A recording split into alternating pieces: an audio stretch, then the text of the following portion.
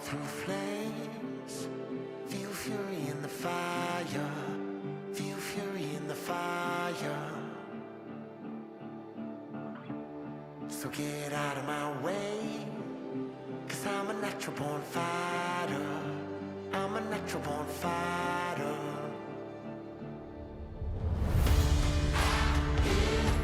You calling out my name, take fire and take aim, get on your knees and pray. I am the lightning in the storm, the dark before the dawn, the devil you call on. Flames are getting higher, and it's hard to see the light inside you. Just remember you're a fighter. Chains are getting tighter, and it's hard to see the light inside you. Just remember you're a fighter.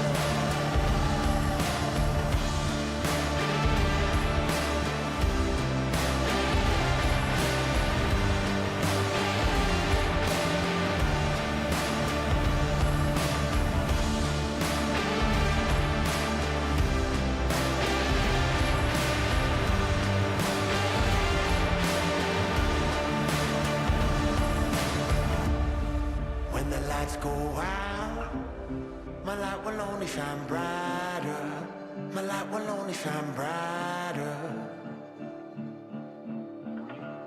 So get out of my way, 'cause I'm a natural born fighter, I'm a natural born fighter.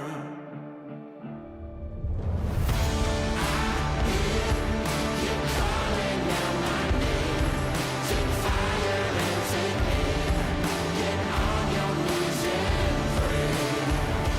I am the lightning in the storm, the dark before the dawn, the devil you call on.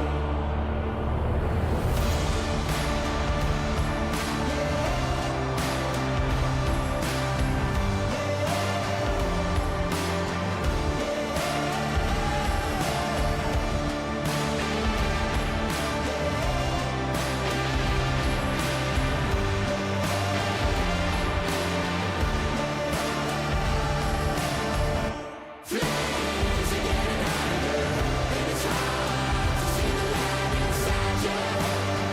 Just remember you're a fighter. Chains are getting tighter, and it's hard to see the light inside you. Just remember you're a fighter.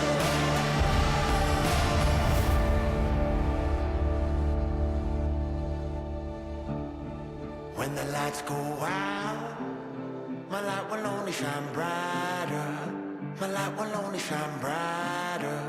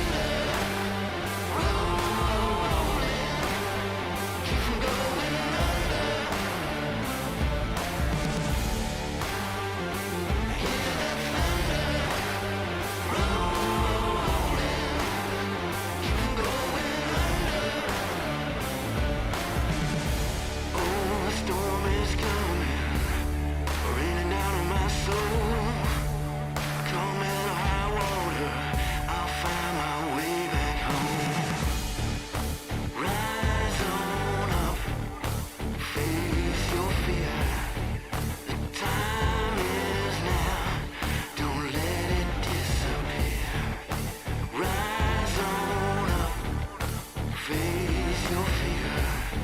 The time is now. Don't let it disappear. Hear the thunder rolling. Keep from going under. Hear the thunder rolling. Keep from going under. Hear the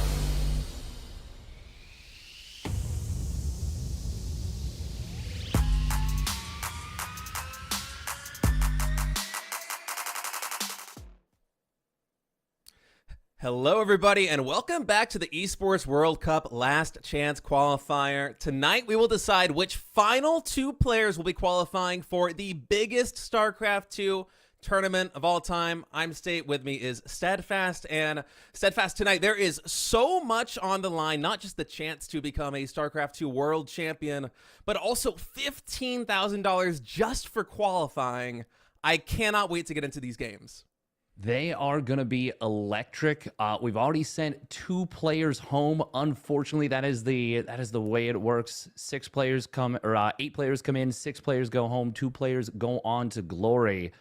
We've had some banger matches over the course of the tournament, and we've got 2 players that have emerged as the favorites so far, but 4 more players still going to be duking it out for an opportunity to qualify through. This is going to be a lot of fun.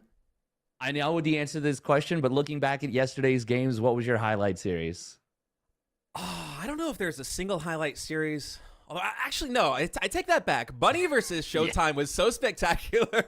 I had to take a glance at the bracket. My memory is like a goldfish when it comes to specific maps or series, but Showtime played his heart out against Bunny, a Bunny that dispatched stats in the first series of the day. One of the better PvT players that we have in the whole world, especially among the players who haven't qualified yet for EWC. So the fact that Showtime was able to win that one out 3-2 and show some really great resilience in that series, I was thoroughly impressed. And now he is 1 step away, as is his opponent Shin, from qualifying for the EWC. I am just so stoked to get into these games. I know yesterday was a lot of fun.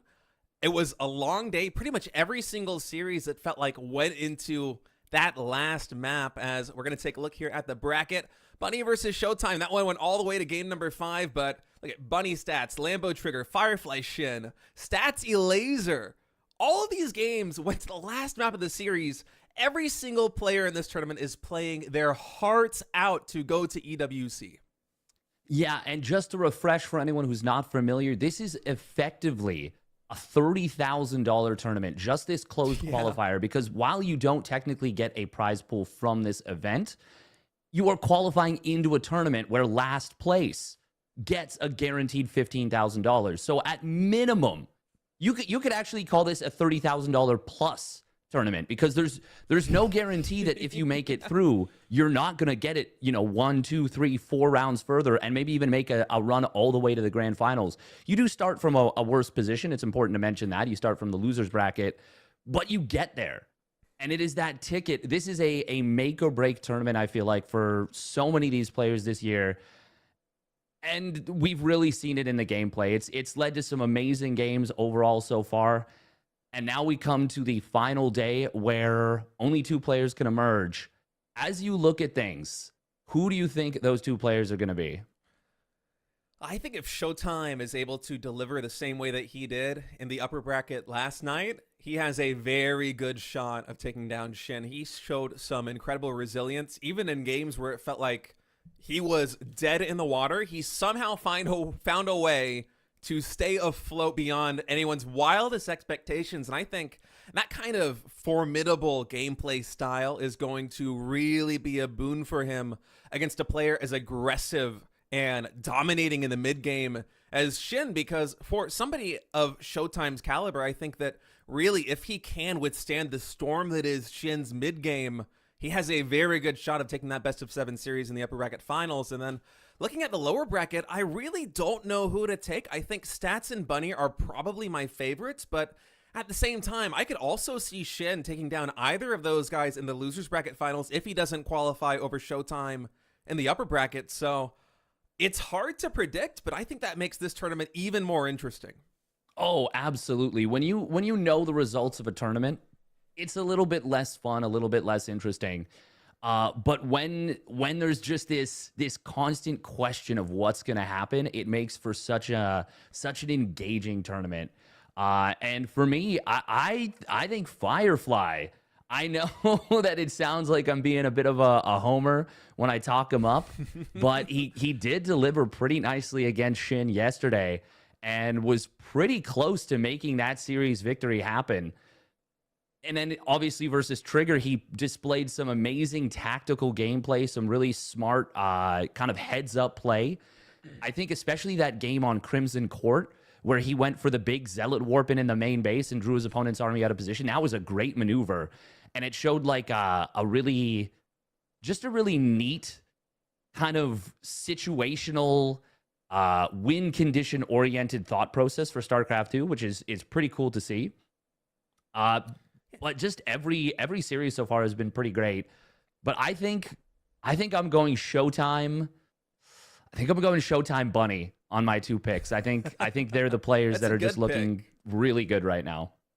Yeah, and to make the case for Lambo as well, this is a guy that struggled a little bit in ZVZ up against Shin, but ZVZ is kind of a wild, untamed beast where things can get out of hand very easily, especially in a best of 5 series where momentum can absolutely go against your way. So I don't think yesterday should weigh too heavily on him. And also, Lambo just to me seems like one of the most cerebral players in the game today. He has a very good understanding of not just the way that he's going to play, but he has a good read on his opponents, on the game. He's a player that strives for perfection. And I think if he's able to kind of brush off that best of 5 that he played yesterday, he could also make a really good run in that lower bracket. Yeah, I've got to agree. It will come down to can he find the way to refocus? And I think if he had to play right after that 3-0, I would have been really worried about his chances. But with a whole day to reset, the ability to take a look at his opponent's, replays, because we did get 5 games of him versus a laser. I think there is a decent chance that we could see a nice little recovery from Lambo, but I'm worried about him with how that series went versus Shin, because Shin kind of everything that could go right for Shin went right, and everything that could go wrong for Lambo went wrong.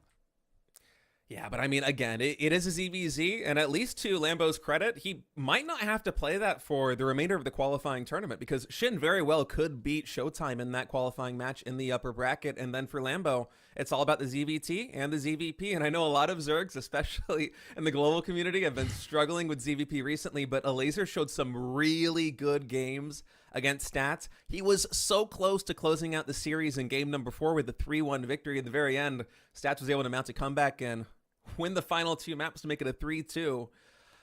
But I gotta say, Alazer had some really good ideas, and I think Lambo, as you said, if he goes back to the drawing board and he kind of reviews what worked and what didn't work for Alazer in that series versus Stats, he certainly has the potential to workshop some strategies that can deliver here in the lower bracket quarterfinals.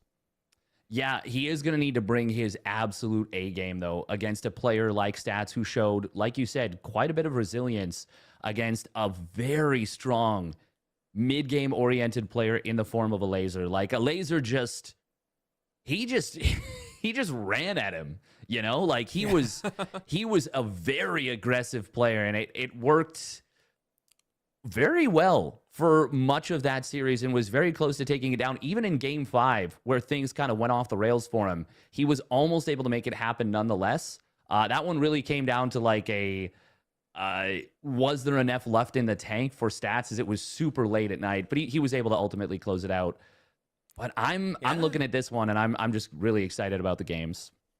Yeah, and I think we can get a quick look at the map pool for this tournament, just to be a quick refresher for everybody, as it's about what you've come to expect in StarCraft 2, as Alcyone, Amphion, Crimson Court Dynasty, Ghost River, Golden Aura, Oceanborn, Post Youth, and Site Delta will be the maps as they have been for a little bit now, and I kind of regretted halfway through that I was going to read every single name, but I stuck with it. I forgot that we have a 9 map pool now instead of 7. There's a lot to choose from. We actually had a lot of games on Post Youth yesterday, which I thought was kind of interesting. This is a map that anytime I'm on ladder, it's an instant veto. It's very funky. It plays in a very unique style, but it's Steadfast. We're going to be playing a lot of best of 5s and best of 7s today. In fact, only best of 5s and best of 7s from here on forward. And so some of these more tricky maps like Post Youth, we're probably going to see them a couple times again. Yeah, I think there's a really good chance, in fact, that we see pretty much every map in the pool, maybe as much as like 3 times. It's entirely possible that even with just 5 series, we could see just a huge breadth of the different map pools or different maps in the pool, I should say, which is Yeah, not something we're necessarily used to. I know that in GSL, obviously, there's a lot of best of threes. Obviously, in the ESL weeklies that I cover a lot of, there's a lot of best of threes. You don't get into those best of fives until the grand finals, or, for GSL until usually round of 4 or Yeah, round same of... way with GSL. Yeah, round of yeah. 4, best of 5, round of round of 2. The finals is the best of 7. Yeah. And besides that, it's nothing but best of 3s. So certainly in GSL, we really don't get that much of a glimpse usually at some of these maps that play in a unique way. But one of the benefits of having so many best of 5s yesterday was that we actually got to see those more, in a way, experimental maps that are kind of off the beaten path of the map design philosophy of StarCraft 2 for almost a decade now. And it's so much fun to watch.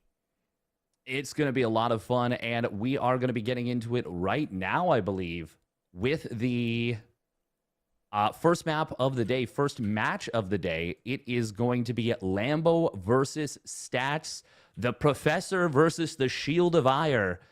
I believe we're pretty much ready to get into that one right about now. And here we go, spawning up in the top left of Oceanborn. It is Twisted Mind Stats. And spawning in the bottom right in the blue, it is the European Zerg representing Shopify Rebellion, Lambo. I feel like this first game between Lambo and Stats is going to be a really good litmus test for where Lambo is going to be at today, as he looked pretty good in his opening series, the ZVP that he played to start out round 1 of the qualifier last night. But again, ZVZ against Shin, one of the most dangerous Zergs in the business, can be so deadly. And I'm hoping that we see him bring his A game again today, because Lambo, when he is in his peak form, if he is doing everything by the script against a player like Stats, who also kind of just tries to play to his own script, I could absolutely see Lambo being able to deliver an upset victory here. Yeah, I think there's definitely an opportunity for Lambo.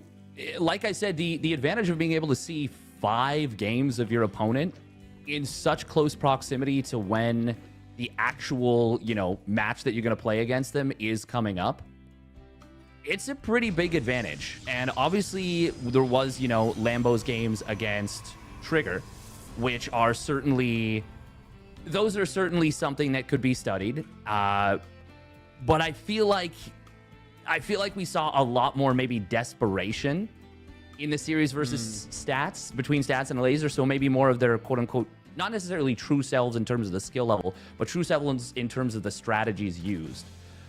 So I think we're probably going to have I think there's a really good chance that Lambo will have a small edge in terms of being able to out-strategize this opponent potentially. But we're a little bit early into the series, and like you said, this is definitely a litmus test as much as anything in this game number 1. Yeah, there's a lot of theory crafting that we can do before we get into this one. And honestly, what stands out to me the most here before the action really starts to pick up as the Adept just begins and the Stargate gets thrown down in the main base is that Stats is one of these very reactive defensive Protoss players. That is why he is called the Shield of Ire. He is one of the best in the world at defending and macroing well. But as a result of that, he usually doesn't have that many tricks up his sleeves. We did see him go for a couple of cannon rushes yesterday, which did not necessarily go his way. I don't think we're going to see that so much today, but as a result, I feel like if Stats goes for kind of the same straight-up styles that we expect to see from him here against Lambo, that's going to play into Lambo's strengths, because Lambo, if he is not knocked off balance, I feel like can macro with some of the best Zergs in the world any day of the week. Yeah, and his ability to kind of exploit little weaknesses in his opponent's play is pretty fantastic. I mean, for anyone not familiar, he was the coach of Raynor when Raynor won his world championship.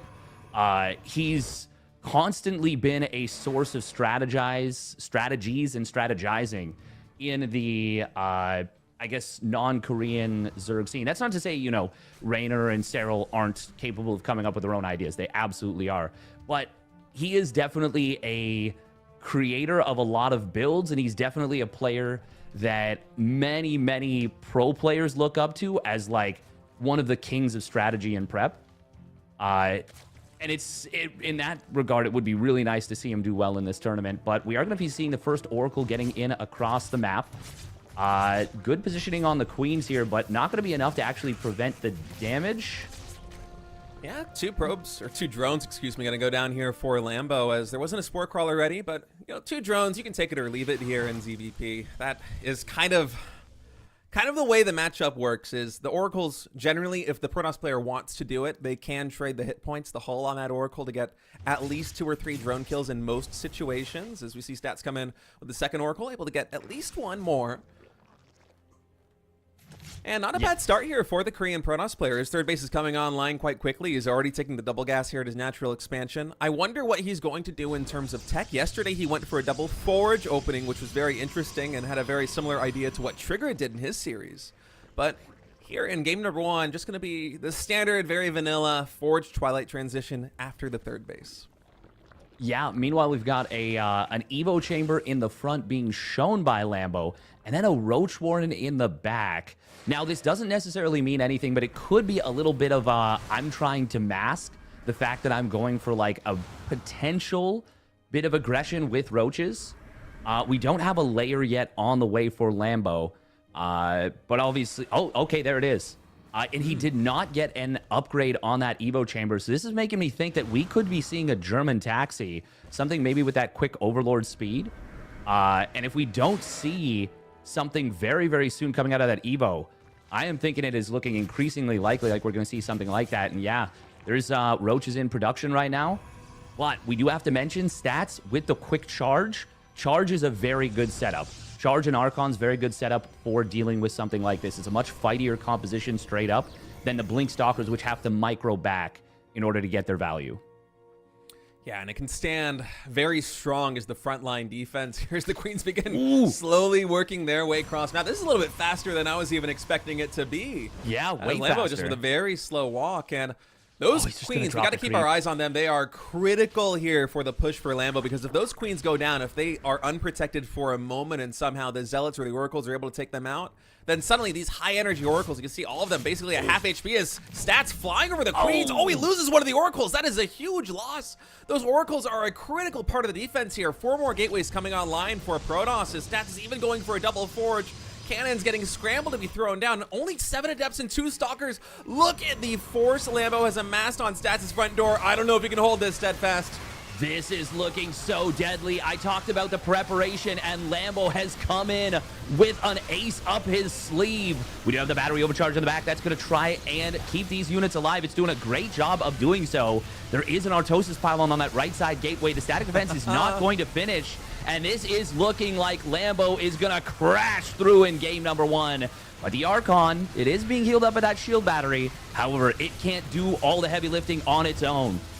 Yeah, with the Queen still surviving here in front of the natural expansion, it is such an issue for Stats. The Oracles, all but useless in the situation. In fact, I think almost all of them have gone down. And Lambo behind this, he knows that Stats does not want to give up on this map. Even one map in a best of 5 is so critical here. Both these players want to make it to the EWC so bad. And so Stats, he's not going to tap out in a situation that seems like it's lost. He does have double forge upgrades underway. +1 ground weapons already done. +1 armor in production now. He's going to try and make something out of this, but Lambo, with so much momentum right now, is still knocking on his front door. Yeah, this is one of those situations. We talked about this before we started the cast, of like, do you tire your opponent out versus just trying to like kind of, you know, make something of a lost game. But I think we are at the point where sticking around in this game for Stats is not necessarily the most fruitful of endeavors. I personally would like to see him just GG and go next, since it is a best of 5, and you do still have 2 more lives behind this. I get wanting to stick around and you know, not just give up, but I am a little bit... I feel like, especially with it being a late hour in Korea already, maybe it's just better to kind of give up the day, as Lambo is taking down the wall basically for free. He does have to be a little bit careful about not getting swamped by these charge lots. That's actually the biggest danger right now, if he underestimates his opponent's army. I don't mind this for Stats. I think that you have one shot here with the 1-1 upgrades and charge that Archon Immortal to go for it. Just make your play. Just try and make it happen. And he's going to try and push out now. Those Queens actually getting isolated on the top side will be chased down by a lot of Zealots. Transfuse popping, but they will eventually fall as the Immortals holding strong at the top of the natural ramp. Still, supplies telling a very different story from what we're seeing on screen right now.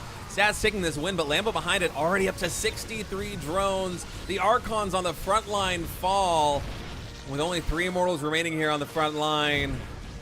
Stats slowly bleeding out. Some nice micro with the Warp Prism will allow him to keep those alive, but Lambo just in an overpowering position in this moment, Steadfast. Yeah, and he actually managed that fight brilliantly. Lambo, that is. Because like you said, the Queens got kind of isolated on the top side, but they were able to actually kite back and draw like, I don't know, 12 Zealots on their own, just chasing them around. And that allowed the Roach Ravager to get a pretty good fight on the bottom side. Despite that army, at first glance, if you ignored the supplies and, you know, it wasn't a 3-base/4 base Zerg versus a 2-base Protoss, I actually looked at that and I was like, that's kind of a scary army for Stats compared to what Lambo has. But Lambo is able to kind of draw his opponent around. We are going to see a heroic attempt from Stats to try and Warp Prism Micro his way through an army that's about 4 times his size. But obviously that's not going to work out. GG is called and Lambo will convert game 1 to a victory. But I just want to say that litmus test we were talking about, I was kind of building to this point. Lambo looked sharp. Yeah, that was a very crisp timing, and I think he might have identified a weakness with Stats doing some of this greedy play, especially on Oceanborn. He went for not exactly the same build that he did yesterday on the same map in PvZ, but Stats still going for the 2 Forge, really fast Archons, really fast Charge Zealots, and that's a lot of resources that is tied up in not army, not defense, and as a result, Lambo able to kind of abuse this timing window where Stats was clearly vulnerable in a lot of his games before, and finds a very easy game 1 win. If this kind of prep continues to translate over the course of the series, I think Stats might have an even harder time holding on against the aggression of Lambo compared to the aggression of a Laser, who brought him to a game 5. Yeah, I'm feeling pretty good about Lambo's chances after this game number 1. Now, granted, this was a situation where Stats really got caught off guard. The micro was still good from Stats. There wasn't anything that, like, you look at it and you're like, oh no, Stats completely crumbled. Like, it was like, no, he got caught completely off guard by the attack. So there's still absolutely a chance that he can roar back and look, you know, like the Shield of Ire of old in the next 3 games of this series. But like you said, if Lambo comes in with a prepared game plan for every map going forward and he can catch his opponent off guard, I am really liking Lambo's chances. I think Stats is going to have to be a little bit more careful with the scouting as the series progresses, because Lambo was able to move effectively to the ramp that extends from Stats' third base into the center of the map before the Oracles spotted anything. And the reaction time even from Stats was a little bit slow. He lost one of those Oracles. Those 3 Oracles, their job is to basically keep you alive from the early game into the mid-game transition on 3 bases. You lose even one of those Oracles, and suddenly one of the best tools in your belt is completely gone. And so for Stats, I think that we're going to have to see him be much more proactive with those Oracles, probably check the lair timings a little bit more carefully, make sure the Queens are staying on their side of the map if it is this kind of build setup where Stats will be vulnerable, because there is a world where Lambo goes for the same kind of attack and Stats suspects it immediately and is able to throw down a ton of static defense and just anchor the position until he has barely enough to survive, because you can say you get 2 or 3 Immortals with a Warp Prism and some micro on the Archons plus a shield battery. There's a lot of HP that can be managed with that healing. That is kind of what Stats needs to go for if he wants to defend against that setup of Lambo. But it all comes down to the intelligence. He needs to get that scouting information if Lambo's going to be aggressive. Yeah. And even to that point, there's so many ways, if you sniff that out right away, where you can slow it down. You know, a stasis ward on the ramp where the rocks are in the middle of the map on Stats' side of the middle would slow down the push massively and then buy time for that static defense. Because Stats did see the push, but like you said, he saw it when it was like 15, 20 seconds away from hitting his third base, which is so late to do. So he's going to have to ratchet up his scouting, like you said. Spawning up the top right for Twisted Minds, it is Stats. And spawning in the bottom left off a fantastic Game 1 victory, it is Shopify Rebellion's Lambo. Looking to see more aggression from him here on Crimson Court in game number 2. That was a fantastic game plan in game number 1. Going back to what you said in the pre-show, Steadfast, Lambo just abusing the weaknesses of Stats' playstyle here to perfection. He's showing what a cerebral player that he is in this series, and I'm really curious what other timing attacks he's going to cook up, because a laser in his series versus Stats was able to get a lot done with high drone count, high expansion, Ling, Hydra, Baneling timing attacks, whereas Stats also seems a little bit vulnerable to the Roach Ravager Ling Queen walks that we've been seeing from both these players quite a bit, as we do have a brief pause here from Stats, a little bit of lag. So we'll have to wait for this to subside in a moment. We'll have to take a look once again at Stats. States, beautiful flow there on the top. Mine a little bit less high. It's representative of our relative MMRs. You know, mine is still decent relative to the overall thing, but States is on a level that is just, I could never hope to reach. Oh, that's really good. Yeah, I have been meaning to get a haircut for a little bit now, but I've just been a little bit behind. I mean, it looks good. It looks like a fancy You flatter flow. me. Well, this is one of the benefits of being able to do this broadcast at home, is I can decide what the perfect camera angle is for me. Because sometimes you'll do like a live production and you'll have like that dead on look, especially in GSL when I have to wear my glasses because I'm nearsighted. In this case, I'm a gamer, so my monitor is like this far away. But if I'm at the GSL, we have these little tiny monitors. They're all the way at the front of the desk. I got to wear my glasses to see anything. And then you got the studio lights. It's not a good look, but I appreciate it. Thank you, Steadfast. Well, I mean, I'm just calling now. it as I see it. What can I say? I'm just calling it as I see it. Well, hopefully yeah, the lag is going to dissipate in a moment here for Stats, and we'll be able to get back into the game. Unfortunately, this is one of the parts of esports, especially in online qualifiers, that is almost inevitable. In fact, we were just talking before we went live today about what a fantastic production it was yesterday. We had literally no hiccups. I don't think we had a single player pause for lag or any other technical issues. And I guess me mentioning that before we went live kind of jinxed things, because here we are in game number 2, and Stats is already grumbling a little bit about maybe some lag spikes, some delay, but hopefully it shouldn't affect him too much moving forward in this series. Yeah, while we've got a little bit of downtime, actually, do we have the map order for this series? If we can just get that in our ear, that would be great, because normally I'm not that interested in the map order in general in a series. Not to say it's not important, it's super important, but with a player like Lambo, I feel like he really cooks when he gets his best of 5 maps. I feel like he really comes in with a specific plan. Yeah, he definitely seemed to have something special cooked up there in that game number 1. And once we move into the later parts of this series, like I said, because he was able to see those games that Elaser played yesterday, I feel like he has a lot to work with in terms of timing attacks if he wants to try and abuse Stats on the defense there, if he wants to try and take advantage of the greed that Stats was showcasing almost to the brink of his own destruction in a lot of his games last night. Yeah. So since we still have the downtime, we do have that set up. So Lambo, with the higher seed, got to decide whether he was player A or player B. He picked to be player B. So thank you for Mapu for letting us know about that extra wrinkle. That's actually very beneficial to know about. So Stats banned your least favorite map, Post Youth. Makes sense. It's a gold base map where he tried to cannon rush it yesterday, and it did not work out at all. He had to GG out from that game very quickly.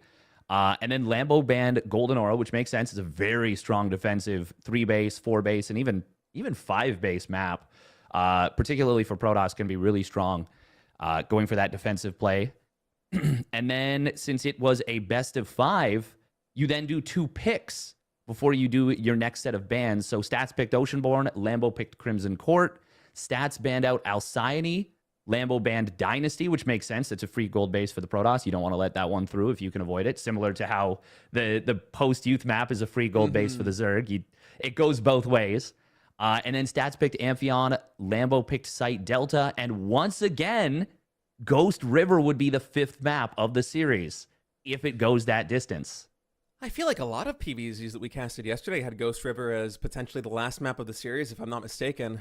It wasn't at Lambo versus Trigger where we had Lambo going for another very similar timing attack to what we just saw in that game, but actually it was Trigger who preempted him with 3-base blink.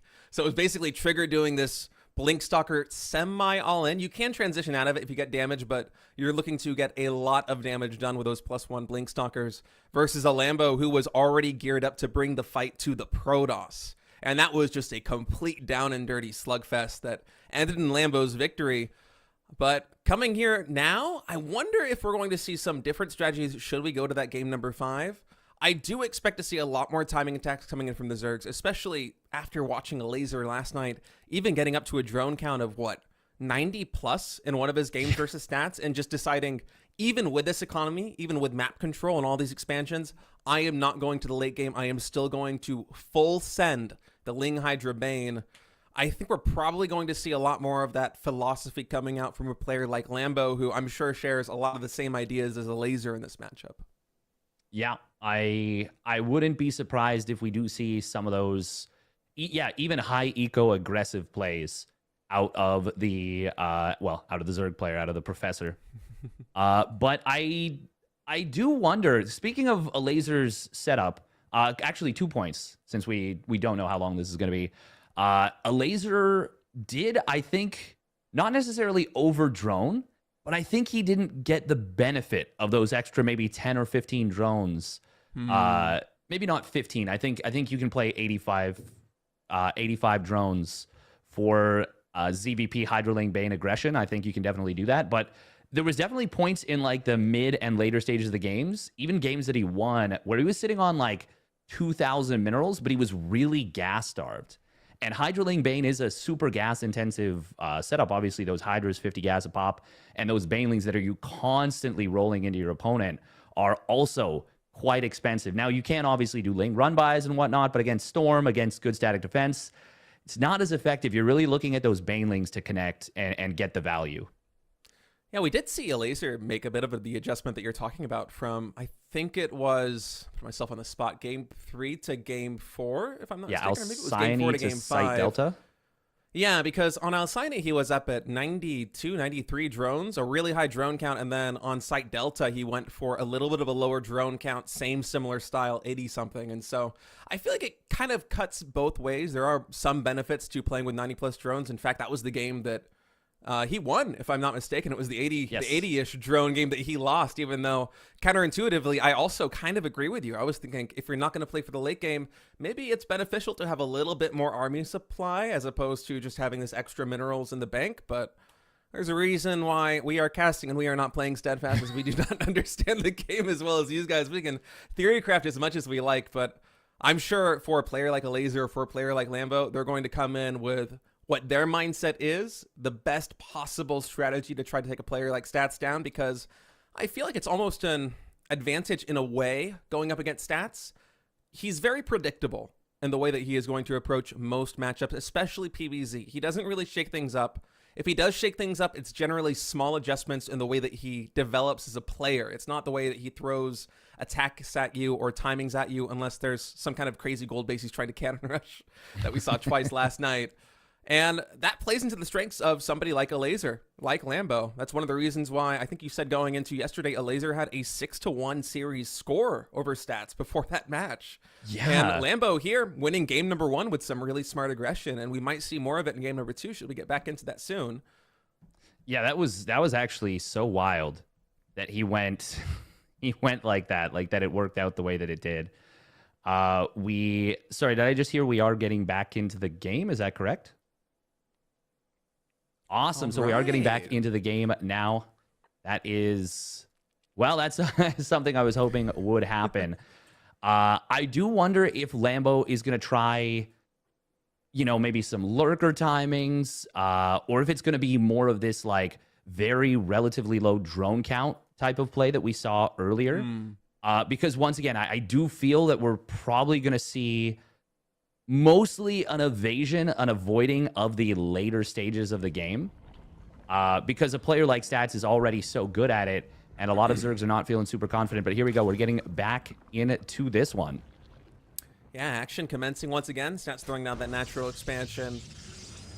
As we're going to wait and watch things develop. And I'm kind of on the same boat as you here, Steadfast. I think that Lambo is going to throw something Stats' way. I know we've been harping on the potential aggression coming in as part of this best of 5 series, but it really does feel like both these players might find themselves almost playing a role as every single game plays out. And oftentimes you might be thinking about this at home, like, well, if it's so predictable that Lambo should be the aggressor and Stats should be the defender, why don't they just mix it up and throw the other player off balance? But I feel like just the current state of PvZ and also with Stats' play style, it almost forces this kind of situation because he is one of the best late game PvZ players in the world today. You think of other great PvZ players in general, like Hero, not truly exceptional in the late game. They shine in the early and mid game. Even Max Pax, his late game is fantastic, but his mid game, his control, really spectacular. Yeah. I still think of late game Protoss. I think of Stats in basically any single matchup. And so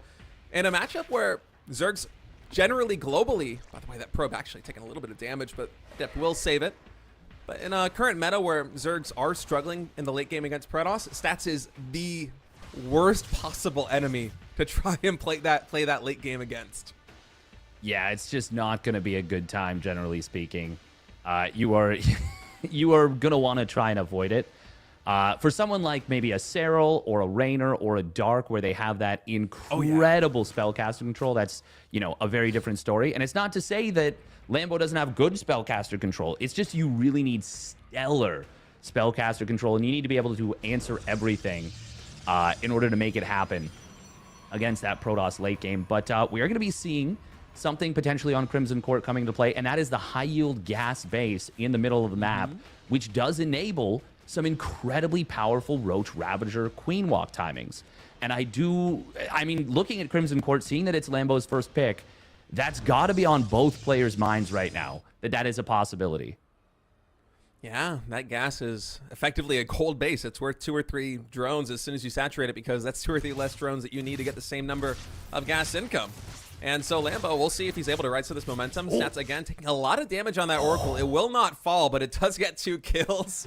At Steadfast, I see your anxiety levels rising again in situations like this one. Stats, you got to give him a little bit of faith, man. I don't think he's going to leave that Oracle out to die, but it was close. It was one hit. HP. It was one hit away. Yeah, that is... I always get so stressed when I see players playing like that aggressively with the first Oracle specifically. Oh man, he does keep it alive, and like you said, yeah, he's calculated. But I think there was an opportunity that if Lambo had maybe perfectly stutter stepped, he might have been able to get the kill with the route Stats took. So I'm always like, oh, don't do it, don't do it, don't do it. But he survives this time. Yeah, Oracle is going to survive. Keep in mind that those Oracles, as we mentioned in game number 1, critical in defending any kind of early aggression, as Stats finds a really nice angle here on the base, but a little bit of flubbed micro as he doesn't get the second drone in. I thought surely with that queen position we would see 2 or 3 going down, but instead just going to be the 1 kill. Looks like Lambo is going up to a full gas setup here and did get the Evo chamber as well as that Roach Warren, so it's not going to be some kind of crazy, aggressive, you know, like mid 40s, high 40s, even low 50s. Roach Ravager Queen all in. But even with this high yield gas base, like, you still get a small economic advantage off of this. Stats, for his part, does throw down the quick robo behind this very fast blink and eventually +1 weapons. But there's a pretty standard setup from both players. Yeah, and I wonder where Lambo is going to go with this. We saw, again, a laser last night play to pretty good success against Stats with very high gas timing attacks. Oh, he even catches that drone right there at the lair. Has some long range on that stasis. But for Lambo getting set up with this and now throwing down the Hydralisk Den, I wonder if we're going to be seeing that, or if it's just going to be like almost something like a Roach Hydra push. Because we don't have the Infestation Pit coming down just yet. It's probably not going to be Hive Lurkers. And with a lot of gas that Lambo is going to be banking up with, you know, the four main gases and the 1 high-yield Vespian gas, he has a lot of room to play with some of these higher-tech Zerg units in the mid-game. Yeah, he certainly does. This is something that we've actually been seeing a lot of from Rogue, is this Roach Hydra play. Now, in this case, we do see Lambo getting a little bit supply blocked as he lost that Overlord in the middle of the map and didn't actually have a whole lot ready to go. So we won't be able to see anything start up. Oh no, he's still building the Overlords. Oof. So he actually maybe Well, as long as he's on his ideal drone count, it's not the biggest of deals. Obviously, getting larva capped sucked, but overbuilding overlords in this scenario is not the worst thing in the world. But that very quick storm, it's weird because it feels like that should do very well against Roach Hydra. But in the games I've seen where Rogue has been playing this Roach Hydra style, the storm has actually not felt like the biggest of game changers. It's felt like more so how you take the fights and making sure that you never kind of get caught out of position and get caught away where the Zerg can get a big concave and you're fighting away from your static defense. But it is a big investment to go for that storm. Yeah, but I think Stats, from his perspective, is going to need some kind of splash damage. And even if Storm isn't super effective against the Roach Ravager because they're just so tanky, and even the Ravagers, because of their size, take a little bit less splash damage coming in from that Storm. We're going to need to see some pretty good Storms if Stats is going to try and hold this one. As Lambo now setting his eyes here on the natural expansion, actually going for the Cybernetics Core, a very smart choice. This is going to limit the production options here of Stats heavily, as he would love to make more ranged units, more Stalkers, but instead is going to have to rebuild that core and wait for it to be done in the main base. As Lambo continuing to rain down on this production. First Storm pops, catches a couple of Hydras for some damage. Not the best Storm just yet, but he still has more locked and loaded. Yeah, he's got a lot locked and loaded. We do see the Queens going to be able to transfuse now thanks to another Sloverlord. Able to drop some creep here. That's going to be very beneficial here for Lambo. I would love to see him take down this second set of rocks. He's trying to find an opening and get that big concave I was talking about on the third base. No Hydra speed yet, so they are really slow to reposition. But a big blink forward coming in from Stats just to get in position. Lambo, though, has that concave I was kind of talking about already. Yeah, that shield battery doing so much work, perfectly positioned here on the top side. Lambo has not been able to bile that thing down, so a lot of HP being granted here to Stats, but still Lambo is knocking on this door, and he's moving into a great position on the south side of this Nexus. Stats trying to fight in this choke point behind the mineral line, now coming on the flank side with these storms, but really good control so far by Lambo. He is destroying the space. Oh, and a Corrosive Bile does land on one of those High Templar. Decent storm on the top side, but Lambo is breaking through. That is a monster storm, but he kills the third Nexus nonetheless. He's now a 4-base Zerg to a 2-base Protoss, and this aggression is not done. Big storms on the Hydra Roach Ravager on the right side, or left side, but on the right, the 2 Immortals did go down. There's not many power units left for Stats, just a couple Immortals and this Archon left over. And as Stats is once again bleeding out of units, Lambo is looking very strong in this game. Yeah, Stats is trying his best with these Blinkstalkers and Immortals to remain alive here, but with the Hydras moving forward, it's going to be Lambo who takes a 2-0 lead in this series. And if you're a Lambo right now, your game plan in Game 1 and in Game 2, just absolutely perfect. That was beautiful, especially the positioning that Lambo went for, attacking into the third base there. He got such a magnificent arc that Stats really didn't have any angle that he could posture in after the shield battery overcharge expired where he could take a favorable fight. And even the Templar had a hard time closing the distance and getting the money storms until the very end. So really excellent game planning here from Lambo, and we're on match point already, Steadfast. I'm kind of surprised. I am too, because I was talking about how I was worried about Lambo's, mental and everything coming into the series, but he's looking very strong so far. He's executed his game plans excellently. He was able to outposition Stats a little bit there. Killing the Observer meant that Stats couldn't easily see where Lambo's army was coming from, so he couldn't get into position around that third Nexus. And yeah, you talked about the battery overcharge getting, good value, keeping the units alive. It didn't let Stats actually take the fight, though. Lambo was still able to get that great position on him, hold it, and with the Nexus kind of unable to be guarded at all, Lambo just slowly, methodically took it down, and Stats had no choice but to take a really bad, uncomfortable fight into the Zerg concave.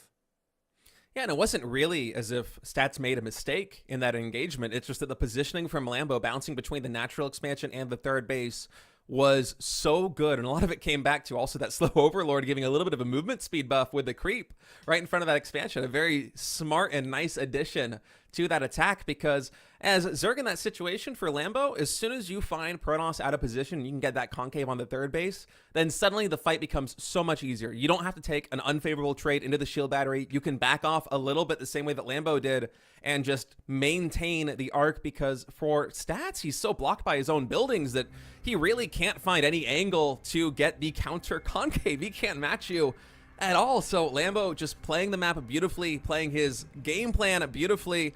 But let's see if this guy in the bottom can start the comeback here. Spawning is the red Protoss representing Twisted Minds. It is Stats.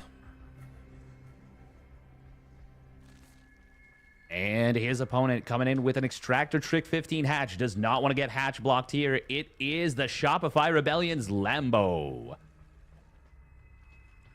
Already on match point.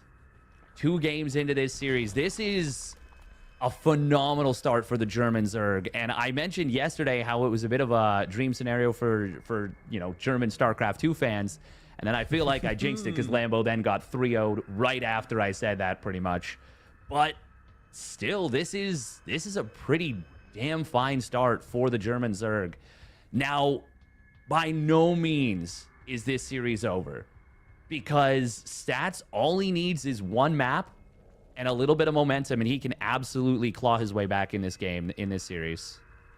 Yeah, but the defense is going to have to be spectacular, because if I'm Lambo in this situation after game 1 and game 2 and my timing attacks worked as well as they did, because I don't want to, you know, split hairs about this. Lambo really dominated with both of those timing attacks. It did not look like Stats was very close to holding either of them at all. In game 1, Lambo caught him basically completely off guard, already knocking on the door of the third base. And then in game number 2, Stats, although it seemed like he had a bit of a better read on what was happening and was able to develop his pieces a little bit more than he was able to in game number 1, Lambo still with just an excellent strategy coming in, abusing the terrain, abusing the features of the map to work into this concave. I mean, it was a fantastically executed play, and Stats just has to find some path forward of just being the shield that cannot be toppled, because I don't know how you're going to try and stop the storm that is coming for you here as Stats, because you know Lambo's going to dip back into the well for some other aggressive play. It's already been such a good game plan thus far, but now as Stats, your defense, it has to be perfect. One more map loss, and he is out of the running for the EWC. Yeah, and I am certain that Stats was looking no one came here to get knocked out. No one came here to get knocked out, but Stats for sure had expectations coming into this to be making it into the qualifying match. He probably was already disappointed just to be knocked to the lower bracket by Bunny. So for him to get knocked out here, he would be, I mean, I think he would be very disappointed in that result. But you got to give credit, like you said, where it is due. Lambo has played the maps and the matchup to perfection, and he's played his opponent very well as well. And I kind of do have to agree, the first 2 games have not looked super close. Game 1, he got caught off guard, and game 2, he just got straight up out-positioned. And he's doing more of the same if he doesn't make an adjustment on the fly here to Lambo's very aggressive plays. I am a little bit worried about him.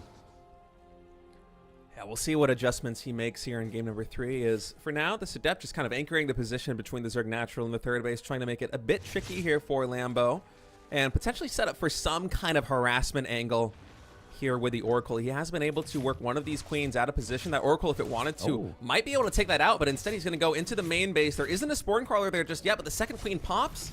Stats now setting his eyes here on the natural expansion. Again, just one queen spore, a little bit late. That's going to be at least 3 drones going down. And again, very close there with that Oracle on low HP, but this time Stats, not a bad start. Yeah, this one I don't get stressed about, because you're like, okay, yeah, you're out of range of the queen. You're not flying directly over 2 queens that are shelling you away. But yeah, one thing I would like to say, we haven't seen much Adept aggression out of Stats in this entire series. Oh, Oracle. Yeah, no, it's going to be fine. Once again, good control from Stats. And his early game has been just fine. But what has been Showtime's key to success in PvZ in this tournament? The Adepts have done pretty well for him in the early game. I guess I'm thinking more so of the open qualifier. His Adepts were absolutely immaculate and got insane amounts of damage. But we haven't seen Stats being aggressive with these Adepts almost at all in these series. And maybe he needs to switch that up a little bit. But doing so on, game 3, game 4, elimination point, that's tough to make that adjustment. Regardless, these queens corralling the Oracles a little bit, but they will be able to maneuver their way out. And Stats, once again, he's been doing a great job with the Oracle maneuvering in general. I feel like in this game so far, he's been playing his best Oracle control. in the series, but Lambo with a nice reaction. They're actually able to put the drones away. Stats was not going for the kill, instead just the stasis trap. Only catches one drone. And I like how active he is being with these oracles. He's getting a lot of scouting information. He sees the gases being taken. He sees the lair activating here in the main base. 2 more gases also being thrown down by Lambo. He's not going up to the 6th gas just yet. Oh, well, yeah, now he is. There's the 6th gas finally getting thrown down the natural. And this is starting to mirror a little bit the strategy of Lambo in game number 2. At least the economic setup. Yeah, and he's actually got quite nice creep spread through the middle of the map. Good Oracle micro here from Stats again, finding another 5 drones. It has been okay. Yeah, I have to agree with you. This is the best game we've seen in terms of the Oracle control from Stats so far. We do see the forward. This is like not even a half gold base. This is a quarter gold base. I always find these mineral bases super funky. Ooh, Lambo though, with an infestation pit, Amphion. It is a very good swarm host map. Now, it's not to say we're definitely going to see swarm hosts. But if we're going to see it on any map, it's going to be Amphion. Oh, that Oracle very low on HP. Might actually be 1H. 4 hit points in total. That is the thinnest HP bar for 4 HP I've ever seen. That looked like it was on half an HP. Just from look at that. It's an invisible red number, like the transparency got cranked up. Yeah. Oh my god. And it is going to be Swarm Host. Good thing for Stats that he was able to keep these Oracles alive, because that's going to allow him to at least stay on top of these Swarm Hosts a little bit with the aggression. But again, Amphion, because of the structure of the map, because Lambo with the Nidus Canal can work his way to the different quadrants, the bottom left and the bottom right, where it's hard for Stats to reach because of the large distances on this map, and also the mineral wall by the natural expansion, which as Protoss you really don't want to mine out. You don't want to open that pathway to the opponent if you can avoid it at any cost. It's going to be really tricky here on the defense. I feel like Stats does have the pieces to make this work on defense if he plays it perfectly. He spots the infestation pit, sees the swarm host, and did not see the hive. So he should know exactly what's coming. Revelation casted on the swarm host. Okay, what is the adjustment going to be from Stats? Yeah, he is moving units into the main base. Stasis Ward coming in at the natural. Stasis Ward going to be coming up in the main. This is looking very good for Stats. Swarm hosts are almost always pinnacle, or always hinging on the first wave, second wave of Locust. If they don't find value, it is so difficult to make the game happen from there. And with Stats having an excellent defense against the first wave, basically I think losing 1 Stalker and that's it, this is already looking so good. Especially with that double forge coming in behind us. We will see Lambo finding a little bit of an opening on the static defense on the top side, but he's not going to be able to get much more than that. Oh, but the High Templar. Oh, those did not need to be there, I don't think. Yeah, one of them actually getting sniped is now Locust coming in here on the 4th base of Protoss, but only a couple of them so far. More shield batteries getting thrown down. Of course, shield battery overcharge, a key part of keeping structures like the Nexus alive if you're caught out of position here as the Protoss player. The Stalker's going to try and work those Locusts away from the Nexus, buying as much time as possible. Actually just expending a Storm. I don't mind that too much from Stats. The defense up until this point has been so solid. Just continue to try and keep the momentum building here, because if Stats can have 1 or 2 more minutes of just immaculate defense, then suddenly the rest of the game becomes so much easier. Those Swarm Hosts, if they do not build momentum, they drop off very hard. And I think Stats has basically weathered the storm at this point. Lambo, he's going into Lurkers, he's going into Hive Tech, he's upgrading his Hydras and getting missile attack level 2. He's decided that this Swarm Host play is not really working. I think it's a smart adjustment from Lambo, because Stats' defense has been really spectacular. And this game is going to continue on. I wonder how much more value these Swarm Hosts can actually get. It's going to be really difficult for them to find value moving forward, but all it takes is Stats being out of position once, and those Locust waves can truly chew through structures, chew through probes very quickly. We are going to see a little bit of an opening being created by the Locust wave in the main base that will allow Lambo to get into the natural, but as the Stalkers blink to the low ground, these probes, a couple will fall, but this is totally fine for Stats. Lambo, like you said, is transitioning in towards that hive and towards those Lurkers. But with the upgrades as they are for Stats, 3-2 on the way, and a additional robo facility being added on, that fleet beacon finishing up, Stats has all the tools he needs to deal with the next stage of this game. Yeah, all of the pieces are coming together for Stats, especially with that fourth base still alive and well, and the mothership already beginning. That's going to be a very useful tool on the defense. Stats, one of these players that loves going for this mothership as quickly as possible, and these stasis traps coming in. Look at how good this is! Wow, that catches basically every single locust. The other ones get blocked even. Lambo even dropped the single locust, but because the stasis ward was further forward, it didn't trigger that one, and then it gets the monster connection. That's huge for Stats being able to survive that, because he was a little bit out of position initially. Oh man, that is a really, really clutch stasis ward. That could have been easily 15 dead probes, 20 dead probes, and then all of a sudden we're talking about how Stats has kind of lost some of the defensive edge that he had throughout this game. Lambo has transitioned really beautifully in this game, though. He's already got the adaptive talons on the way. Lurkers coming through. And even now, like, there is still many win conditions for Lambo, and he's actually going to find a great number of pickoffs on these Blink Stalkers in the main base. I love this move by Lambo. He's using the Locust to buy time for this Nidus Canal to get up and allow those Lurkers to siege here in the main base. This is a fantastic move. Another Nidus could pop easily behind this one, and indeed it does. It's about to complete. All the Stalkers going down to the main base here of Stats. Lambo, what a brilliant play. These forges might go down before the upgrade's complete. Holy cow! What a timing Lambo just found. The Blink Stalkers were not able to prevent this. They blinked forward even into the Lurkers, which did not pan out for them at all. +3 weapons was denied. Huge cloaking field being activated, as well as the Time Warp. Big storms coming in, but is there just too much for the German Zerg? Those Lurkers are looking strong, and Lambo is looking like he is going to complete the 3-0. GG. Oh, wow. Relentless aggression from the German Zerg in that game 3, and he looked like dark in that game. That was nuts.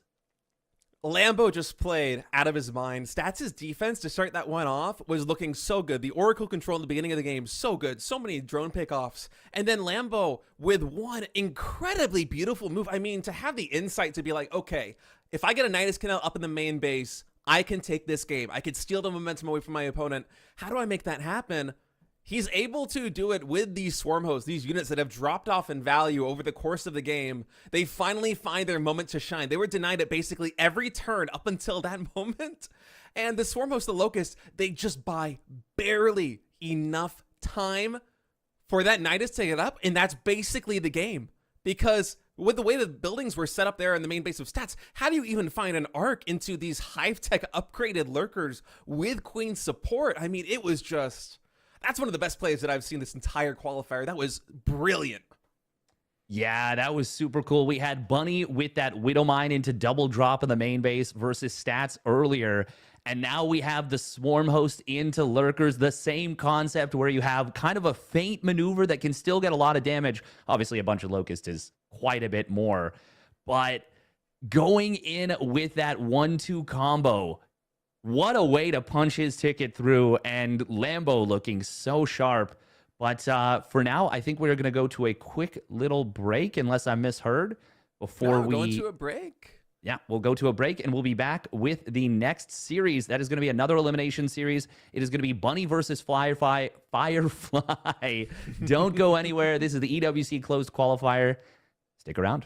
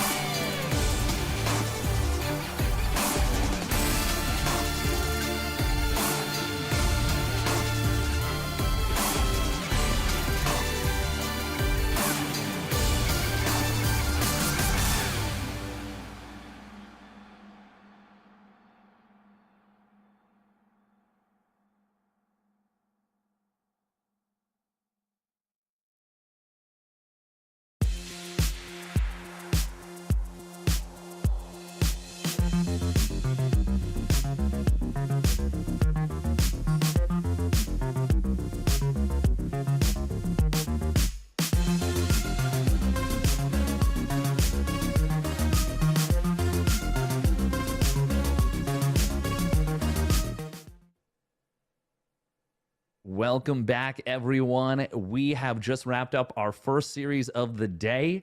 There are 4 more to go, and if they're all like that, I don't care if they're 3-0s. That was such a high-level technical, matchup, and we were talking about this during the break. This was not expected. This was not expected at all for Lambo to come in and just kind of manhandle Stats. And you even mentioned, like, in game 3, there was so much that Stats was doing well, and that was kind of a Hail Mary play with that Swarm Host into in-base Nidus. Like, if that doesn't work out, I feel like the game is almost over. It's starting to get out of grasp, but I mean, Lambo just playing out of his mind in that first series. I really did think he had a chance to win it going in, but I was not expecting a 3-0. Maybe a 3-2. Kind of similar to a Laser versus Stats, which went all the way to game number 5. But Lambo just showing so much brilliance, so much prep, and I'm really excited to watch him as the day continues on. But before we get into more Lambo games, we have Bunny versus Firefly coming up as we take a look here at the bracket. Lambo starting the day off in the lower bracket, round 2 with a 3-0 over Stats, and now Bunny versus Firefly in the next best of 5 of the day. Yes, and we mentioned it yesterday, but that upper bracket semifinals was such an important match for both players because Showtime and Shin, who won that, they get to now have 2 chances to qualify for his Lambo and Bunny, who got knocked down. They will have to run a gauntlet of at minimum 2 extra series just to get that one last qualifying chance. Lambo obviously already made it happen. He did his thing. But it's up to Bunny versus Firefly now. And we were mentioning during the break, you were saying that you feel like this is pretty solidly in favor of Bunny. And looking at his TVP, it's hard to disagree. But I don't know. I Firefly, he's got like this X factor to him. No, he has been really impressing me as somebody who doesn't watch the PvP fiestas of the Asia region all of that much. I have been so pleasantly surprised by Firefly's play. He's been making some game-winning moves that are really off meta, it feels. Like some of his games, I remember on Site Delta versus, I think it might have been Shin, if memory serves. He had this army composition. It looked like MC was playing. He had like full Stalker Sentry on 3 bases on Site Delta. It was so cool. I'm excited to see what he brings to the table here as we're going to start this best of series off. And spawning in the bottom right, representing Offside Esports, it is the Red Protoss Firefly.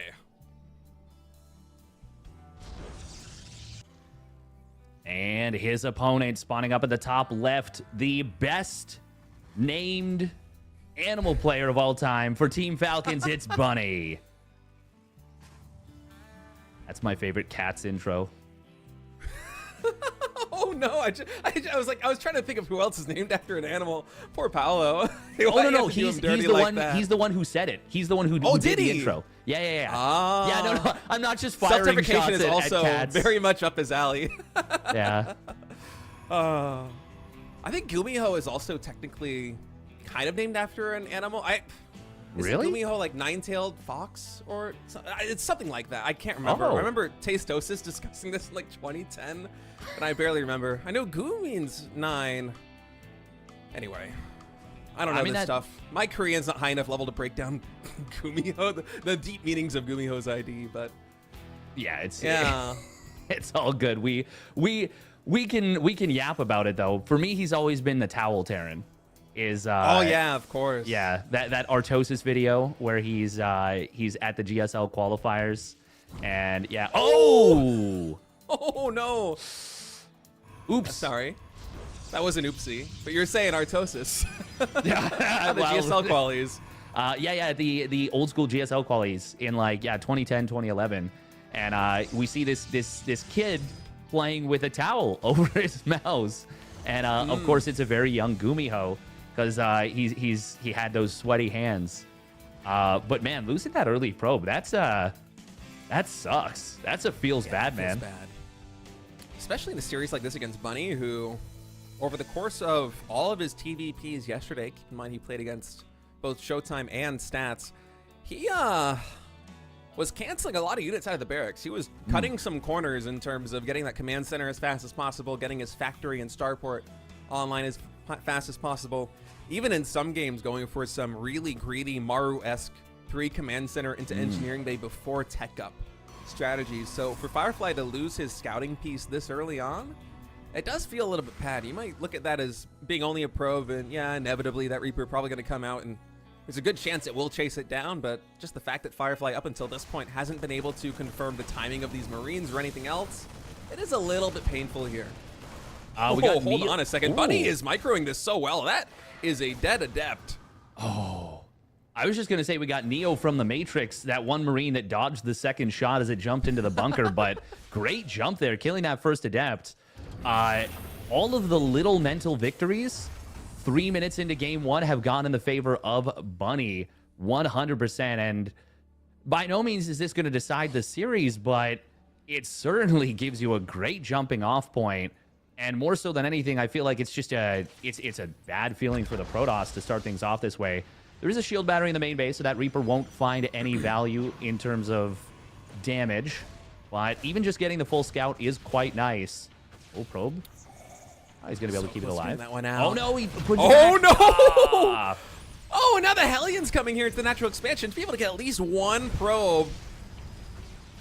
If that survives, okay, the adept, the hero adept coming back. I was going to say, you can't.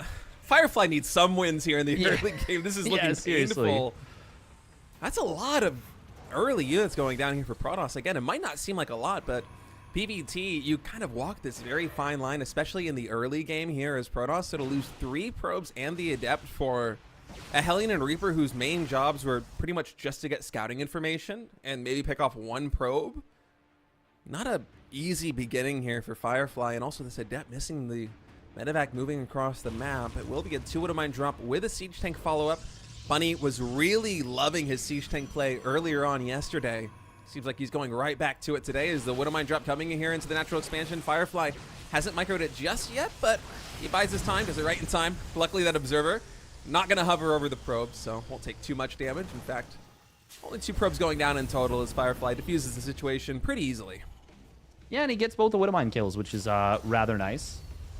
Looks like it is going to be just a single Raven, no interference matrix. We usually don't see players playing interference matrix in this matchup often anymore, unless it's like robotics facility first, which is very rare. There's only a few players that play that style. Shout out to Strange on the European server, who does that like almost every game. He's a big fan of that. Firefly gonna try and put some pressure on the bunker, but I mean the repair is good, and that's not gonna be a kill. Would have maybe preferred to see him just go after the SCV that was building that supply depot for the guaranteed damage. Yeah, but instead just gonna be warping in more stalkers as the pressure is mounting outside the natural expansion of Bunny. Keep in mind he does have those siege tanks in the main base, so they will help a little bit here on the defense, but with the warp prism micro coming in and the repair coming down, Bunny's gonna barely keep that bunker alive again.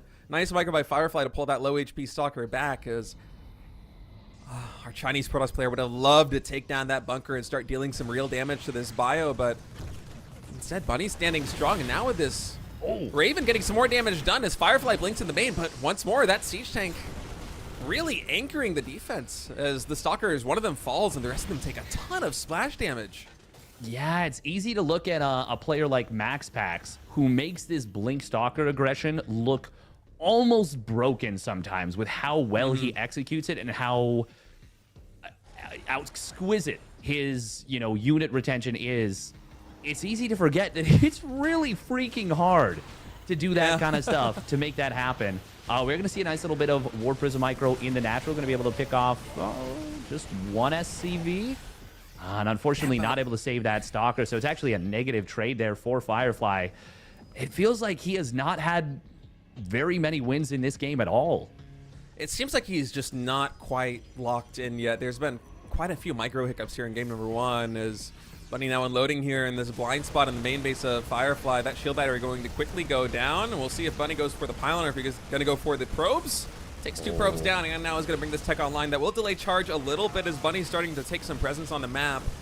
We'll see if he can take advantage of this. Of course, the bio with the medevac on such low HP is just going to trade out. You cannot escape that situation, so Just get 2 or 3 Stalker kills if you can. If he... Okay, I was going to say, if he retargets, that would be really nice to get that 3rd Stalker. That's a super value drop. And with no charge done, can Firefly even hold this push? I am not so sure. He's got a lot of units here. With enough Stalkers like this, I think it's more than enough, actually. Yeah, it's Bunny might be taken a little bit aback by how low-tech Firefly is playing this. He threw down, I think, 5 gateways during that whole transition and is really going for this kind of manpower field. Going pure gateway mana, as Artosis' chat would say. Yeah. And that's going to mean that he has a pretty strong force right now. Look at this Widowmine drop on top of the main army. The Widowmines are not getting targeted. Oh, this splash damage could be huge. Steadfast. Indeed, the Stalkers and Zealots going down, and it doesn't matter that Firefly was going to cut corners and try to get the strongest gateway army he could. If Bunny is microing like that and taking fights like that, wow, what an engagement, as Bunny is just eclipsing this Protoss player in terms of supply. And with battery overcharge now running out, Firefly is going to take some more bad trades, I'm afraid, and this might be the end, or at least the beginning of the end here in game number 1. Yeah, it certainly is. This is the snowball already. Nice cancel on the warp-in of the Zealots.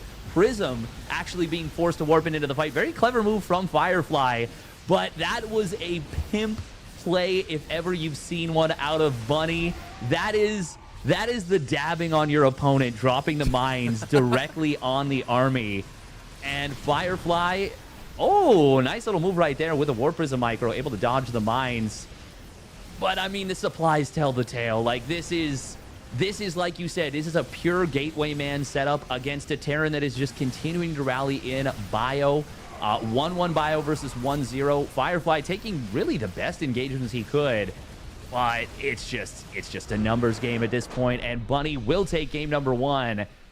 Realistically, that was a beautiful little maneuver. That was a pretty game from Bunny. Yeah, Bunny seemed completely on fire in that game. I feel like pretty much everything went his way for almost the entire duration of the match. Firefly with a couple cute plays there at the very end, but we saw stats in his series against Lambo look very shaky from the beginning, and that led to him in with 3-0 defeat. Bunny here in game number 1 looked even better than he did yesterday, and he was almost the player instead of Showtime to make it into that final qualifying match in the upper bracket against Shin.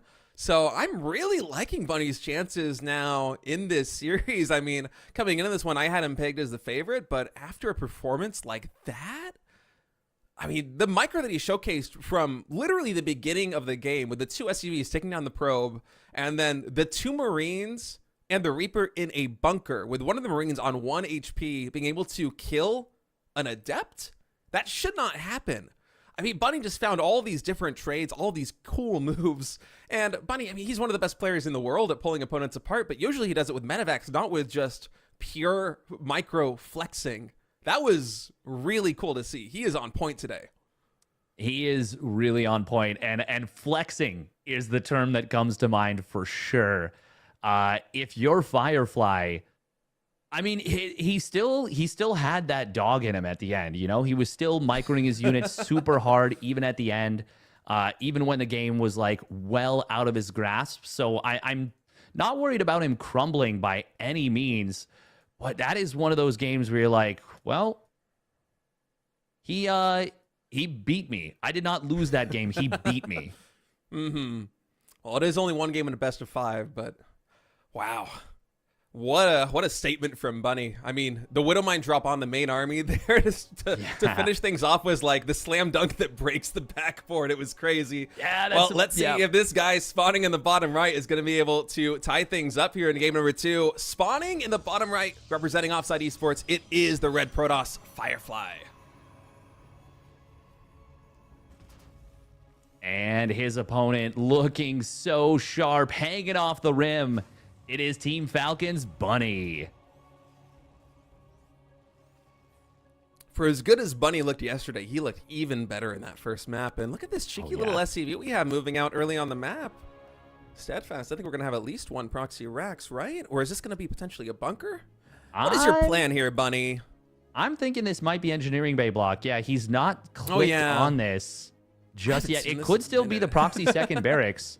No, I think you're absolutely right. Now that I'm looking at it, it does look like an engineering bay block, but we'll see exactly what Bunny's going to decide to do. Indeed, it will be that engineering bay. This is something that I haven't seen in a while. I feel like this is one of these tactics that comes in and out of the meta every maybe 6 months to a year or so. It's almost cyclical, these engineering bay blocks, but they are very annoying if you don't notice, especially if you do not begin the Zealot and then have it canceled ready. Yes. But luckily for Firefly, this probe is going to come down and spot it about as early as he possibly could, except obviously not able to get any damage on the SCV and slow that down. He's just going to take the third. Here on Golden Aura, this isn't that bad of a play because the third base is so close to your main, and taking the natural expansion really kind of seals the deal in terms of defense. So another probe going to be going down here.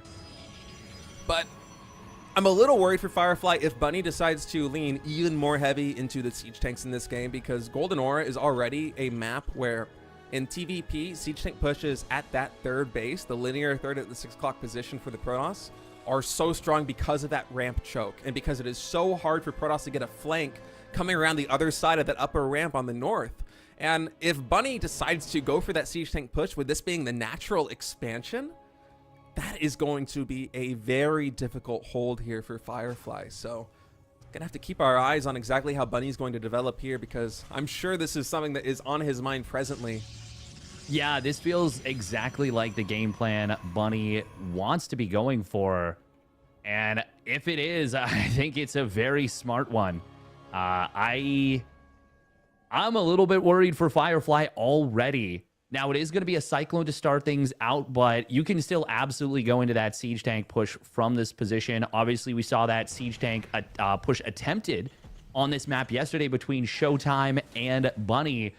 And the big moment in that game, that kind of almost defined the series in a little bit of a way, was the find. Yeah, exactly. Mapu showing us exactly where that tank was put, where it was just in vision. Showtime was able to jump it before it got more than even just a second shot. And that really let Showtime take complete control of the game. You're not really going to have that option if the siege tank drops out front of the third, if we do see a similar push like that. Yeah, and Bunny's been really favoring the siege tanks so far in his TVPs. I mean, he's been playing so many TVP series thus far in this qualifiers. The first siege tank does start production, so perhaps we will have that one in the cards. We'll have to see if Bunny is going to keep the production up on those tanks, or if he'll cut it one the same way that he did in the previous map, as this adept gathers a little bit of scouting information. But again, for Firefly, a bit of an inefficient trade to start the game. I'm getting worried for him, because all of these little tiny things, they truly do add up, especially in the culminating moment where Protoss is trying to hold off against the first big Terran push, because usually that is the push that makes or breaks the game in this matchup. Yeah, it certainly is. And this is already, like you said, looking dangerous for Firefly. It does look like Bunny is going to set up in that similar position in the natural. If he set up from the low ground, it could have been very dangerous. But, I mean, with all the production at the third, if Firefly loses that setup, even without losing the Nexus, he is in dire straits, and he doesn't see the siege tank siege up until it is already a little bit too late. He's already supply block trying to build the Immortal. Oh, and these bunkers are so strong. This almost already feels like checkmate. I don't know what you do here as Firefly. Blink is about to be done. He cancels the Immortal, starts a Warp Prism. I like that it's going to give him a lot more micro potential here in this army, but with more siege tanks reinforcing, this is only going to get harder from here. Firefly needs to find some window where he's able to take these siege tanks out and slow the push down. I don't know if he can, though, with Blink every second counting like this. It's completed, but the bunkers are already up. Didn't even get the Warp Prism doesn't even out. complete. And this second siege tank is going to complicate matters even more here for Firefly. He's going to blink forward, going for a Hail Mary play, trying to defend, but with no micro potential here on the Warp Prism, almost every single Stalker is going to fall. Yes, the siege tanks did go down, but with the Liberator joining forces and with these Marines moving into the natural expansion here in the third, oh, I'm so worried for Firefly. Bunny just with an excellent game plan here in game number 2, building so much momentum. He seems unstoppable, Steadfast.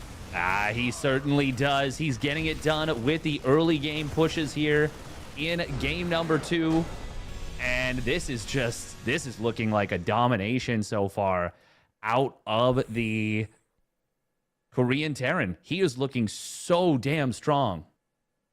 Yeah, and I like that game plan too, especially on Golden Aura, a map that, if it goes to a macro game, is pretty good for Protoss because it's so easy to defend on 4, maybe even 5 bases with the way the architecture works out. But Bunny, once again, finding some kind of opening with the siege tank pushes that he loved so much on day number 1, now doing it with the added quirk, the added little feature of going for the engineering bay block and making the expansion even more exposed there for his opponent. I like these adjustments that he's making from day 1 to day 2, even though it's a lot of the same ideas he was playing with in TVP before, and I'm sure Firefly watched those series. He's mixing it up just enough to keep Firefly guessing. And from really the opening salvo of both games, Bunny seems to be knocking Firefly into some kind of position where he isn't feeling that solid. He's shaky. Both games he lost the first Adept, both games he lost the Scouting Probe.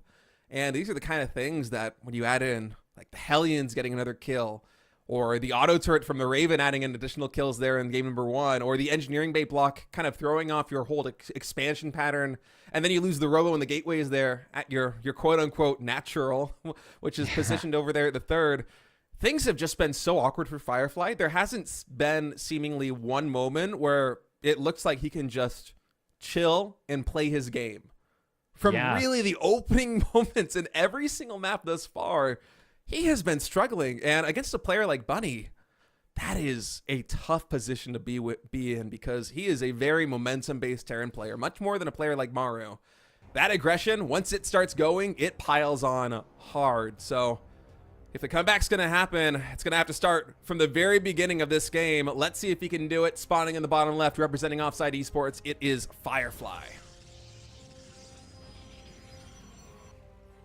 And his opponent spawning up the team in the top right for Team Falcons. He has just been dominating from the start. It is Bunny. God, he just really has not given any quarter in this series whatsoever. And you can't expect quarter. You know, in a matchup like this, in a game like this, StarCraft 2 is a game of, you know, relentless pressure. But Firefly needs to find a way to, I don't know, stem the bleeding that has been just happening every single game to start things off. I mean, forget about a quarter. Bunny's not giving Firefly a nickel or a dime. This has been some pretty brutal games to start things out.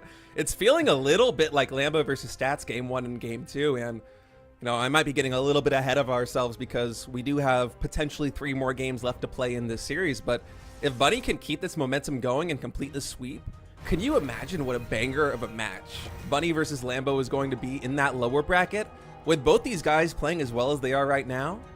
That would be spectacular. But also my heart's breaking a little bit for Firefly here in game 1 and game 2 because yesterday he was playing with some really cool ideas. I love the tactical play that he would go for in a couple of different matchups. I liked how he kind of played to the beat of his own drum and didn't really follow the typical meta and made it work to get here on day number 2. And I would love to see more of his PBT play. I'm actually really curious in what his approach would be here against Bunny if the game actually got to the position where he could showcase what he wants to execute here in this series. But thus far, it just hasn't gone his way. I, too, would love to see Firefly get to play the game because right now, Bunny hasn't let him. Bunny has not let him play the game, not really. Obviously, there's been some missteps, you know, some of the micro, he could be doing it a lot better, and we can talk about all the things, the little things that could be done better, but it's been Bunny applying that pressure and really keeping his opponent off guard and off balance.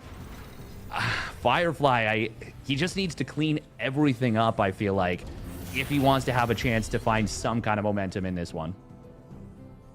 Yeah, and it's going to start from the early game because both in game number 1 and in game number 2, every little trade, every little unit interaction to start things off went Bunny's way. And so for Firefly here with this Adept, you want to try and find some value. Going for that HP, or the low HP SCV, that would have been 2-shot because of the Pro, but again, losing the Adept for basically nothing. He hit an SCV once.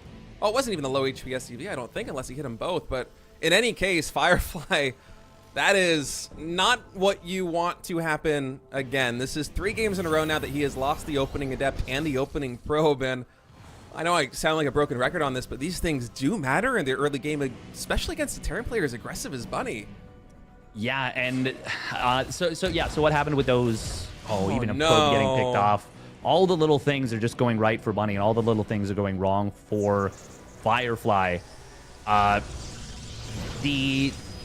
what you're talking about there, the probe was able to get a single zap on each of those. He's gonna get another probe. He might get more. He could have stuck around and maybe grabbed one or two more, but he's electing to, I guess, macro at home, make sure he's not missing any of his timings. Will be the mine drop once again. I mean, I'm worried for I'm worried for Firefly right now. There's no other way to put it. This is the stage in the game. Oh no, this Adept even taking so much damage, even if it survives. With Bunny going for the 3-racks follow-up here and a relatively late engineering bay, this is looking a little bit similar to Bunny's approach in game number 1. Adept actually going to shade into the main base, so Firefly will trade this Adept out for scouting information.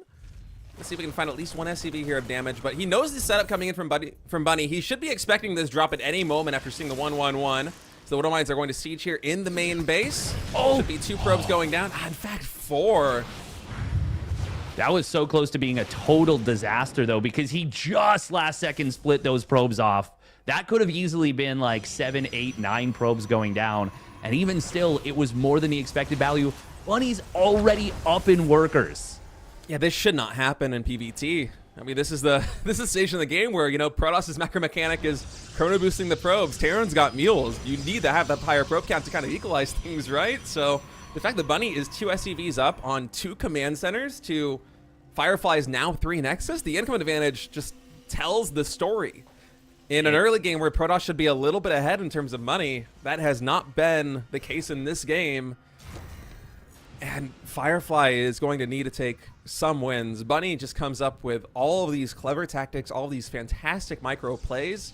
And this chip damage from the opening moments in every single game thus far has added up into a victory. And it might be the same story here in game number 3.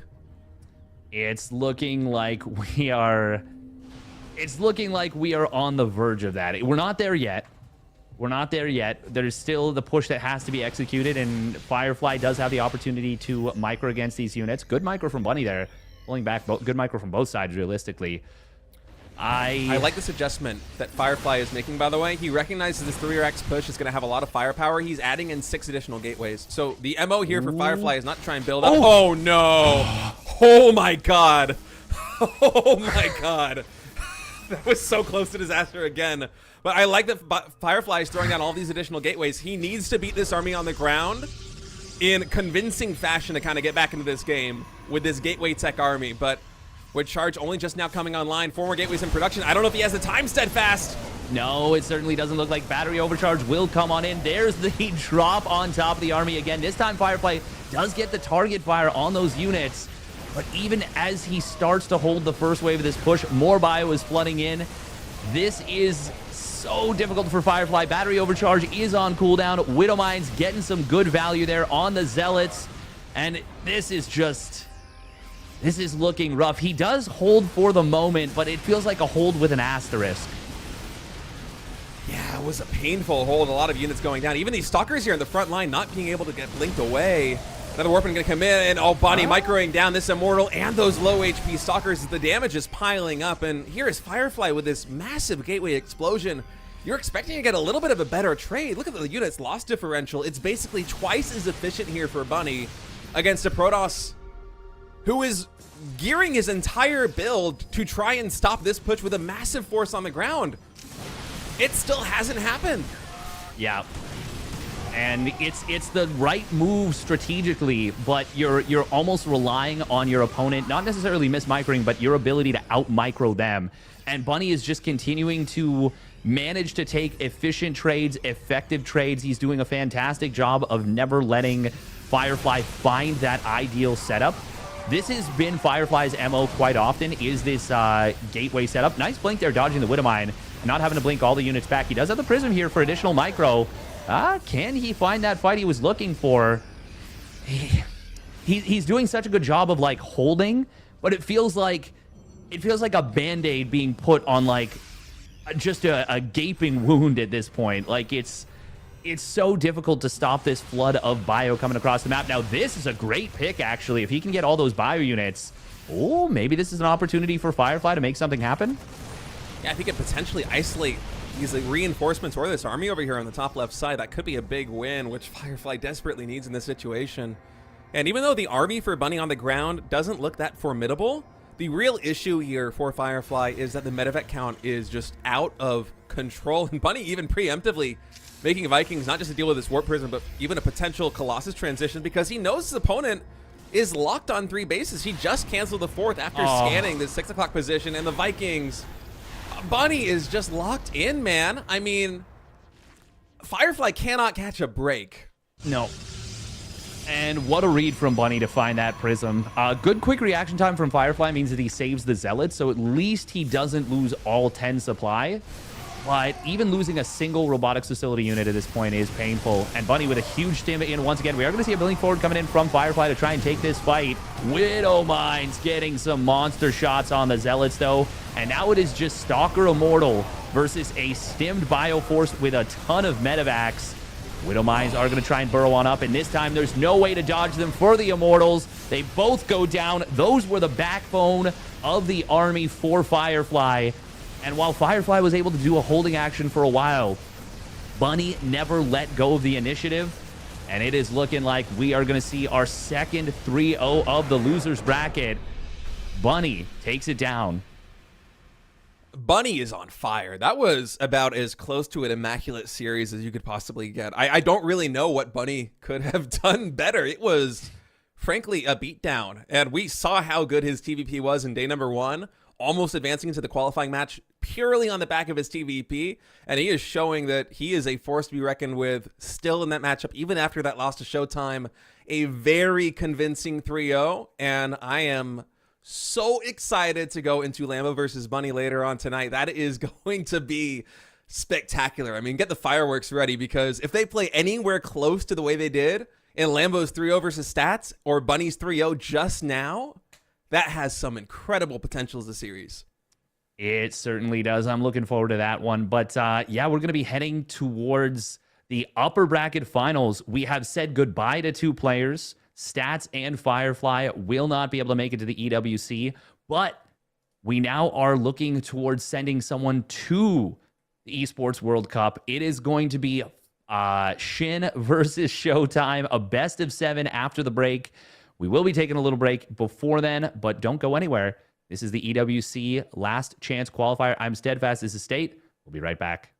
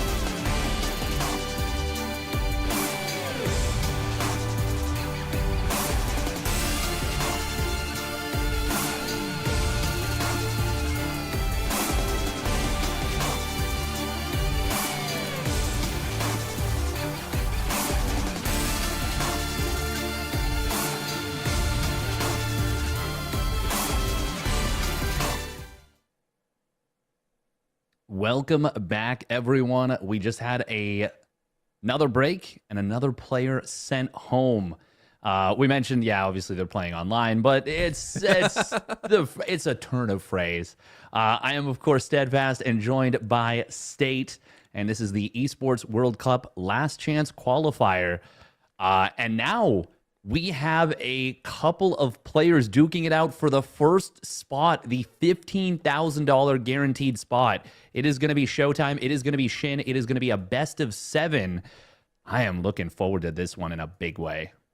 Yeah, and this is a qualifying match from two players who looked spectacular during the upper bracket, Shin versus Lambo. For as good as Lambo was against stats, Shin felt even better in ZVZ, and that upper bracket match with that 3-0 was, I think, the fastest series of the day thus far. And Showtime also showed some incredible resilience against Bunny. We just saw Bunny dispatch Firefly like it was absolutely nothing, and Showtime brought him to match point and won on game number 5 in some really spectacular ways.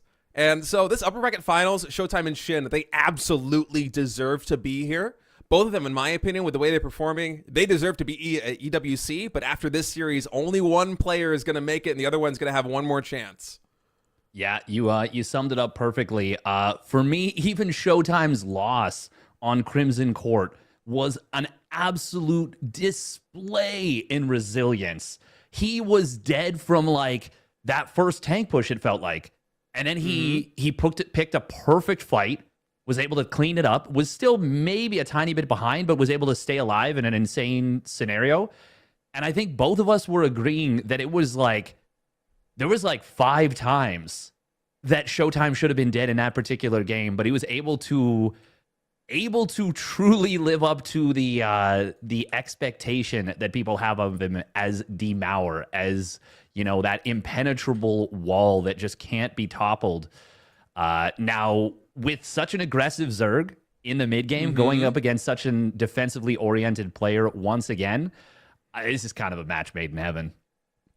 Yeah, this is going to be a really fun clash of styles. And as you said, it's not a best of 5, it's a best of 7. So we're going to go the distance in this series. We are truly going to find out which player is more deserving of not only the berth to the EWC, not only the chance of qualifying or becoming the StarCraft 2 global champion, but also $15,000 just to make it. Spawning in the top right, he would love to get a piece of that pie.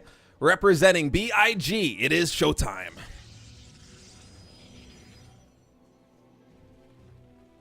And his opponent spawning down in the bottom left for Game and Gladiators. It is Shin. And this is interesting. We've got an Extractor Trick 15 hatch coming on in out of Shin on the outside gold base. If you can get away with this, this is so freaking good. You get that high yield gas. Scout this? He's going to scout this. We actually saw Scarlet versus Trigger in the open qualifier, and Trigger cannon rushed this base. Scarlet gave it up. Showtime, if he scouts this, I think we should see a cannon rush once again. I don't think you should let the Zerg get away with this. Yeah, I don't feel like a cannon rush can be defended from this position. It is such a great distance away, but Showtime, it seems like he is not going to go for that. Instead, just working his way into the main base. He's happy to play from this position and not go into some kind of quirky mess of a game against one of the players that can mud wrestle with the best of them in Shin. I mean, this guy thrives when the game gets down and dirty. But I am still surprised, even though I know that Showtime is a more defensive player. In the same way that Stats is a defensive player, we still saw Stats go for multiple cannon rushes when his opponents went for greedy golds. And this is the greediest of the greedy golds. I mean, look at how far these drones have to waddle to get over here to this gold base. And that's not just a gold base, it's a gold base with a high yield Vespene gas. And Shin, with the economy boost this is going to give him in a couple moments, is going to have the potential to do some crazy aggressive plays if he decides to. And I feel like that is basically inevitable here. Yeah, and with Dynasty being picked, traditionally speaking, I look at this map and I'm like, this is a great Protoss map because it's a free gold base for the Protoss, and the Zerg is not supposed to be able to take that because they have to take the inside gold base, and they can be harassed by Adepts, by Stalkers, by Oracles. It's really uncomfortable to hold. You can do that like Queen trick where you trick it through the mineral line and it's on the outside. But with Shin taking the outside gold, that is completely different. That is a complete flip of the script. And Showtime not punishing that, game is going to be really difficult for him. And Shin is not stopping. Oh, actually, did he stop mining gas? What has he got on the one high yield geyser? It's still ticking up. Okay, just one drone at a time. So it's not going to be something insanely crazy necessarily, but like considering the fact that he went extractor trick 15 hatch, he's got a very quick link speed because of how much gas he's taking in. I mean, 8 at a time is pretty insane for that one drone.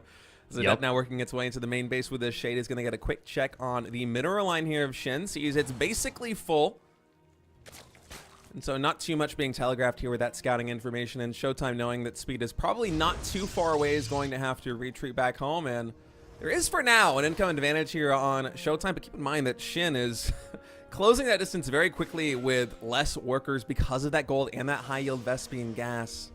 And he also made a pretty fair number of lings too, so the fact that he is staying as close as he is in overall in terms of income, I mean, it just shows the power of this expansion.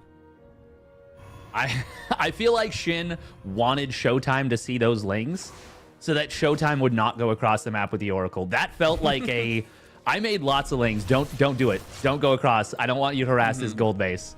I look how many lings I have. You have to respect this. And then Showtime was like, oh, okay, well, I have a full wall at the natural and I'm taking the gold base inside. So no, it's okay. I can still send this across. That felt like very much a like look over here, type of moment. Well, Shin now going up into the layer tech, adding an additional Vespene geyser in the main. Showtime, as of yet, hasn't been able to find any damage with these oracles. He's going to come into the natural expansion. Drone quickly morphs into a spore crawler, so with the mineral line still vacant.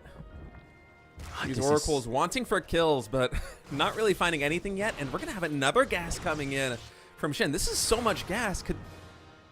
This sounds kind of crazy. I don't even believe that I'm saying this. Could this be like Muta? I mean, look at how much gas we have from Shin. That's kind of what it feels like when you look at this out of the gate. Nice find in the natural. 4 drones getting picked off by the oracles. And the quad adept, well, it's not going to be able to get in on this base with the lings and queens in the position that they are. Okay, it's going to be a Hydralisk den. I was going to mention this layer was insanely fast. And it feels like it has to be some kind of quick tech from the Zerg player, and that's exactly what we are going to see. Showtime, I mean, this is a pretty decent length map, but when you look at the outside gold base to that natural of the Protoss, it does not feel that long any longer. And especially once those gold minerals... Oh, hold that thought. Adept shading into the natural expansion. Shin with a pretty slow reaction here, was not anticipating this. A lot of drones going down already. This is a big win for the German Protoss. With 4 drones being killed in total, and these adepts, they're not done yet. They're going to go into the main base. There's only drones. The queen got pulled. 7 drones going down and trading out efficiently here with the lings. Wow, Shin got caught completely blindsided by this. I cannot believe how much damage these unupgraded adepts just accomplished. That is beyond the wildest expectations Showtime possibly had for this attack. That was truly nuts how much damage that just did. Shin, it feels like he sent the lings to the natural and was like, okay, this is dealt with. But the spore crawler was body blocking his lings, and Showtime made the subtlest little adjustment with the positioning such that like 10, maybe 12 lings were all trying to squeeze around this one spore crawler, and only 2 of them were attacking at once. Absolutely disastrous situation for Shin. He does still have a very strong economy despite those losses because of the gold base, but this attack is now super all in. It was already committed, but it is much more committed than it was before. However, it's got a lot of punch. These stasis traps could be huge here for Shin. Or for Showtime, I mean, look at that. 4 Hydras caught already. Showtime has charge done. His lings are coming in from the triangle third. He might actually move in with this army. +1 is done as well. You know, there's only lings assisting here. They're going to get 2-shot by those zealots. With so few Hydras in the fight, this is just going to be a cleanup here. What a move by Showtime. I mean, this momentum is insane. I don't know how you come back from this, Shin. The entire game plan just fell apart after 10 drones went down to those Adepts. And then this charge lot timing with +1, immaculate from Showtime. Shin just got rinsed. That was insane. Yeah, even without the stasis ward, it felt like the Zealots might have been able to take the fight there. Hold that thought. We do see a little bit of an overextension, but as the rest of Army of Showtime shows up, one more warping of charge lots, and I feel like this is just going to be all she wrote in game number 1.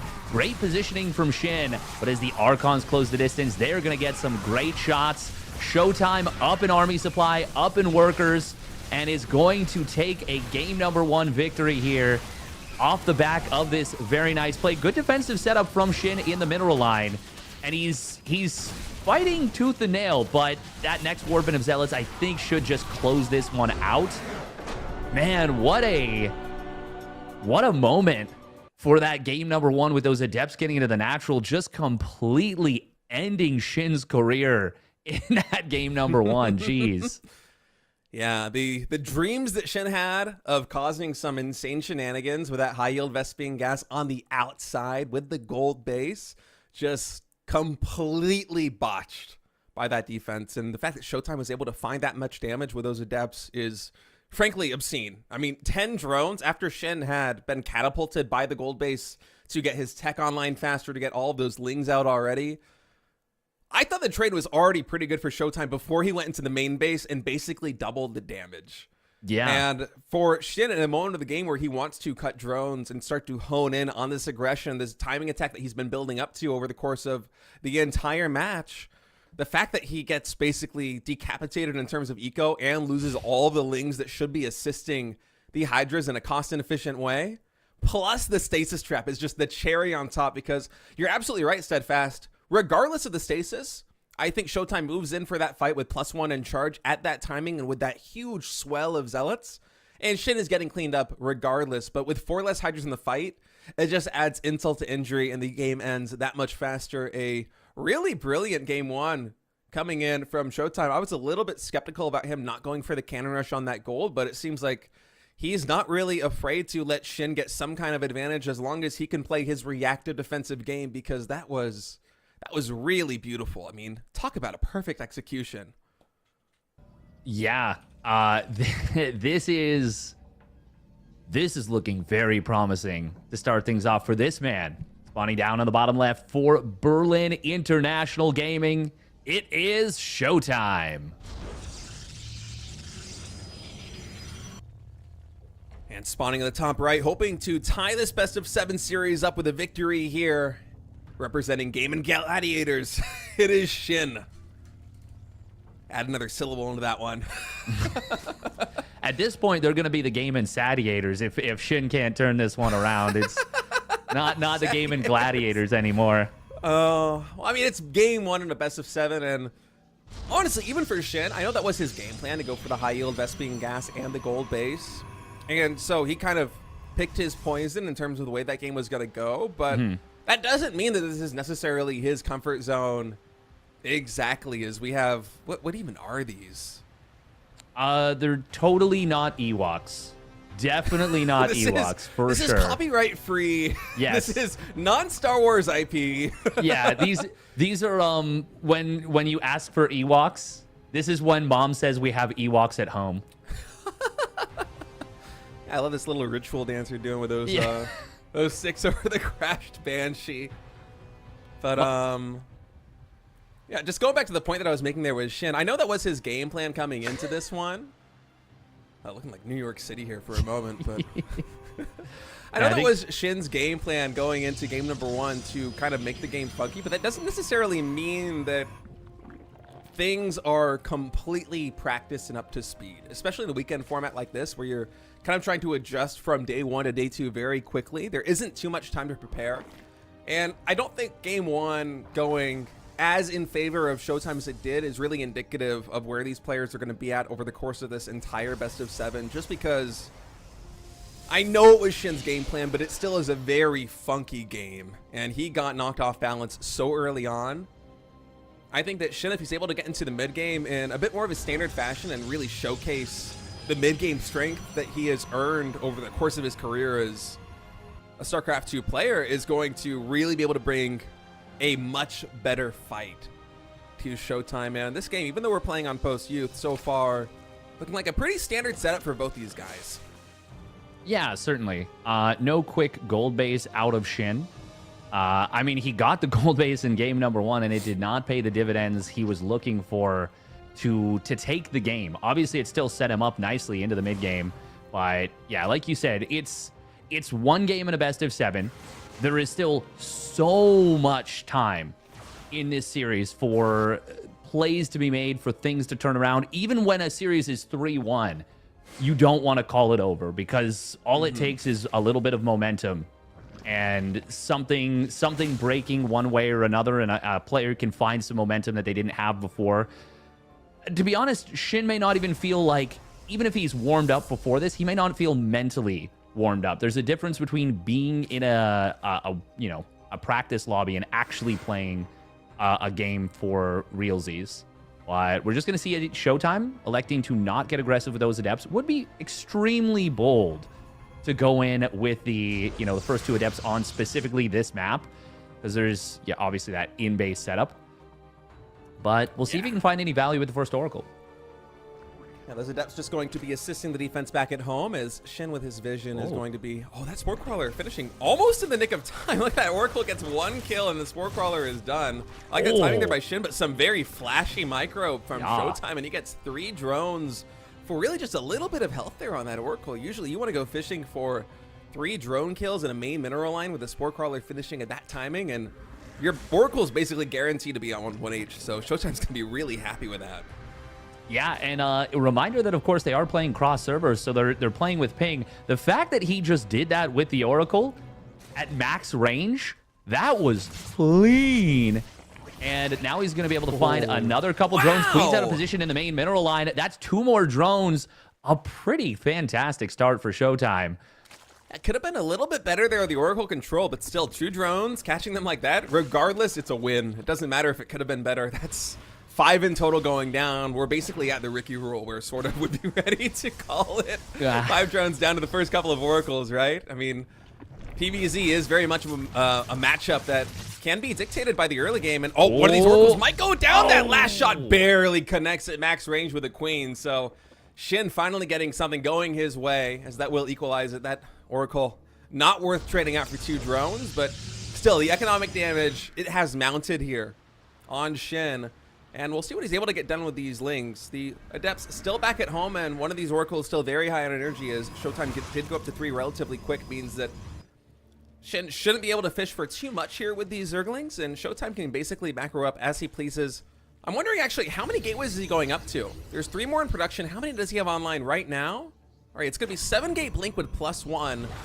We might have some really heavy Blink Stalker aggression coming Shin's way in a moment. Yeah, this is definitely at least 1 more than the normal quote-unquote macro play. I feel like 6 gates is kind of the magic number for you continue to tech up, you take your 4th base, and we might even see the aggressive hero gateway, that 8 gateway outside of the gold. This high ground can really give you a great staging point to attack from. I know the stasis trap also being thrown down on that pylon just to make sure that this is going to be a stable foothold. Also, those Lings, if they run past the line of sight blocker, they could all get caught. Really nice placement there by Showtime. I love this gateway positioning right on the center of Post Youth. It's going to have so much map control, even a second stasis ward covering the other pylon. And now with Blink about to finish up and this gold base, is Shin going to cancel after seeing these gateway units? No, he is not. But does he actually have enough to defend? And yeah, look, the Lings already getting caught by that stasis. Incredible foresight there by Showtime. And this hatch with those Lings out of the equation, it's just going to get completely forfeited here by the Zerg. Now I feel like the objective of the push is kind of somewhat already achieved. I wonder if Showtime will just go back and take his own gold base and then just use this as a very forward position. I would kind of love to see that. Maybe get into, okay, he's going to add +1 armor. I was going to say +2 attack, but the +1 armor does finish quicker. There's a lot of very hero-esque type maneuvers coming in from Showtime, even down to adding that +1 armor instead of the +2 attack, since it is that faster upgrade. But will Shin be able to defend this, since Showtime is continuing to keep the aggression on? Stalker's on this ramp, able to pick off at least one Ravager. In fact, 2 go down with that trade. And Showtime with his Stalker, by the way, holding that in a position between the gateway and the pylon. If he wanted to, he could just blink that into the stasis to keep it safe. So I love how he's anchoring this spot here in the center of the map. And with the Stalker ball beginning to grow as high as it is, it's going to be hard for Shin to really take a 4th base. And even those Lings getting blinked on, a couple of them getting taken out. Showtime, he's not all in with his attack. He's slowly trickling in a couple more probes. He's getting +1 ground armor. He's adding an additional geyser.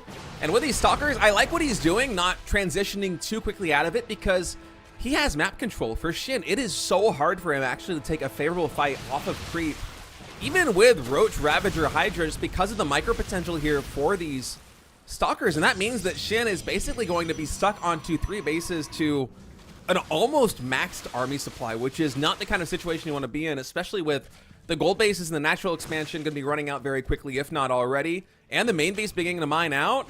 Shin is already oversaturated on 60 drones, and Showtime's taking that gold.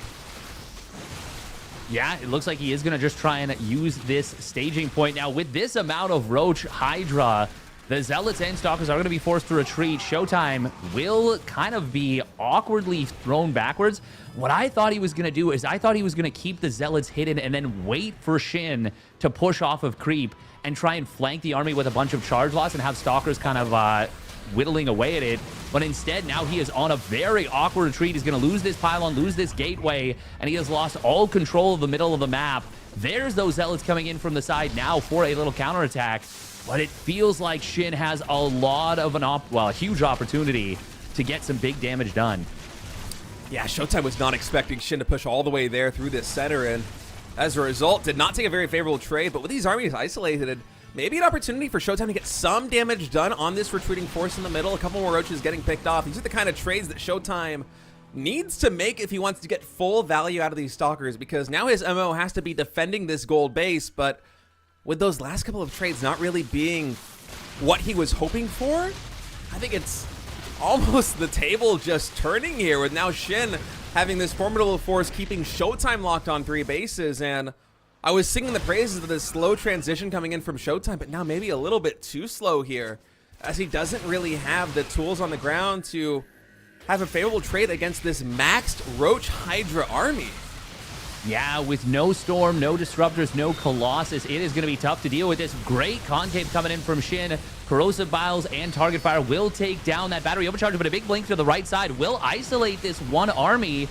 Can Showtime still make a defense despite being so far down in supply? Shin will be able to get out of here with a lot of these units, but a pretty good fight from Showtime, I gotta say. However, this feels like the momentum is really in the favor of Shin, and with that gold base down now behind this, his income is going to continue to scale better.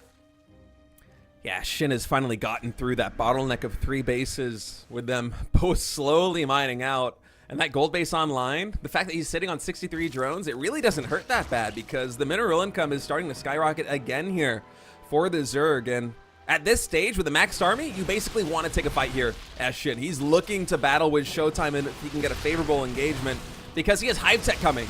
He has Lurker Den coming online very soon. He would love to add in some additional tech, even a delay coming in here on the +2 ground weapon, just causing even more problems here for Showtime, who is going to go into a couple of force fields. I like this, trying to section off some of this army here from Shin, but it almost feels like Showtime is trying to chip away at a mountain with how large Shin's army has grown into, and the fact that we're soon going to have Hive Tech Lurkers being added with no Stargate transition in sight, with the Robo only just now getting thrown down. I'm not sure Showtime is going to be able to wriggle his way out of this one. I feel like these past couple of trades here in the mid game have just been a little bit too much in favor of Shin. Yeah, and single resources lost 1,000 in favor of the Zerg is never a good time for a Protoss player, unless you're on like 7 bases to 5 or 7 bases to 4, something like that. We're going to see a fight in the middle of the map. Nice job with the force fields, but the Corrosive Vial is going to be able to break those down. I feel like right now with Showtime's setup, he needs to find a way to get like across the map and somehow force field his opponent's ramp, but that is not going to happen here. Good force fields will break this army in half, but Lurkers are lurking, and I just think that there's a little bit too much here. It's a great concave from Showtime. Really phenomenal concave. Yeah, but I think the lurkers are just too strong. That's basically the best possible fight you could take here. Showtime playing the hand that he was dealt as best he possibly could, but Shin just a little bit too strong now, and somehow miraculously the German Protoss going to be able to survive against that push. I thought he was dead to rights, but look at the army supply still. 90 for Shin, tripling the army supply here of Showtime as he is ready to recharge and nearly remax, already at 106 supply. Showtime knows that he taps out, and we are all tied up at 1-1, and that was more of the mid-game strength of Shin that I was expecting to see. Showtime, he made some really fantastic plays with the Stalkers earlier on, keeping Shin bottlenecked on these 3 bases, with the main and the natural also mining out, but at the end of the day, the Roach Hydra is a little bit too effective. Shin being able to get the better in terms of army movement there onto his opponent Showtime, and best of 7 turns into a best of 5. Both these players now only 3 map wins away from qualifying for the EWC. Yeah, quite an interesting match. I wonder if Showtime had added sentries earlier on in the mid-game. Could he have found better fights with the Blink Stalkers before he got kind of jumped and took that? Well, I mean, Shin took a really good fight against the Zealot Stalker. It was kind of a stumbling retreat from Showtime. And from there, it felt like the momentum was just completely in the favor of the Zerg. I wonder if force fields around those rocks at the Watchtower would have been enough to break the momentum. I don't know, Maybe. but it From feels my like the perspective, tech just didn't advance enough. Sorry, go on. Yeah, from my perspective, the sentries, it's kind of just a Hail Mary play. It's like, look, I'm up against the wall. Maybe I can chip off enough of this army that I can find a way to stabilize and then tech up from there. So I would have liked to see Showtime potentially go into something like Storm behind it and spend that gas there. But again, it's tough in a position like that one because you know you're on a clock there as Showtime. You're accomplishing a lot of your objectives with the Stalkers, but if you can't actually breach the 3rd base with this push that is heavily committed, you're kind of just slowing the inevitable growth of this Roach Hydra army that is going to trade very efficiently in a straight-up fight, but we'll have to see exactly what the game plan is. Coming into game number 3, spawning in the top left, we have, for Berlin International Gaming, Showtime. And his opponent spawning down in the bottom right. For Game & Gladiators, it is Shin. And it is going worth back to that point. Oh, yeah, no, you. Oh, no, you no, go no. ahead, Continue, Steadfast. by all means. I was just going to say there for Showtime is you can't really fault him too much for having that slow transition just because you kind of need to keep adding on the Stalkers so that you can take some good fights against the composition that Shin is running, because say he does go for some kind of Storm transition and Shin is able to break onto the map and reach Showtime's base before Storm is online, it basically feels like game over.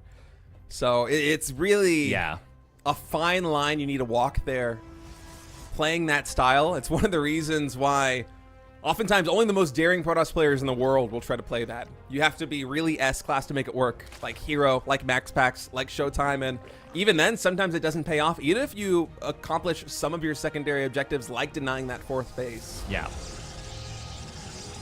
Yeah, it's really tough. It's super tough to make that transition. Obviously, if Showtime can go up to, for example, double Robo Disruptor, he's going to be able to destroy that army. But like you said, getting to that point, especially since he didn't build a robotics facility right away, is such a difficult thing. Obviously, he had a ton of gas, and I think, Storm would have probably been the better option if he was going to try and transition into that next stage of tech.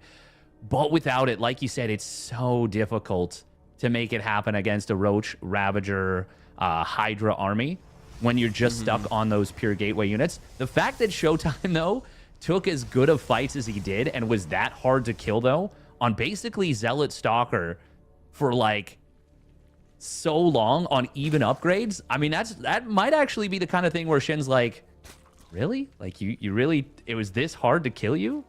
Yeah, it's reminiscent of the series against Bunny a little bit. And I know part of that is because Shin knew he was so far ahead at that point with the Hive Tech Lurkers that he could basically throw that army away, recharge, go again, and end the game regardless. But I agree with you. Shin probably also a little bit taken aback by the magnificent engagement that Showtime had there at the 4th base, because that was the kind of the stuff of dreams. In an even game, that's the kind of fight that decides who wins and who loses. But Unfortunately for Showtime, Shin just grew a little bit too fast, and Yeah. that was not enough to close the distance. But game number 3 now, a clean slate.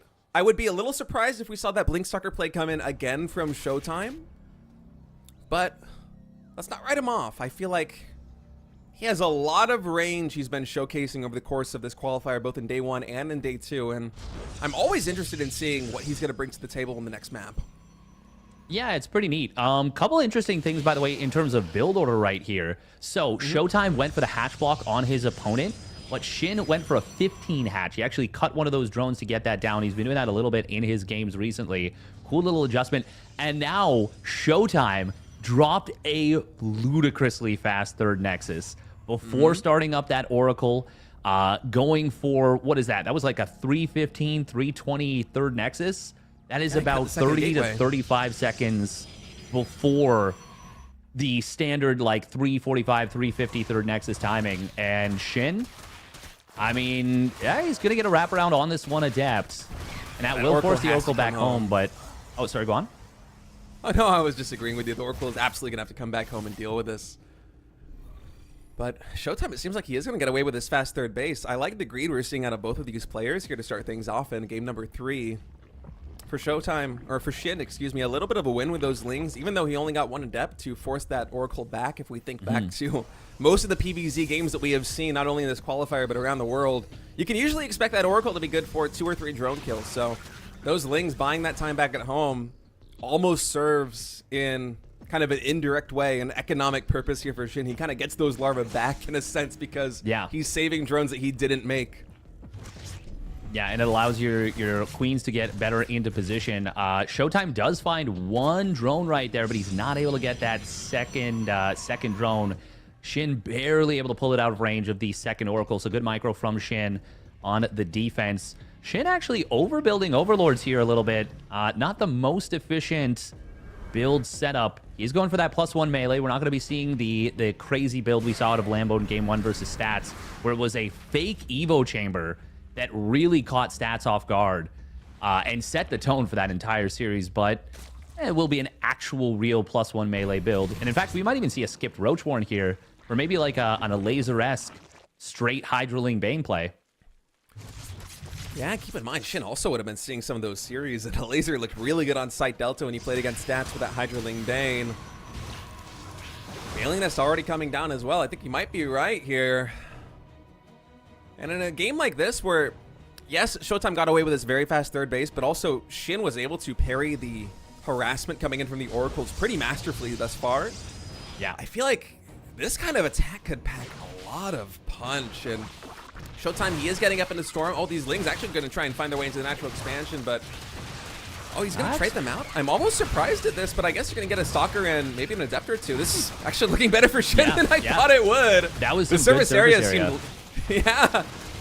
Wow, I almost feel like I learned something right there. I was expecting that with a minimal surface area to be so much better for Showtime, but Shin just absolutely knows he can take that fight. And look, he's making more Lings. Ooh. He wants to try and get these small trades so that Showtime doesn't really have as much of a gateway mass to support the higher tech units like the Immortals, like the Templar that are going to be coming out and going to be linchpinning the defense in a couple of minutes.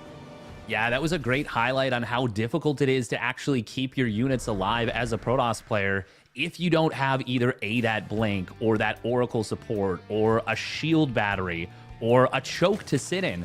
Because even though he was kind of tucked up against the wall, Shin was able to still get enough surface area that it was a high-value trade. We're going to be seeing an Archon being produced out of Showtime because of those early units that he lost. And that does 2 things for Shin. One, obviously it slows down the High Templar numbers for Storm.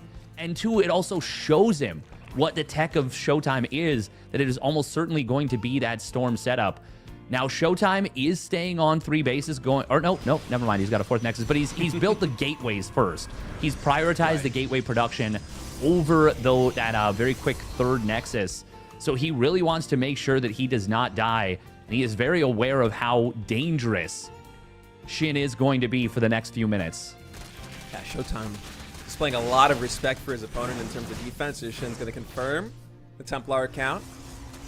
4 over here at the 3rd base, and He is not backing off on pulling the trigger, by the way. Oh, holy crap. Look at this. Showtime coming in at a moment where Shin not really expecting it and actually catching 5 drones with those oracles, which straight up in an engagement against Hydraling Bane, they usually don't provide too much value except in the back line. So being able to shave off any workers like this in the mid game going to be a nice win here for Showtime as the attack is now commencing. Shin setting his sights on this 4th base. Hydra's coming in, able to take down this gateway wall. Archon going to be able to mitigate the splash damage coming in from those Banelings, and actually a nice storm getting dropped on those Lings. But oh, look at this! A Baneling run by at that 3rd base, finding 20 probes without the speed, even getting a couple of Zealots to boot. This is already looking so difficult for Showtime, but Shin finding a huge opening salvo. Man, that caught even me off guard. I'm so glad the Observer was able to get a catch of it, because what a game-defining moment. So many probes going down. And for as good as Showtime's defense was at the 4th base, it was basically a diversion for this attack, and now more Banelings coming in. Showtime is notified as the first Baneling triggers the under attack notification, but it's going to be a lot harder to hold now that he lost so much economy.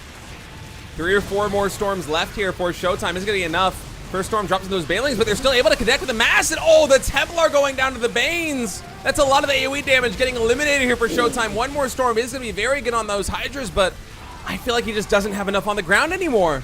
And no charge means he can't just go for a big warp in on that army and try to hold. GG is called. Shin takes game number 3 off of a couple of very decisive maneuvers. That one fight out front of the natural feels like it really kind of shook the confidence of Showtime, forced that early Archon morph, forced him to show his tech, and then the Banelings getting in on that 3rd Nexus. There was a wall around the 3rd base, but it wasn't a full wall. It was a wall that just kind of guided the Banelings in towards the backside, and man, that's the kind of stuff we were expecting out of Shin, is that high-tier aggression. Very nice game number 3 from him. Yeah, he is so terrifying in the mid-game. One of the scariest mid-game battling Zergs, I think, in the world, frankly. And he is absolutely showcasing both in Game 2 and Game 3 why that is. And I feel like for Showtime, it's a little bit sad, because if those Banelings do not connect on the 3rd base and those probes are able to retreat safely, I think he has a chance to hold. I think he can possibly stabilize, but as soon as your mineral income basically gets severed by that kind of attack, suddenly your AoE units, the Templar, they have basically no reinforcements coming in to assist, and you saw that with a great storm on the Banelings basically doing max damage, but then there's no gateway units really to clean them up, and they're still able to connect on top of the Templar. That's the kind of moment where you cannot make that mistake. You need to be ironclad on the defense if you want to hold that position down. And now we have Shin taking a 2-1 lead. Yeah. And even to that point, the static defense setup from Showtime, he committed a fair amount to that 3rd base. Like, he put 2 stasis wards down. He put a couple cannons down. He put a big gateway wall down. But the fact that he still took damage even while doing so is extremely painful. And he is going to have to ratchet things up a little bit here. In game number 4, spawning down in the bottom left, it is Biggs Showtime. And spawning in the top right, leading this best of 7, 2-1, representing the Game & Gladiators, it is Shin. And for a very long time, this Hydraling Bane with the ultra-aggressive setup was very, very common. This was an extremely common play out of Zerg players. You know, Bane's running into a 3rd base. Ling's trying to run by at a natural while Hydraling Bane smashes the 4th, or Bane's hitting the 4th base while you attack at the 3rd base with your main army. But we haven't seen it as often in the last little bit. It's still absolutely in the meta, and we saw it a fair bit from a laser yesterday. But it's not that, like, almost every game thing we saw, you know, a few years ago.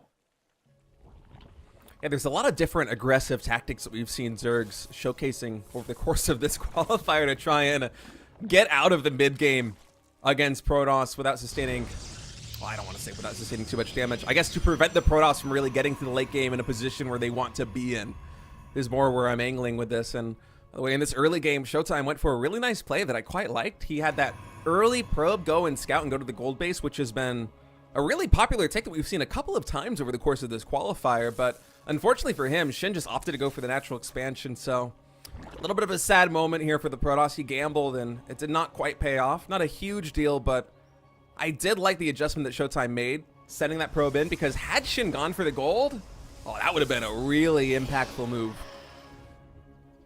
Yeah. It would have been quite nice to be able to get that block, but I believe Showtime has done this particular thing in the past. So Shin most likely has done his research and has seen, okay, you're not going to let me have that gold base, so I'm not going to try and take it. Because if I do, you're just going to get that little advantage that you alluded to. And to be honest, I think it's still a worthwhile play from Showtime just to prevent that gold from coming up, because, you know, a Zerg player that gets a gold base it's not comfy. It's an unpleasant experience. And as we saw in Dynasty, Showtime didn't really want to cannon rush the gold base, even though that was definitely an option for him with that outer gold base being taken by Shin. So if he didn't want to cannon rush there, he probably wouldn't want to cannon rush here. So it kind of makes sense to just make sure that it doesn't go down. And I think I'm still okay with it for Showtime, even though it's technically a mind game win for Shin. That's now coming in. Should be able to get that creep tumor. Indeed, they do. Oh, almost even getting the second one. That would have been a huge win here for the German Protoss, but instead, Shin going to be able to connect that creep up with the third base, as the Lings are going to chase the Adepts away from the main, and Showtime should be gunning to take that third pretty soon, as we have a little bit of a swell of Lings come in here for Shin. Not too many, but enough to potentially snipe that probe if Showtime is unprepared. Actually, a little bit curious about where the Oracle has been. Is the first Oracle just now popping out? Yes. Yeah, we'll be... It feels a touch later than usual, but maybe... maybe this is me getting sleepy. I'm not sure. The number of sense times of timing where is gone. Yeah, the number of times where I've been like 4, 5, 6 hours into a cast, and I'll be like, I'll focus up on a game, and I'll be like, this is 3 seconds late. Or I'll be like, oh my god, this is so late. And then I look at the timer, because I like look at a health bar or something, and it's a color that I'm not expecting. It's like, I don't know, orange or yellow, so it's not that high yet. I'm like, oh my god, this is crazy. Like this is like 10 seconds late, 15 seconds late. And then it gets closer to the timing, and it's like, I'm like, okay, maybe it's like 3 seconds late. Okay, it's like 1 sec. No, it's early. It's actually 1 second early. Damn it. Speaking of early things, though, we actually have an insanely fast layer. Shin is not a player that I think of when it comes to that Ling Nidus Queen play, but this looks like we might be looking down the barrel of a potential Queen Ling Nidus. Now, we did go for 2 gases with this, but I don't know. This feels like we could be seeing a very early Nidus worm getting thrown down. I think you might be right, especially with more queens in production. And indeed, brilliant call. This is not Dark. This is Shin. Yeah, but it's... But it's the same. It's a very much the same idea that Dark has worked to incredible success in so many games. This Queen Ling Nidus attack, if it goes unscouted, if Showtime is not able to discover exactly what is coming in the pipeline, oh, look at this. There's no coverage in the main base. No, there is no coverage in the main base. We also had a transfer of drones from Shin to the third base. He transferred 5 drones over to that base. We can see the revelations coming down. Showtime did revelate the natural, though, and he might not have noticed that the drones were transferred. He revelated just enough of the mineral line to not see everything. This looks like it is going to hit super hard. Oracles are going to gut this third base, but seeing no queens, that has got to be enough of a tell. Can he get to the eye on this Nidus worm? It is coming up. I think it's going to complete, and the queens, will they pop out to get the transfuses? The answer is yes. Yeah, queens are out now. Second Nidus worm getting ready to pop as those Lings, after pummeling the third base, now setting their sights potentially on the natural expansion. Oracles getting more damage done. 10 drones in total going down. And now with these queens in the main base, the Oracles are going to get recalled all the way back home, trying to deal with these Lings. Showtime so far pretty good on the defense. These Oracles, if they can connect with those Lings, might be enough, but time is running out. He has to hold right now. Yeah, this is looking really rough for Showtime. So many queens here. They are waddling very far off creep, but I feel like as the Lings got into the natural and were able to get into the main as a result of this, things are getting more and more difficult. We'll love to see target fire on that Nidus so it doesn't complete, but now the creep will extend further into the main base. The Queens are going to be able to transfuse as a result of that. 16 probes have gone down. The supplies are still very even, and the Adepts have actually been really great. That shield battery and cannon combo on the bottom left of the main base has really made... It's really been a godsend for Showtime here. I honestly thought there was no chance whatsoever of a hold when this got up, but the damage that Shin took earlier really slowed this down. And now with the battery overcharge, that cannon survives. There's no Lings here. Hello, Showtime? Are you serious? Did you actually hold this? What a hold. These Queens gonna have to get out of here in a hurry if they want to survive. And we're basically gonna find ourselves in a place where the game is almost equalizing. If Showtime was able to keep the Blink and the +1 alive, I would be loving his position so much. But the fact that he had to rebuild the Twilight and the Forge, it sets his build back in time a little bit. And in this opportunity where this timing where Zerg is going to be a little bit weak now in the mid game as they try to recover from the economic deficit they took, all the sacrifices they made, plus losing those drones when they committed to this attack, Showtime isn't really in a position to capitalize. But still, supply is very even. Showtime right now, it's still with an army lead. Worker count's also very even. I was not expecting the game to go this way after the first Nidus popped in the main base. I thought for sure Showtime was dead, but what a 100%. clutch defense. I mean, the static D absolutely carrying the weight, and Showtime so smart on the positioning, both at the third base and in the main base, just to make sure that he barely holds on. He wasn't too ambitious with the hold. He wasn't trying to keep on with the Twilight Council and with the Forge. And look at this, even catching so many more drones. This is huge damage. The Oracle even survives. And that was such a huge scout onto the Hydralisk Den. Showtime is really playing well today, not just with the damage there, but the fact that the presence of mind to scout and see what the next stage of tech is for the Zerg. I also want to point out, really great job from Showtime that he was able to rebuild the Forge and the Twilight Council while that attack was going on. The fact, like, it is so easy to completely crumble in the face of an attack like that. But Showtime made so many good, quick decisions under the gun that have kept him alive in this scenario. Obviously, it was a good build order choice from Shin, and it worked out really well for him. But the fact that Showtime held is borderline superhuman. Yeah, that was an insane hold. And now this army that's getting assembled here in the middle of the map is starting to look pretty good against the pieces that Shin has on the board. These +1 Zealots are able to two-shot those Lings, as we don't have any ground carapace upgrades for the Zerg just yet. And Lurker Tech's gonna be coming in pretty quick, but if Showtime sets his eyes on this, if he knows this transition is coming, with a Hive as late as it is, there's going to be a window where those Lurkers are fighting without their Hive Tech upgrades, and Protoss, with this ground army that they are assembling on the ground, absolutely can take the fight to Zerg. Oh, he doesn't quite see the Nidus or the, Lurker Den just yet. The Revelation Vision. Oh, he sees it covers it now. now. The Betrayer drone. Oh, the idiot Betrayer drone shows the Lurker Den. And seeing the timing of that, will Showtime try and go for a push? At the very least, I think he can push out and deny the gold.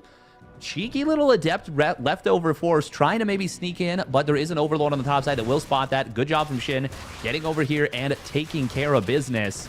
But I think as long as he denies the gold, this is already pretty okay for Showtime, since he sees the Lurker transition. He's already got one Robo. Does he have a second? He doesn't have a second, right? No second Robo just yet, but I feel like Showtime actually could get a little bit more done than just take down this base. Keep in mind, these Lurkers, they're not going to have their Hive Tech upgrades, and with an army that is designed to basically destroy Lings and having Immortals connect on top of the Lurkers, there might not be enough here for Shin, and Showtime recognizes that. He's now attacking in. Revelation popping on those Lurkers. The Storms are huge on the Hydras in the mineral line. The entire mineral line just getting vacated, and Showtime mops up this army here on the fourth base. Lurker getting some nice shots off there on the Templar, but it might be a little bit too late. Oh my goodness, Showtime found his timing and then some. We are going to see the Lings getting a good wraparound on the Immortals, but the Savior Zealots from the back will take down those Lings, closing the door on that one. What a timing from Showtime. Recognized exactly what you said, which is that those Lurkers were not ready to fight. I was thinking to myself, I'm like, even with Hive Tech upgrade or without Hive Tech upgrades, like if you get, let's say, 6, 7, 8 Lurkers in a defensive concave, maybe you can make it happen. But there was only like 3 lurkers. Showtime revelated, saw exactly what the setup was, and just sent it. God, what a game from the German Protoss. That was a beautiful read from start to finish. I mean, being able to recover from the Nidus and not lose is cool and keep the same game plan and then adjust on the fly with the scouting, spotting the lurkers, seeing the high transition come online, and recognizing the situation in such a chaotic game state to be like, you know what, I actually still can just kill him. And he doesn't miss the window. That window was going to be there. He identified it. He sees the win. And now we're all tied up. And this has been a hell of a series so far. Showtime and Shin are not pulling any punches in these games. They're both 2 map wins away from qualifying for the EWC. They are so close to the finish line. And now that we're in the later stage of this best of 7, I feel like this is where the pressure might really start to mount. Yeah, So I this think we is have the players definitely actually requesting a pause, so a little bit of time to fill. But I do think that Showtime with that hold in game number 4 was so spectacular that I'm really liking his odds here against Shin moving forward. I mean, what a win! Yeah, that was outstanding. That was truly like a Protoss hope moment. You know, like that was you look at that and he survives the Nidus worm that looked so dire for Showtime to hold. Like that was already such a miraculous hold. And then the way he gets in and just slams that timing before the lurkers are really ready, before Shin is really ready to hold. God, the German Protoss is on point today. And you mentioned after the first 2 games, it's a best of 5. We're back down to now a best of 3. This series is nuts. Yeah, it's been really good. I had high expectations for Showtime versus Shin, given how they played on day number 1, and they are absolutely delivering here in day number 2. And, of course, the loser of this one being in the upper bracket, they are not out by any means. This is not an elimination match. The winner is going to qualify. The loser will fall to the second qualifying match, and they will eventually play the winner of the lower bracket. So for Showtime and Shin, they would love to just book that ticket right now. But with the way they're playing, I feel like on the lower bracket, too, they have a pretty good shot against pretty much everyone. And to go back again to that hold that Showtime executed against the Nidus, I have seen so many players that even myself, in a situation like that one, get a little bit too ambitious on the defense. Build a static D a little bit too far forward, trying to protect some of the tech, some more of the infrastructure, trying to control more of the territory in the main base. Showtime was so calm and collected to throw the cannons basically as far back as he possibly could in the main base, knowing that, you know what, with Adepts, with Stalkers, I can just use this as a staging ground where the static D is going to cover me from the Lings. I can take any trade against the Queens. I just need to hold the mineral line in the Nexus. I can stabilize. I can play the game from here. I mean, talk about being under pressure and making the perfect decision in the moment. And same way at the third base. He threw down the static D as soon as he knew what was coming because he knew he would not be able to send any units to really defend these auxiliary bases, the natural and the third. He had to put all hands on deck right there in the main base. And then also, as you said, to have the presence of mind and already start up the transition back into the Twilight Council and the Forge to kind of minimize the amount of delay on his tech.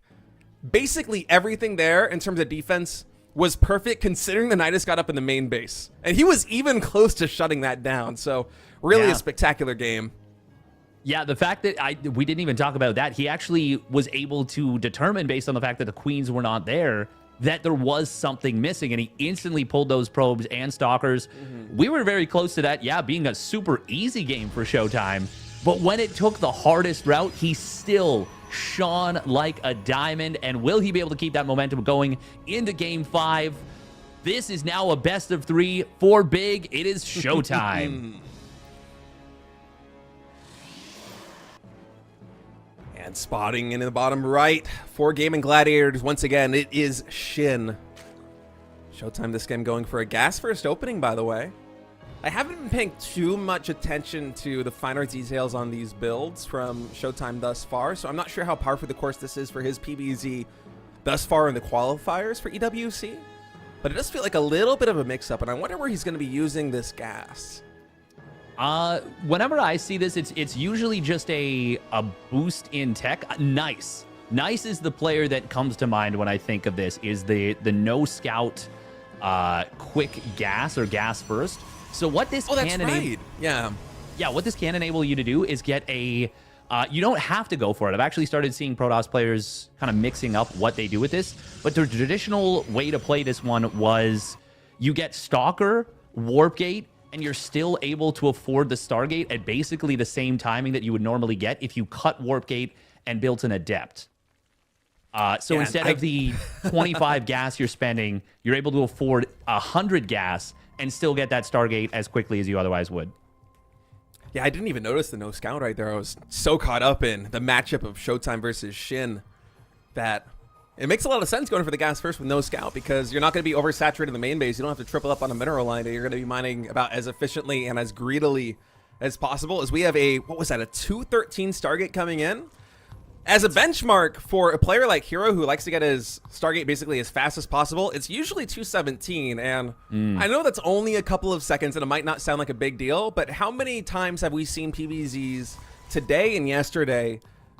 The Oracle comes in to a mineral line right at the moment the Spore Crawler is finishing. And if you can buy 3 or 4 more seconds to wail on those drones with that Pulsar Beam, it can be a big momentum builder in a game. So I like this build from Showtime, just playing about as greedy as possible. And it feels like it might actually be an adjustment to Shin specifically, since, like you mentioned, those Spore Crawlers have been really tight on the timing, or are they in time? This is clever. This is very clever out of Showtime, and I do think you're onto something that it could very well pay some big dividends. Shin, for his part, if he was looking at this, he would see, a delayed Warp Gate. He'll see an Adept start up. This is not going to raise any alarm bells. There's unlikely to be quicker, Spore Crawlers than normal based on what he's seen. At least I wouldn't expect to need to do that. Like, why would you think you'd need to do that? As we do this whole breakdown, he just uses the Oracle for high ground vision anyways. And never mind. It still helps. I mean, it does supply block him earlier, so that's actually still a small advantage. But Shin already... Actually, no, Shin is... Actually, yeah, that is... No, never mind. Hatchery's going to finish. I was like, yes, he is supply block. No, he's not supply block. Yes, he is supply block. No, he's not supply block.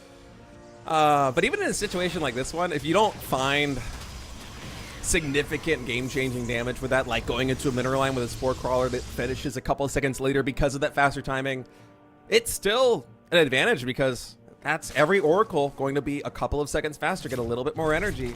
Overlord goes down a touch faster. Now these Oracles coming into the natural expansion, trying to get one drone, but really nice worker micro there by Shin. Pulling that injured drone back and no damage taken.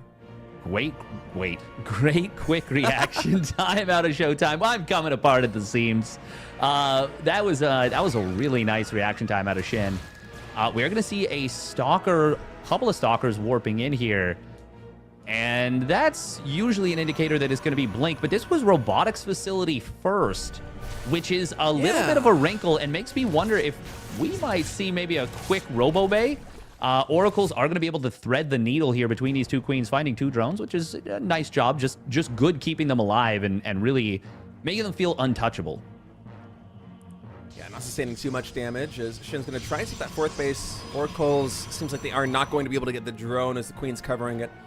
On the move over there to the 4th, and it's just going to be an Immortal to start up with this one. I was kind of on the same page as you. I was thinking this might be potentially some kind of Robo Bay timing before the Hive Tech comes online, because Shin has been playing very Ling heavy thus far in this series. Even when he plays Hydra Ling Bane, there's only really been one game where he went Roach Hydra, and everything else has been mostly Ling based. Yeah. But that's not going to be the adjustment coming in from Showtime. Instead, he's just going to be adding Immortals on significantly earlier than he would otherwise. Still not yet scouting the Roach Warren, by the way, with those Oracles. This is going to be a very quick Prism with this. We are only on 4 gases as Showtime. Nice little interception on a probe. Almost gets a second one. A little bit unfortunate for Shin that he wasn't able to get that last hit of damage. Okay, there it is. Templar. Charge and +1 finishing. I wonder if this is going to lead to some kind of attack with this Warp Prism. I mean, there is potential feels once like the it, second yeah. Immortal pops. If it's not, it feels like a kind of strange setup from Showtime if it's not going to be a heavily committed bit of aggression. Because this was only 2 oracles, which obviously allows you to get your tech a little bit faster as the Protoss. I mean, looking at the timing, it feels like this game has been going longer than it has, but it's only 6:30, and this is already the Templar Archives finishing. This is a fast timing, but it feels like Showtime is actually anticipating an aggressive move from Shin, maybe, and is just going very aggressively into Army to try and preempt that.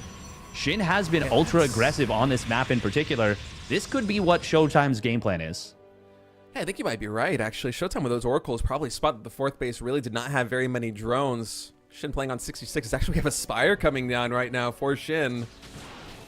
Interesting choice, as well as the Baneling Nest. Plus 2 melee attack starting up for the Zerg, but for Shin, his drone count is only just now starting to eclipse the Protoss player because he was kind of gearing up for that aggression that you were talking about there, Steadfast. I think this is a big respect move out of Shin right now. He just saw that Showtime was pretty well set up and got a good scout on the Roaches moving out and said, you know what? No, I'm not actually going to get aggressive with this.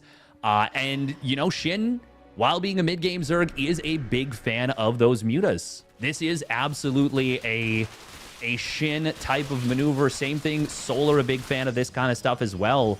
And it can be a very powerful move, especially if you can, you know, keep your opponent from figuring it out.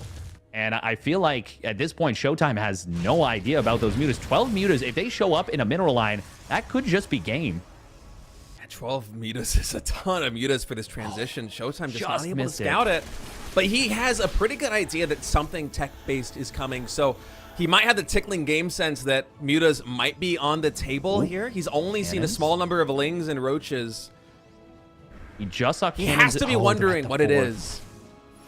Oh, with no cannons, no batteries in any of the bases, where are those mutas going to show their faces? Flap their beady little wings.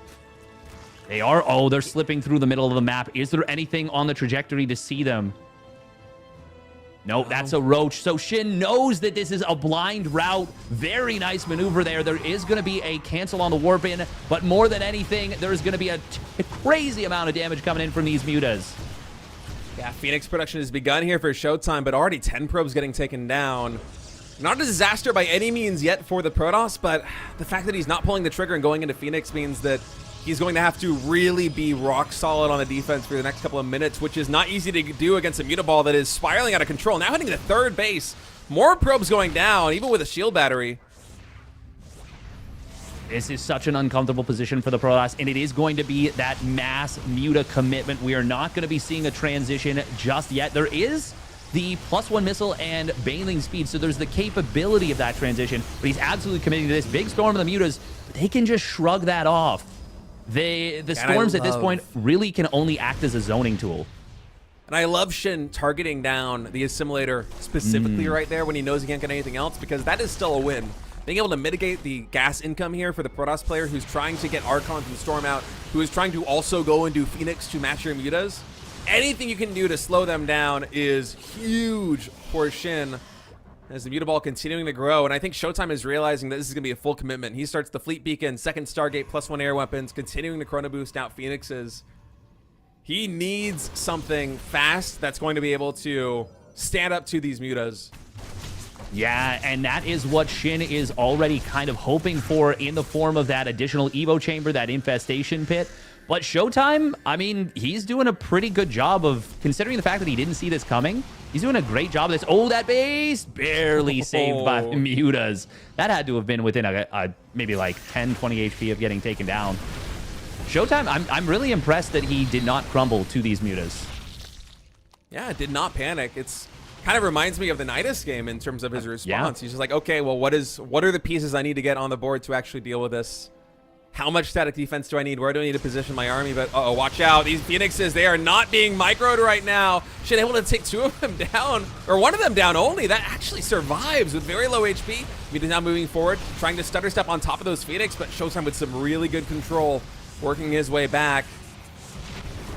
But now the position has been breached. However, we've got a big counterattack on the other side of the map. This is a super powerful army for Showtime. What does Shin have at home? Showtime's got to be careful. The Baneling's on top of their High Templar. They are going to force a morph right there of the Archon. The Banelings, I thought that was going to be a disaster for Shin, but Showtime was able to keep the High Templar in the back, at least, from getting taken out. One more Banelings showing on up. They are going to find these High Templar this time. Massive connections on the army, but the Archons are going to be able to weather the storm. Does Showtime have enough to keep pushing at the natural?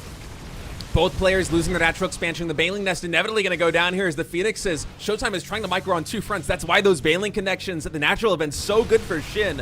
Is if Showtime stops microing those Phoenix in an engagement with the Mutas, it's basically game over. But with a Ling Flood now coming in, I think the Immortals barely... one of them does go down. 3 do survive. But losing the natural expansion here for Showtime, I feel like it hurts him a little bit more than it hurts Shin, because Shin does have that extra expansion to fall back on in the bottom left.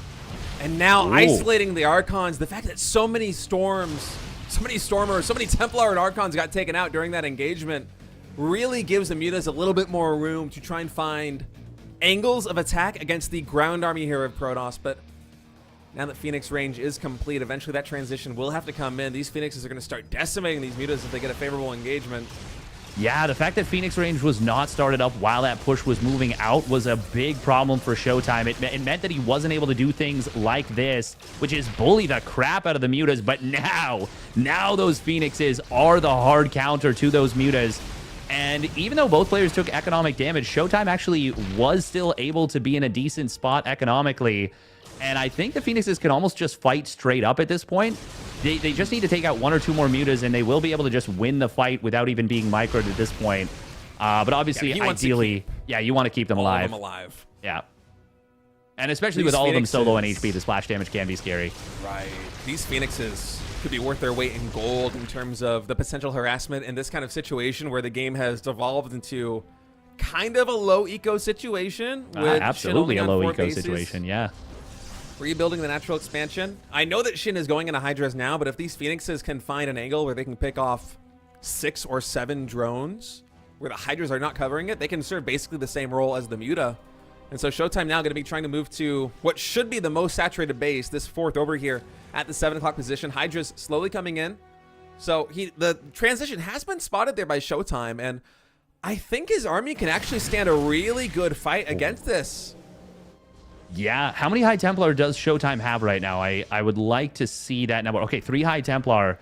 Would love to see him add, like, basically as many as, like, 6 or 7 High Templar at this point. But the 16 lurkers in production. Okay, well, I did not realize the lurker den was already done, and that is going to mean that the carriers are, in fact, absolutely the right call from Showtime.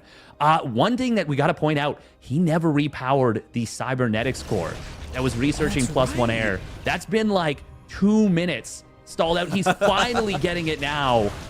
But he could have actually, if he had, had the presence of mind to start it up, he could have +2 almost done at this point. Oh, that is a very lost immortal right there, which could actually be a bit of a factor because Shin will want to get in with the lurkers before that carrier count is big. And even losing a single immortal could make that a little scarier. But the Phoenixes could be great on the lifts. This is such a complicated game.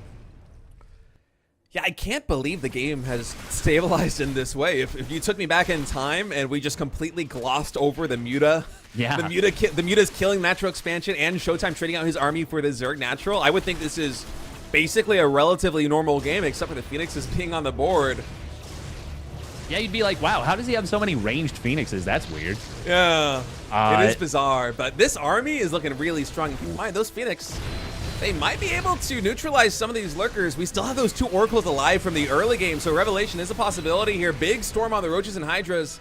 That is so many lurkers, but Shin, without a lot of assistance for them and without a lot of anti-air, it's a little bit scarier. I actually don't know how many Hydras he has. Keep in mind, those Mutas, they do bonus, or the Phoenixes, they do bonus damage to the Hydras. And Showtime is going to go for the engagement steadfast. That is an ultra bold engagement right there. The blinding cloud was beautiful. The lifts were good on the lurkers. That is going to be a strong defensive fight. And now the recall trying to come in. Can it save the carrier? No, it goes down. That is a big pick and an amazing defensive fight. For me, that blinding cloud disabled so much of the Protoss army. That was MVP of that fight. Showtime just took a disastrous engagement. I was surprised that he even dived in on that position. Yeah. I was thinking with the Phoenixes and with the carriers on the board and seeing so many so many lurkers with a revelation, he might just try to play the air to ground game, but instead he thought he could breach the position. But as you said, I mean, the spell casting there from Shin, just fantastic with the Vipers. Now he has a little bit of momentum going, angling towards the top right. He's going to try and siege this position. Unfortunately for him, Showtime has been anticipating this. That is so many Templar. Got to be careful against those lurkers there. One Templar does get sniped. Those high-tech lurkers have so much range, and actually this position just could be forfeit here from Showtime. He is pulling the probes. And I don't mind this too much. With the lurker count being as high as it is, just try to max on carriers with +2 attack.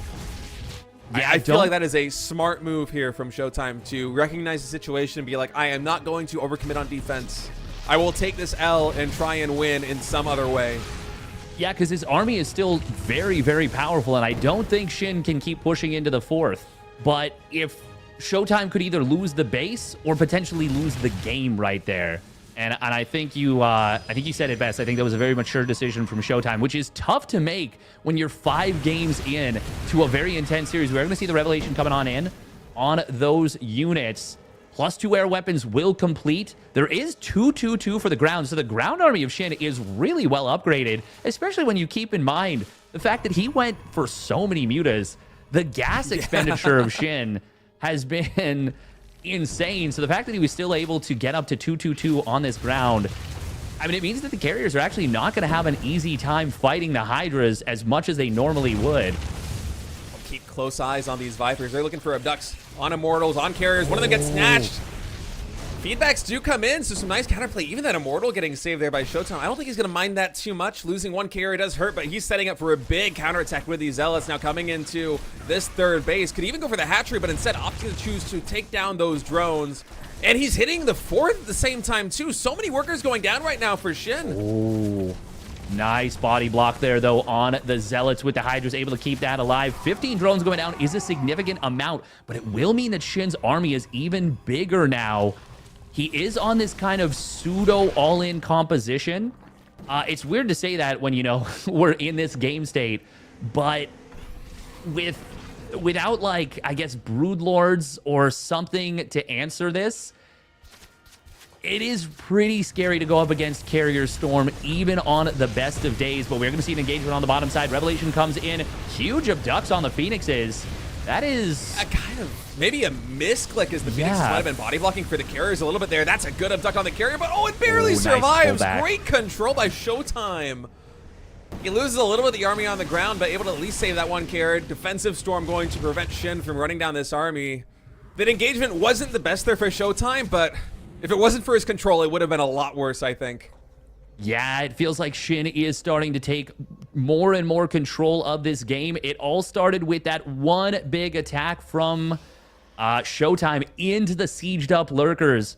And since then, yeah, he was able to remax, but it feels like he has been kind of on the back foot since that moment. And I don't know, it's Shin who has really taken control of this game and is on the verge of putting himself on match point to qualify to EWC, but it is still not over yet in this one. He is getting so close. Another attack coming in. The 4th base here of Showtime, but nice static defense set up here. Those Hydras will have a hard time breaking through, and that's going to mean that there is plenty of enough time for Protoss to maneuver over, and Showtime anticipating the attack coming in from Shin on the other side, already moved his army into position. Great read on the situation, knowing those Hydras at the top would be a diversion. And now the Broodlord's morphing in here for Shin all the way in the back. He does not want Showtime to know the transition is underway. 8 more Broods in production. Flyer attack level 2 done. Shin's army is so well upgraded. It is really strong. We will have +3 finishing up for those carriers in a moment. And against the air specifically, it's going to be 3-0 versus 2-0, which is very good for the carriers.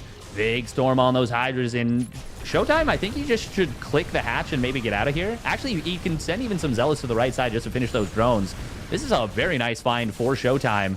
Shin, obviously with those slow Broodlords and the Lurkers needing to siege up, it is tough to get in position and be aggressive on the map. But that's a big win for Showtime after a lot of setbacks.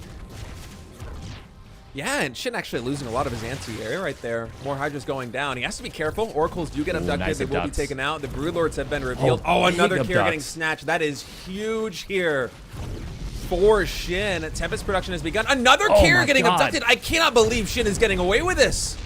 That is such massive damage to the army of Showtime right now. We're seeing Showtime trying to start up those Tempests to deal with the Broodlords, which I think is very wise, but he needed to keep those carriers alive. What is that, like 2 or 3 carriers on the chase?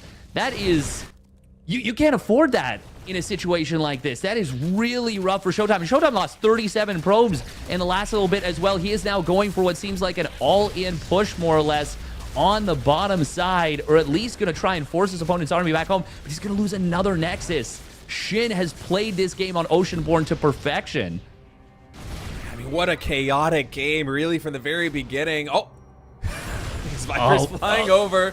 The Templar feedback finally coming in. Even a Storm showing a little bit of desperation there for Showtime. He just desperately wants to kill any of these spellcasters he can because he is up against the ropes. His 4th base, the most saturated base, is basically, I think, the only one with minerals. He is effectively no income whatsoever. What you see is what you get in terms of army here for Showtime. He can only just now afford another Nexus here on the top right. I mean, look at the income just completely dwarfing the economy of Showtime, and Shin already has this bank of about 2-3k res. I feel like this next attack coming in from Shin is just going to be the death blow here for Showtime. It is feeling like that is the case. Unless Showtime can find the engagement of a lifetime, he is going to be just, you know, up that creek without a paddle. Like, this is looking increasingly desperate for Showtime, and Shin has displayed an amazing amount of patience. And for someone who is not touted as a late game Zerg, he has really showed a lot of, while sure, not like, you know, the super complicated Infestor, Broodlord, Corruptor army movement or control or unit control, it's been very late game focused in terms of how he has approached engagements, the patience he's shown. I am very impressed with this Shin. This is a Shin that is truly undergoing an evolution. His late game has been spectacular so far in this match. That's been really dirty for a while, ever since this almost base trade that happened what feels like eons ago, where both players lost their natural expansions. Showtime, by the way, no more Nexus. He is effectively out. He has to distance mine if he wants to afford one. I'm a little surprised he isn't trying to throw down one Nexus or pulling the trigger, and I think he realizes the situation. He has to go for it. He needs to win one decisive battle, otherwise it's basically game over. Oh, great feedbacks on the Vipers to start things out. This is still an army for Showtime that can really dance if it gets the right engagement. Shin has still got to be very careful with this. Broodlords, oh, they're being juggled nicely to stay out of range of those Tempests. Even in a situation like this. I'm sorry, there's only 9 Corruptors right now on the board for Shin, and only about a dozen Hydras as well, and his gas bank is severely depleted. There is a world where Showtime, with Revelation on this Oracle, if he's able to slowly chip away at Shin's anti-air, if suddenly the Tempest can somehow find a way to connect there with the Broods, this is a great win right there with that Storm. That's a lot of the HP on those Corruptors getting taken out. I mean, I know this is a long shot, but there is a very slim path to victory potentially here for Showtime. Yeah, he is starting to lose some of those high tempo, though. Good spread from Shin. He is going to go in on top with the Corruptors at the main fight. Storms will come in, but the anti-air is going to be enough. Even though he loses every Corruptor pretty much, there's now nothing that shoots the Broods, and Shin will put himself on qualification point. What a banger of a game, number 5. Not necessarily perfect play from either player, obviously, but an extremely entertaining series and a game that really felt like a battle of wills there. All the way to the very end. That was, what, 20-plus minutes? We had Showtime on 4 bases completely mined out with no Nexus to mine from at the 5th. And there was that one small window, but Shin with those Corruptors, he barely had enough. He traded out basically every single Corruptor by diving on the one Archon and the Storms and the Tempest. And because he was able to do that, suddenly no answer for the Broods in the sky. And That is Showtime out of the game, but wow, what a late game coming in from Shin. Again, a player that is often touted as being one of these mid-game masters. He navigated the mid-game in a very unique way. We almost never see mutas like this at the super top level of ZVP, but he was able to deliver it in a pretty stunning fashion and then transition from this kind of awkward setup where you lose all of your mutas. The board has basically been reset. Your economy is scrambled. So is your opponent's. The game state isn't exactly known to either players, but still from there, he was able to navigate his way to this late game composition from Lurkers into Broodlord Corruptor Viper. And his spellcasting control was fantastic. The Blinding Cloud at the third base coming in that decisive fight where Showtime tried to go for the game-ending blow, the killing blow on his opponent. And then even beyond that, the Vipers got so much value with the Abducts despite the Templar count being so high. Shin just always found that angle where he was able to pick off one carrot at a time, or in some instances, Phoenixes and Immortals, even these lower value targets. He just took what he could get. And over the course of what felt like 10 minutes, those Vipers were just slowly chipping away at all of these key Protoss units. In the very end, there weren't enough pieces left for Showtime to really make a case in the very finish. And now it is match point. Showtime right now is fighting for qualification here in the upper bracket. Spawning on the top side, representing Berlin International Gaming, the German Protoss, it is Showtime. And his opponent going the distance in that last one. For the Game and Gladiators, give it up for Shin. The resilience he showed there was so impressive to me, because the number of times that like he's been in a good position in a game kind of similar to that, or, well, I mean, there's very few games that are similar to that. That was a pretty unique one. But a game where things go off the rails, or he has a lead and it kind of slips away. The fact that he was able to keep that focus is a really impressive feat from me. For Showtime, that is going to be a tough one to recover from, because there was a few times, it wasn't just that one push into the Lurkers that he could have won the game, and he almost, the expected value would have been that he maybe should have won the game. I hate to use the term should have won the game, because like there's so many moving parts in a StarCraft 2 game, but he had an army that was certainly capable of delivering a killing blow. Even before that. Well, sorry, I was just going to say the counterattack when he went in as the mutas were counterattacking him. Yeah, exactly. That army was so strong. Yeah.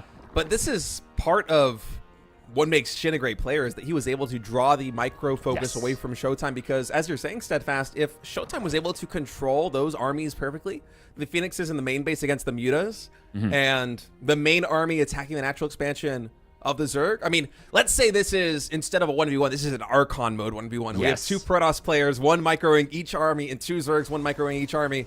The Protoss wins, but because Shin was able to create so much chaos, it would be an inhuman level of multitasking to micro both of these very kind of finicky and fragile armies perfectly.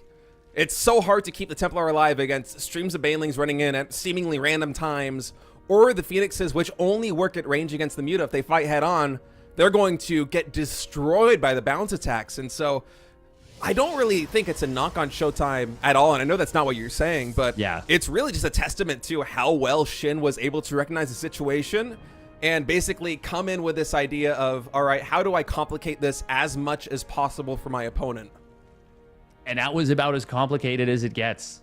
He really did make that a puzzle that is so difficult to solve. And even before that, just the fact that that Showtime was not able to get the Anion Pulse Crystals made the defense at home against the mutas that much more complicated as well. And that was because Shin had already made the game complicated before that. It just feels like Shin was throwing little fires all over at Showtime in that game number 5, and it's so difficult to keep pace, especially when they've already played a pretty damn exhausting series. I am just really impressed with what we've seen from both players, but it feels like that was a big momentum swing in that game number 5. Yeah, I mean, this has been a heavyweight match. Absolutely, the upper bracket finals have delivered. Keep in mind, Shin, one map went away from qualifying for EWC, guaranteeing a berth in that tournament, and minimum $15,000. One map win away here for the Korean Zerg. Showtime, if he loses this, he will go to the lower bracket. That doesn't mean he's out. He has one more shot to qualify. He would love to make it in the upper bracket with a comeback, though. Yeah, love this move, by the way, too. The Oracle's coming in, getting 2 kills in the main base, plus his Adepts delaying the third as much as possible, but of course, this slow Queen Walk coming in will shoo them away. Yeah, when you're as close as either of the players in the upper bracket is getting, because I mean, even if Showtime loses here 4-2, he was still only 2 games away, and I'm sure it will weigh on him a little bit that he knows he was pretty close to making it happen in Game 5 and going to that match point. It is tough to reset mentally, even with a break, but regardless, we are pretty well developed into this game, and obviously, you know, this series is not over yet. This is very much still a series that Showtime can win. Shin has a momentum advantage, and I would say a mental advantage maybe at this point, but it is still absolutely anyone's game. And we've seen some good Oracle micro. Great little find there in the natural. How many drones have gone down? This has been like 6 or 7 drones in the early game. 5 drones. I want to say, yeah, 5 drones, 8 total. links. That's a pretty good amount for those Oracles. And he's kept every Good unit damage alive. being done. A perfect game, technically speaking, from Showtime so far. A lot of Protoss players play perfect games like in the early game, though. It's kind of hard to kill any of these flying units. But still, yeah, it has been very clean here for Showtime. Absolutely. You are right about that. As third base coming online. Shin starting to catch up now to Showtime in that worker tab. And oh, I love this little play right there with the Stasis. Trying to fish for maybe some drones transferring. Or if he's able to catch those queens, there is potential for those Oracles to just dive on a mineral line and get a lot of damage done. And actually, Shin going for this base all the way over here at the 9 o'clock. Lair finishing up. Evolution Chamber about to be done as well. We'll have to see what the tech of choice is going to be here for the Zerg in a moment. It's going to be Roach Speed, range attack weapons, and Showtime just going for the classic. 4 more additional gateways, +1 ground weapons, Blink, and a Robo. Actually, 5 additional gateways. We might have some Blink pressure coming in. 6 additional gateways. I feel like he is going to pressure that gold base at the 9 o'clock hard. Yeah, and it feels like we're seeing Shin going to be trying to play the similar opening that Lambo went for with those Swarm hosts. And off of the start, well, not even off of the start that he's had, but off of the previous game that was such a complicated and chaotic game, I think going for something that is very, very difficult to defend in the form of those Swarm hosts is a really smart strategic decision. It just kind of follows through on the mental pressure that he exerted in that previous game. We do see Shin getting a little bit supply blocked here, and actually his overlords are not particularly quick. So this is gonna be quite a delay on this, and this +1 blink timing out of Showtime. Well, he doesn't have a prism or anything. No, he's just gonna be playing 4th base. Okay, just a little bit of pressure coming in and clearing out some creep.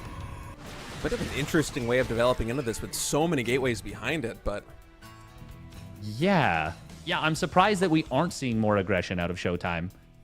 He does add that War Prism in now, but it feels like this is just going to be maybe a slow play type of move. And I am a little bit worried about how that will match up against the Swarm host if they're able to get set up, because the Stalkers may be completely out of position. I believe those Swarm hosts are going to be moving up on the left side pretty soon. I'm a little bit worried for Showtime.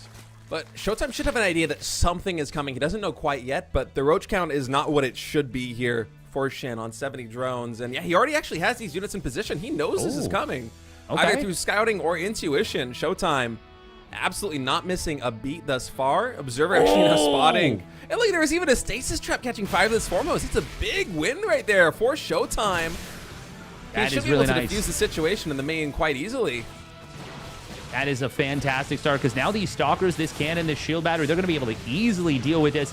I don't even know if he gets a single hull point of damage, let alone any actual real damage. And now pushing across the map with just Roach Ravager laying This is an optimistic push at best with 3 high-energy oracles overhead. Showtime kind of bopping the attack. Ooh, those Locusts, though, the ones that were from the stasis-warded units, will get into the natural, and it is a little bit of a late reaction time from Showtime. But he's pushing forward with the Blink Stalkers on the other side of the map. He might feel like there's an opportunity to make something happen. He might have that opportunity. He's taken out so many units, and keep in mind, the army supplies here for Shin, not really telling the full story because his comp is a lot of roaches and a lot of swarm hosts. Those are not supply-efficient units, but we do have a Nidus Canal popping on the right side. Shin is trying in some way to buy himself time because Showtime was able to clean up that army and take map control in the center of the map so easily. I think Shin feeling a little bit of pressure right now, but unless Showtime pulls the trigger... Oh, is he going to know? Yeah, he hears the Nidus Canal pop out. So Swarm Host going to be going for the attack. Showtime a little bit slow. I don't think he will be able to catch that. He will kill the Nidus, but...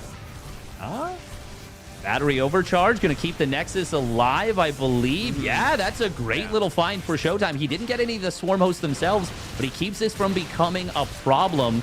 Battery overcharge is obviously an important spell, but much more important to not lose that Nexus, and a good defense from Showtime under a pretty pressure situation. For Shin's position, he has just now started his Lurker Den, just now started that Hive. So the maneuver that we saw from Lambo is a long ways away from happening here if Shin wants to try and get something done.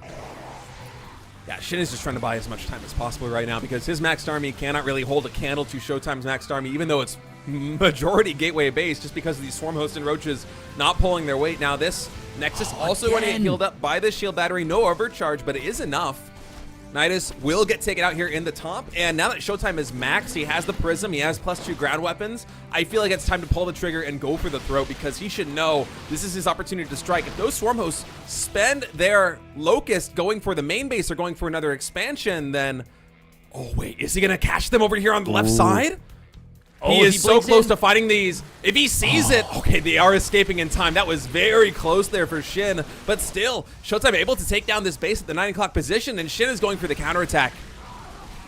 Yes, he is. We are going to see Lings getting the kill on the top right base. Already 12 drones going down. Showtime looking like he is going to get pushed back on the left side. The Locusts have been used. He might just be waiting for those to expire and is going to try and jump forward after this. Lurker upgrade is on the way, but I don't think we have any Lurkers started up just yet. Showtime, this is his moment to potentially get a lot of damage done.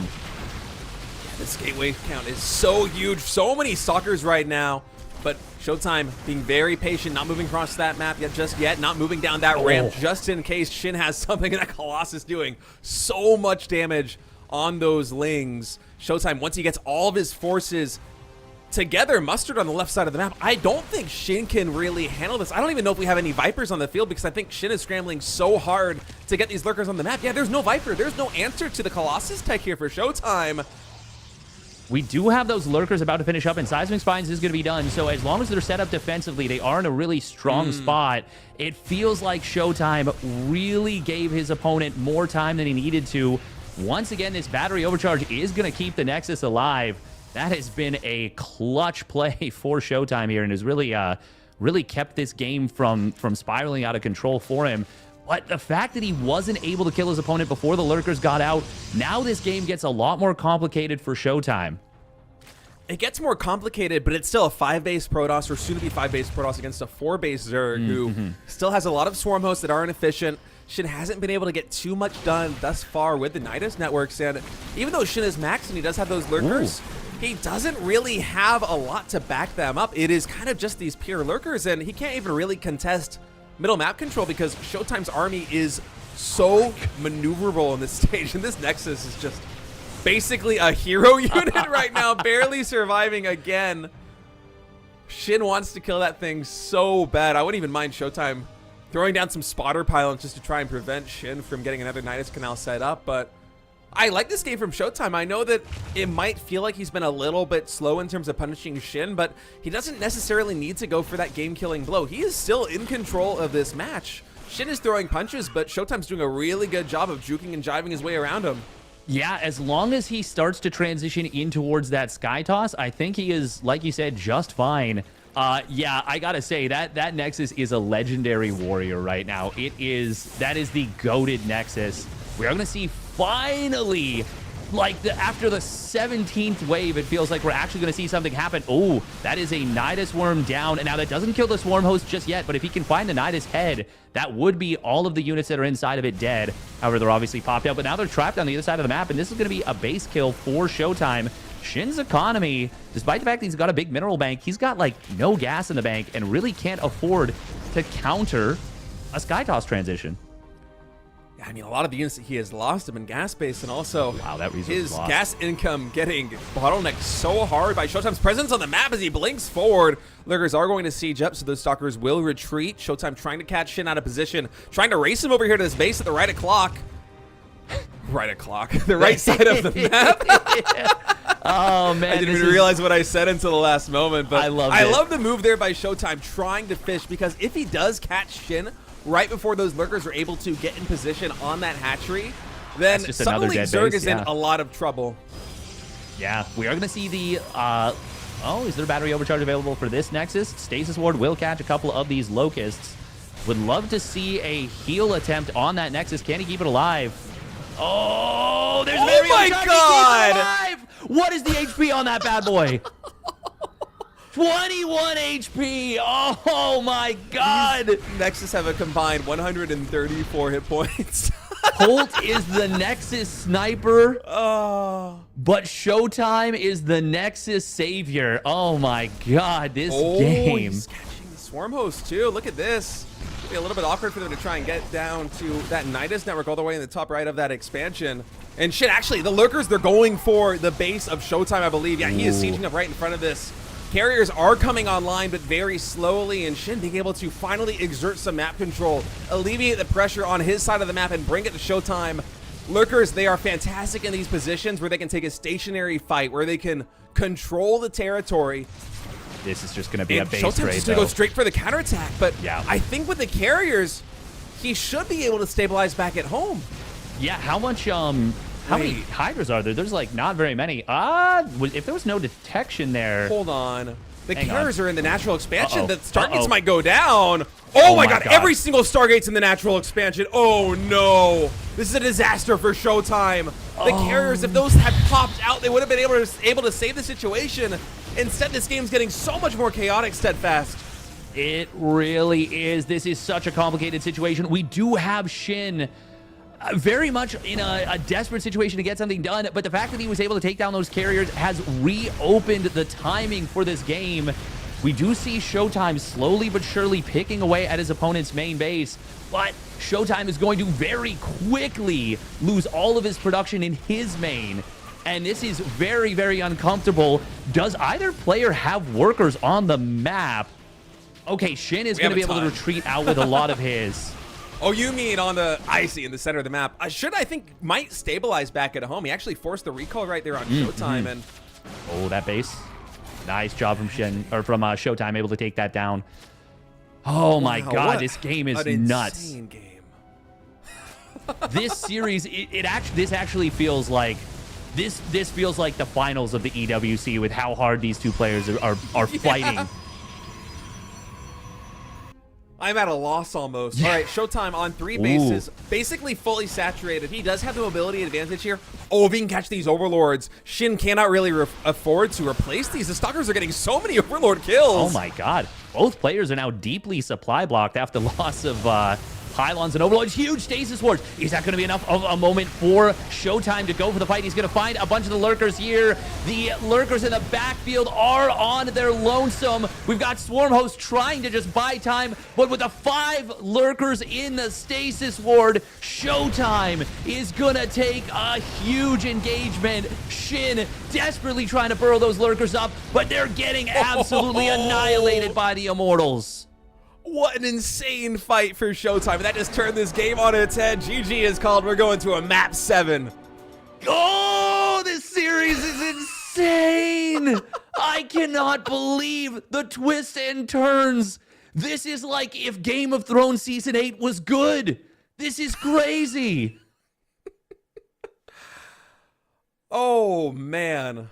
What a series. Showtime and Shin absolutely delivering, and these last 2 games have been insane. I mean, the pseudo base tree we had in the previous map, and then again another one where both players almost lose their main bases. I mean, Showtime effectively did. He was cornered on the top right side of the map, having to rebuild from Cybernetics core tech, and Shin lost the majority of his expansions everywhere else.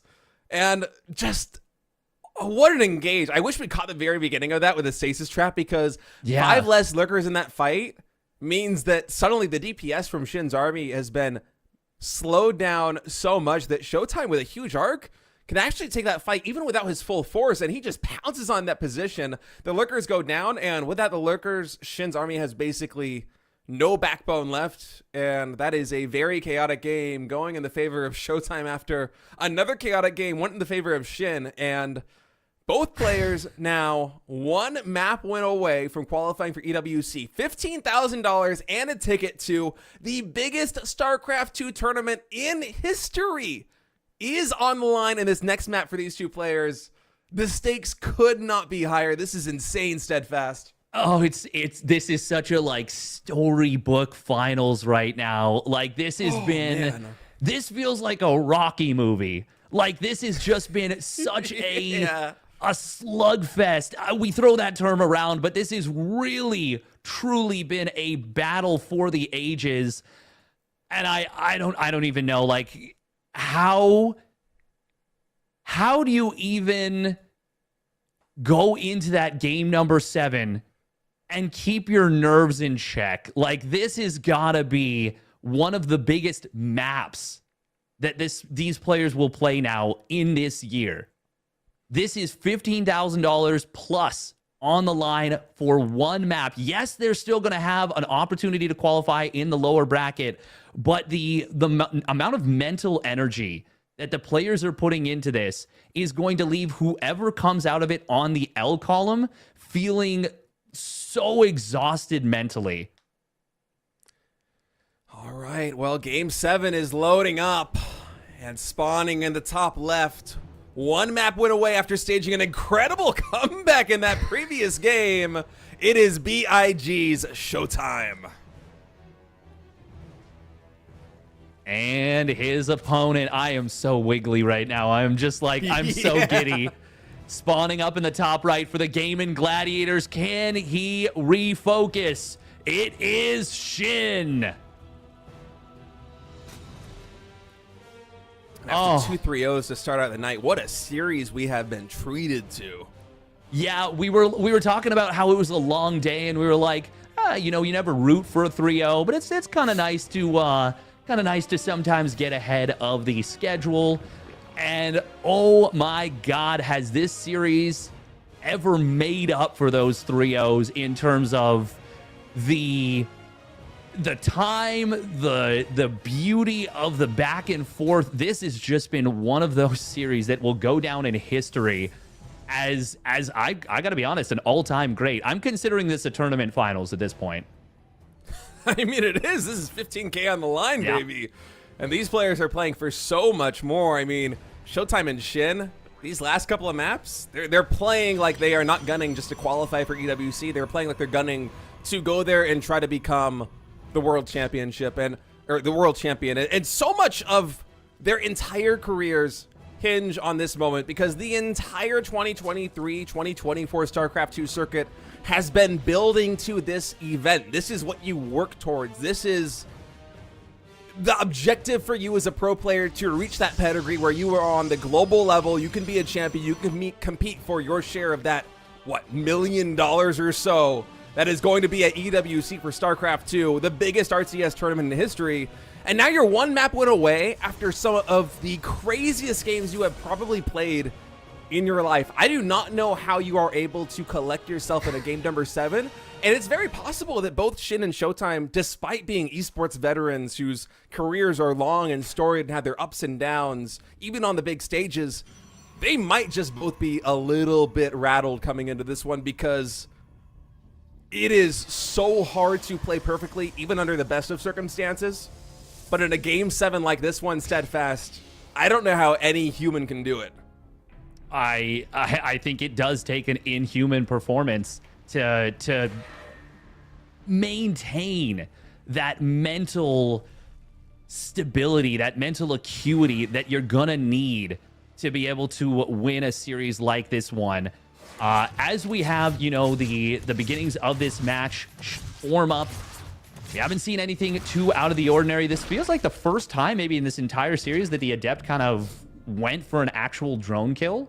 I might be wrong about that, but I feel like that was maybe the first time that the first single Adept tried to do so. Regardless, Shin, with a nice little defense, is able to save that one drone, so he passes the first test, so to speak. And oh man, I'm just I'm just still thinking about this whole series in retrospect. But we still got such an important game ahead of us. Yeah, Showtime is building a 4th Adept out of his 1 gateway right now. He might be angling for some kind of unique early timing here with the Oracles and the Adepts. I'm not sure exactly what he's anticipating from Shin, or if he is trying to set up for this hit a bit earlier. It's a unique build. The expansion is later than you would expect. It feels safer, but yeah, what do you think, Steadfast? This is actually something that Showtime has done a fair bit, is building that 4th Adept before getting Warp Gate. The delayed 3rd Nexus is a little bit of a wrinkle that I wasn't expecting. It's like 20 seconds later than normal.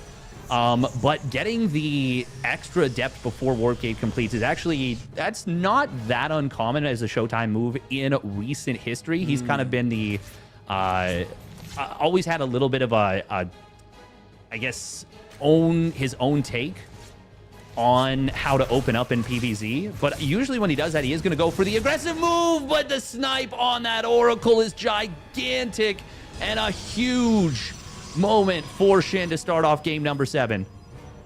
Yeah, that is a painful loss there for Showtime. Mismicroing onto the Queen and then losing that low HP Oracle to one of the last attacks at max range. Yeah. I mean, if he was angling for some kind of timing attack with, say, 7 or 8 Adepts just to apply pressure here with these Oracles, it's going to be a lot harder to make happen now, and we might even just have Showtime try and play a little bit more calm and collected on his side of the map as opposed to going for a play like that one. Ooh, Shin caught a little bit out of position, but Showtime was not quite aware. No Spore Crawler or Queens were in that natural expansion, but this is not really the kind of situation that you anticipate having a window for as a Protoss player in this kind of circumstance, but I'm sure Shin is breathing a sigh of relief after that. Yeah. Yeah, it's been a pretty solid early game here for Shin. Obviously, even though, you know, he was caught out a little bit, it didn't actually lead to any damage. And this is a nice start for him. We do have Showtime going for the Revelation here. Obviously, a little bit worried about that relatively fast layer, that it could have been something sneaky, maybe like the Nidus Worm in game number Don't ask 3, me. 4, whatever Alcyone was. Game 4. Yeah, game 4. But he obviously did already see the Roach Warren. Still wanted to make sure he's not going to get caught off guard. A player like Shin is so tricky with so many different styles he can play. It is looking like maybe Shin is going to get aggressive here in this game number 7 with a big +1 Roach speed attack. I feel like Roachling Ravager might be in the cards here for Shin. He's just sitting happily on 66 drones with a relatively late 4th base, but look at him going into an infestation pit behind this with a low drone count. Oh, is he going to go Swarm Hosts again? I don't think his economy can support it with everything else he's trying to do. I mean, perhaps if he decides to start banking now, but well, a bit of an interesting setup. And look at Showtime, too. He's also changing things up quite a bit. He's going for a double Robo with a Robo Bay here on 3 bases. Shin also throwing on the Hydralisk Den. This is a little different from what we've seen in pretty much every single game this series. And Showtime bleeding forward like this is kind of showcasing how many Stalkers he has to Shin. Might be trying to telegraph that he's gearing for something else instead of this Robotech transition. That's a very, very decent possibility. It does look like Shin just wanted to be safe against any kind of Blinkstalker aggression, so he cut drones for a little bit in the mid game, and he didn't have his 4th base done, I think, anyways yet, so it's kind of fine. Revelation on the Queens. Unfortunately, not able to grab the creep tumors, but okay, there we go. We've got an observer showing up for Showtime, so that is going to allow him to clear up some of this creep. This does feel like a very aggressive move from Shin, but it's actually not. This is very much a feint, and we do have a kind of battle in the middle of the map over this creep spread. Shin really trying to push forward aggressively, Showtime trying to make sure that there's no jumping off point. And it's going to be Disruptors instead of Colossus here. That's a very interesting move. He definitely thinks that Shin is getting very aggressive into him.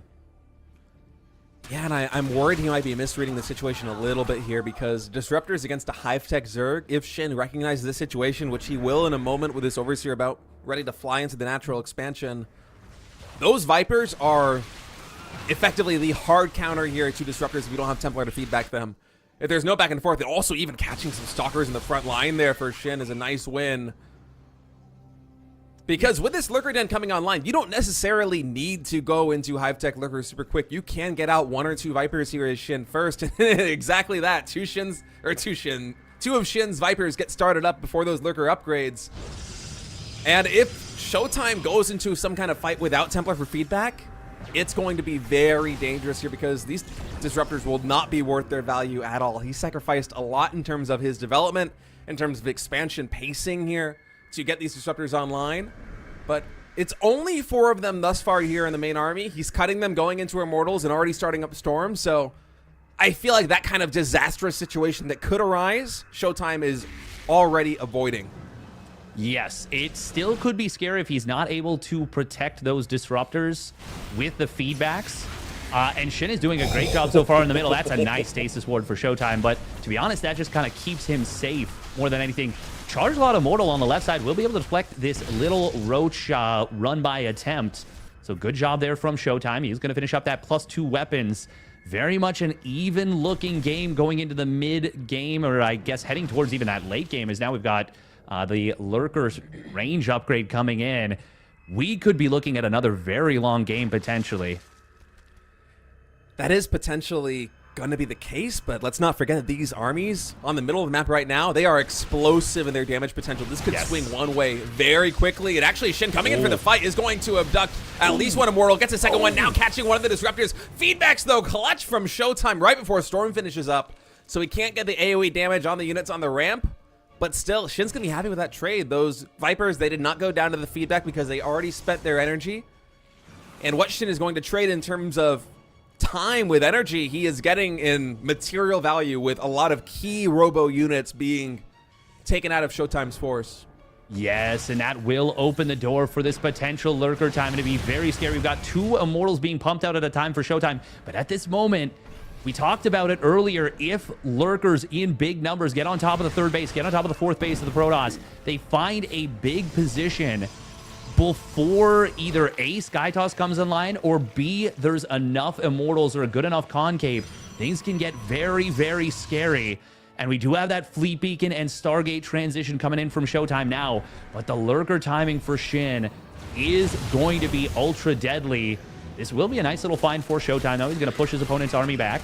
Zealots on the bottom side will get cleaned up by these lanes, or it's going to be close enough to an even trade. This makes no difference. Shin has a Nidus network. Oh, look at these abducts on those Immortals. So good. Right before the feedbacks hit, Shin's Nidus just finished. He's popping it in the natural expansion with this Overseer, and Showtime instantly spots this. Great map, or mini-map awareness here from the Protoss player. Now, from this moment on, he is going to have this Nidus in the back of his mind. Yes. Usually it's the first Nidus that is the most dangerous. And so for Showtime, being able to basically dodge that bullet, as we've seen time and time again, these Lurkers getting into the main base or the natural expansion through a Nidus is just a game upending blow more often than not. But Showtime, again, able to sidestep that. Now he's trying to angle towards another expansion here in the bottom left side of the map. But Shin, he's moving with so many Lurkers over to that 4th base. Yes, he is, and Showtime has not spotted it yet. This is a huge burrow up on top of this 4th. Battery overcharge going to get popped and instantly taken down. Showtime has a brutal position to try and attack into. Blinding Cloud is huge. The Storms are big on top of this army. Disruptors coming in from the backside. Will Showtime have enough to clean it up? There is detection, and he will get the Arc. The Immortals barely going to be enough. Oh my God, that looked like it could have been game-ending, but Showtime at least is able to clean it up. However, look at the remax from Shin. 66 Lings, 20+ Hydras in production as Shin is looking to recharge before Showtime has really the time that he needs to establish that bottom left base, and I was right there with you. I thought that was potentially going to be a game-ending move, but luckily for Showtime, he already sent out an auxiliary force to the bottom left to secure that expansion, and being able to flank those lurkers on both sides already helped him a ton despite the magnificent blinding clouds coming in from Shin. All of these disruptors getting caught out are going to cast their beams and try and trade out as effectively as possible, but a little bit of an unfortunate loss here for Protoss. And now Showtime, without a lot of units really locked and loaded, the mothership is done. I think it's working its way here. Yeah, in fact, there is detection for Shin, though. Storm's really big on the right side. Hydras. Mothership does get taken down. More lurkers streaming in. Showtime, he doesn't have a lot on the ground to support these Templar. This might be Shin's moment to take this game. He's moving forward, steadfast. He's done it. Shin is going to the EWC in an insane series against Showtime. Right at the end, he is able to finally make that push happen, and he worked for that one. Let me say that. What a tremendous series. A true battle of wills between the two players, and even in that little skirmish in the middle of the map, they're just fighting over the creep. It felt so even. But Shin was able to get that position on the 4th base. Even though Showtime cleaned it up, it opened up that final killing blow timing. The disruptors getting caught out and everything kind of fell apart for Showtime. This was a battle for the ages. Fantastic stuff from both players, but it is Shin who, like you said, punched his ticket into that EWC, and what a fantastic showing from him. Oh my God, I'm at a loss for words after that series.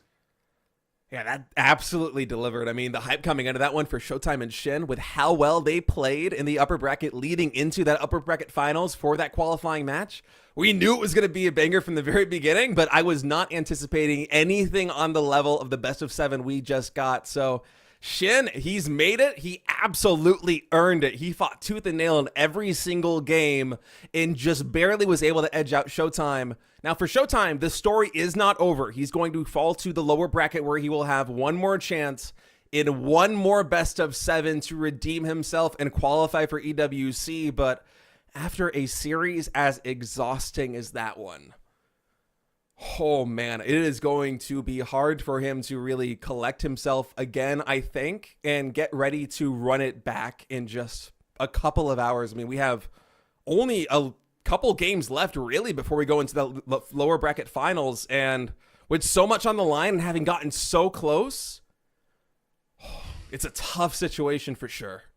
Yeah, I'm so impressed with Shin, because with how good his year has been and how great his performances have been, it would have been a tragedy if he had missed out on EWC. He absolutely deserves to be there.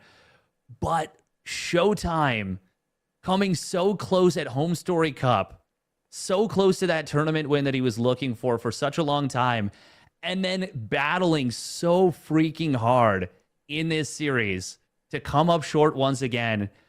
It is going to be really difficult for him to collect his thoughts, but fortunately, he does have a little bit of a break, as do we, because we now drop back down to the lower bracket once again, where it is going to be a best of 5 elimination match between the two players who won earlier.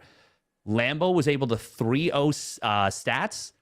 Bunny was able to 3-0 Firefly, and they are now meeting for the ultimate chance at the last spot for EWC. That's going to be a best of 5 ZBT. I think our first one of the bracket.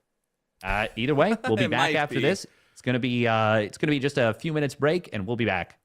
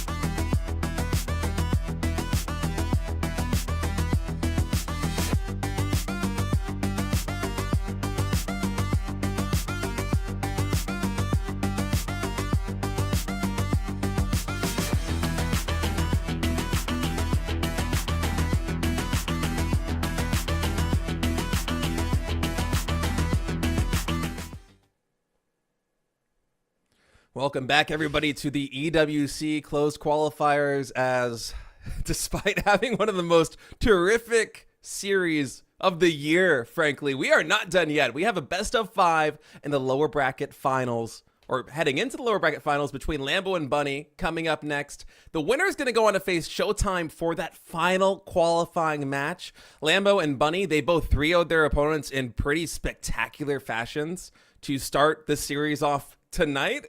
And I think the games today between Lambo and Bunny have the potential to be so much fun because Lambo 3-0ing stats? What? That was crazy. And the games, frankly, weren't close. And same with Bunny. Bunny, it felt like he played almost a perfect game in at least a couple matches on that series. Steadfast, what do you think about this matchup? I mean, this was such a cool setup going into this.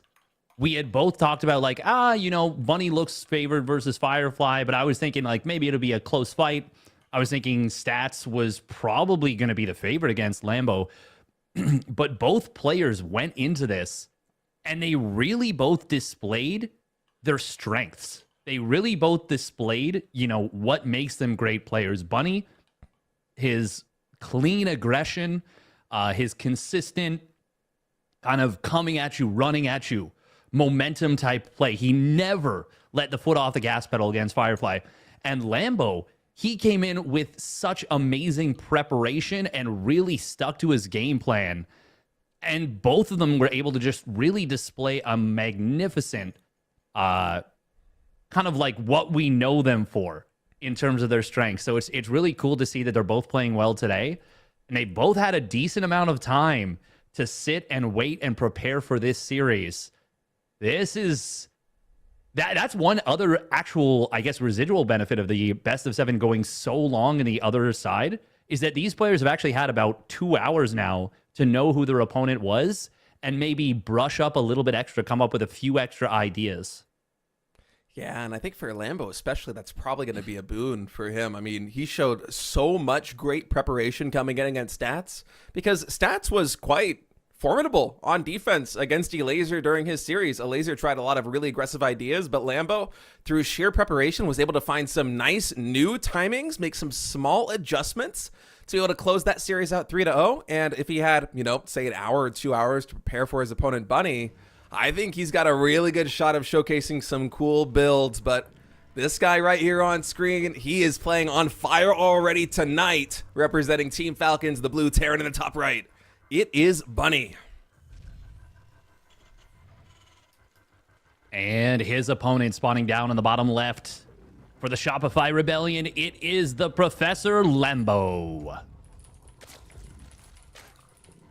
Now I want to talk about their history, because if you look at their history in a vacuum, you would say this is pretty heavily Bunny favored. 7-2 in series, 17-9 in maps. Not a crazy number of meetings, but that looks pretty heavily favored in Bunny's. In Bunny's, I guess, favor. Wow, weird. But if you look at the way in which those matches were played, the first 3 times they met, Lambo did not take a map. That's 2018, 2018, end of 2019. But then since then, Bunny 2-1 Lambo, and then in the same tournament, Lambo actually did the thing that usually happens to so many of the non-Korean players when they went to GSL, which is he then double jeopardied him and won the rematch 2-1, the GSL curse. Then the next time they played, Bunny won 2-1, then 2-1 again for Bunny, then a 3-2 for Lambo, and then a 2-1 for Bunny. So every single series after their first 3 that they played, which was, well over 4 years ago, the last time that had happened, every single one of those series went to the ace match. And I was coming into this thinking that it was going to be favored for Bunny. But now I'm feeling like this could absolutely be a series that goes either way and could certainly go down to Game 5 once again. I'm sure Showtime waiting in the wings would love to catch his breath and have this series go to Game 5. And you make a pretty strong case. I was also pretty much on Team Bunny coming into this one, even though Lambo showcased a really good exhibition of skill in his first series against Stats. I was not expecting him to 3-0 Stats by any means, even though we knew he had a chance. And so to come in now against Bunny, especially with their recent history being so balanced between the two, you got to think that there is a window of opportunity here for Lambo. Ooh, careful with that drone. I almost didn't commentate on it because usually like the never Reaper goes micro down, bidding but- doesn't manifest into anything, but That's very close. I like this. Some really clever drone movement by Lambo, by the way, outside of the natural expansion. He had sent his drone up to the 9 o'clock position and then waited for the Reaper to dive a little bit deep into the natural. And then he wiggled it all the way back around to the triangle third to get that expansion down. Whereas these Reaper builds usually quite good. Even if it's only one Reaper, at delaying that third base a little bit, Lambo was able to get a touch ahead. Yeah, that's a pretty nifty little play from Lambo, and I was gonna point that out too. So I'm glad you noticed that. Oh, okay. Ooh. Well, a couple of things right there. One, the snipe on the creep tumor, but two, a big miss micro on the Reaper. Actually, he kind of just clicked it completely back the other way. I don't know that it would have gotten away regardless. I'm actually going to take a look at the stream and see in 2 minutes if it would have been gotten away, but I think that probably would have escaped. A little bit of an oopsie right there from Bunny after a nice snipe on the creep tumor. And if it's not the first creep tumor kill, I would say it's not really worth it to sack that Reaper for a creep tumor. Now, Yeah. talking about the build orders, we do see it is going to be a 3cc 2-1-1. And that is a build that can get you a lot of map control very early on. It can be a pretty powerful play. Will Lambo realize what's going on and be able to cut those spore crawlers? Because obviously against this, you do not need the spore crawlers that you might need against like 3cc Hellion Banshee or 3cc Liberator or even 2cc Banshee. Oh, well, he's going to know now. Yeah, that is a really enough. good scout. Oh, even the Speedling getting into the main base. Yeah, I love this for Lambo. So he spots a 3cc, immediately 5 drones queued up by the German Zerg as he's just getting ready to absorb the impact of these Hellions and secure a little bit more map control with his Queens. And for Bunny, a little bit unfortunate that he got scouted this early, but of course with this opening, even with 3cc's, you're able to get a lot of presence on the map because of how delayed these engineering bays are. This is not the kind of Maru-esque opening where you're going 3cc double engineering bay before teching up or before throwing down additional barracks. This is a lot more middle of the road. And as a result, it's almost a little bit more economic because with those extra units on the ground, you can safely secure that third base a touch faster than you would had you played greedily tech-wise as well, going for that fast double engineering bay. So look to see Bunny try and leverage that advantage in the mid game with a 1-1 push. And I think that Lambo, after getting that scout, and certainly after having prepared for Bunny in the time that he's been waiting for this series to begin, should have a pretty good picture of exactly what to do in a situation like this one. Yeah, he certainly should be ready for this. Hellions are going to be able to scan and clear a fair bit of creep in the middle of the map. On Alcyone, this is a map that something like a big 8 racks push through the middle, if you can clear that creep out as the Terran player, can be extremely strong. Now, I do wonder if Bunny's going to go for that. He's only, getting up to the 5 rack setup for now, but with siege tanks in production, there is definitely a chance for something like that. And Bunny has always been one of those players that is a pushing style Terran. But this drop on the bottom side could find some value. The Queens need to be quick on the transfuses. Yeah, fast transfuses on that Queen. Bailings and Lings also shooing those Marines away a little bit. Is Bunny not quite finding the angle that he wanted. Armory getting started up to queue up 2-2 here for the Bunster as well as he continues siege tank production. And it's kind of interesting to see so many siege tanks out on the map here for Bunny. A lot of Terran players, especially in Korea. Oh, hold that thought. Actually is a hot pickup. One very unlucky Marine does fall to those. Oh, that one Lings, lost but... the lottery. Oh. Oh, I think he had a buddy too. At least 2 of them went down. Oh, no.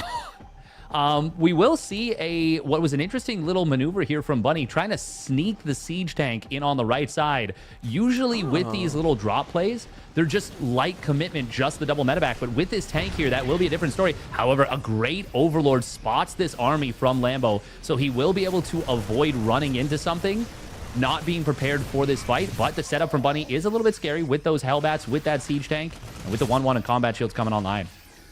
Yeah, and we actually have a second factory in production as well as drilling claws here for Widowmine. So Bunny's going to be playing a very factory-heavy composition here in the mid-game as opposed to that 8 racks. And going against the Ling Bailing style here of Lambo is actually these Queens going a little bit too far forward. Those Bailings, or not the Bailings, the Siege Tanks and the Marines getting a ton of damage done.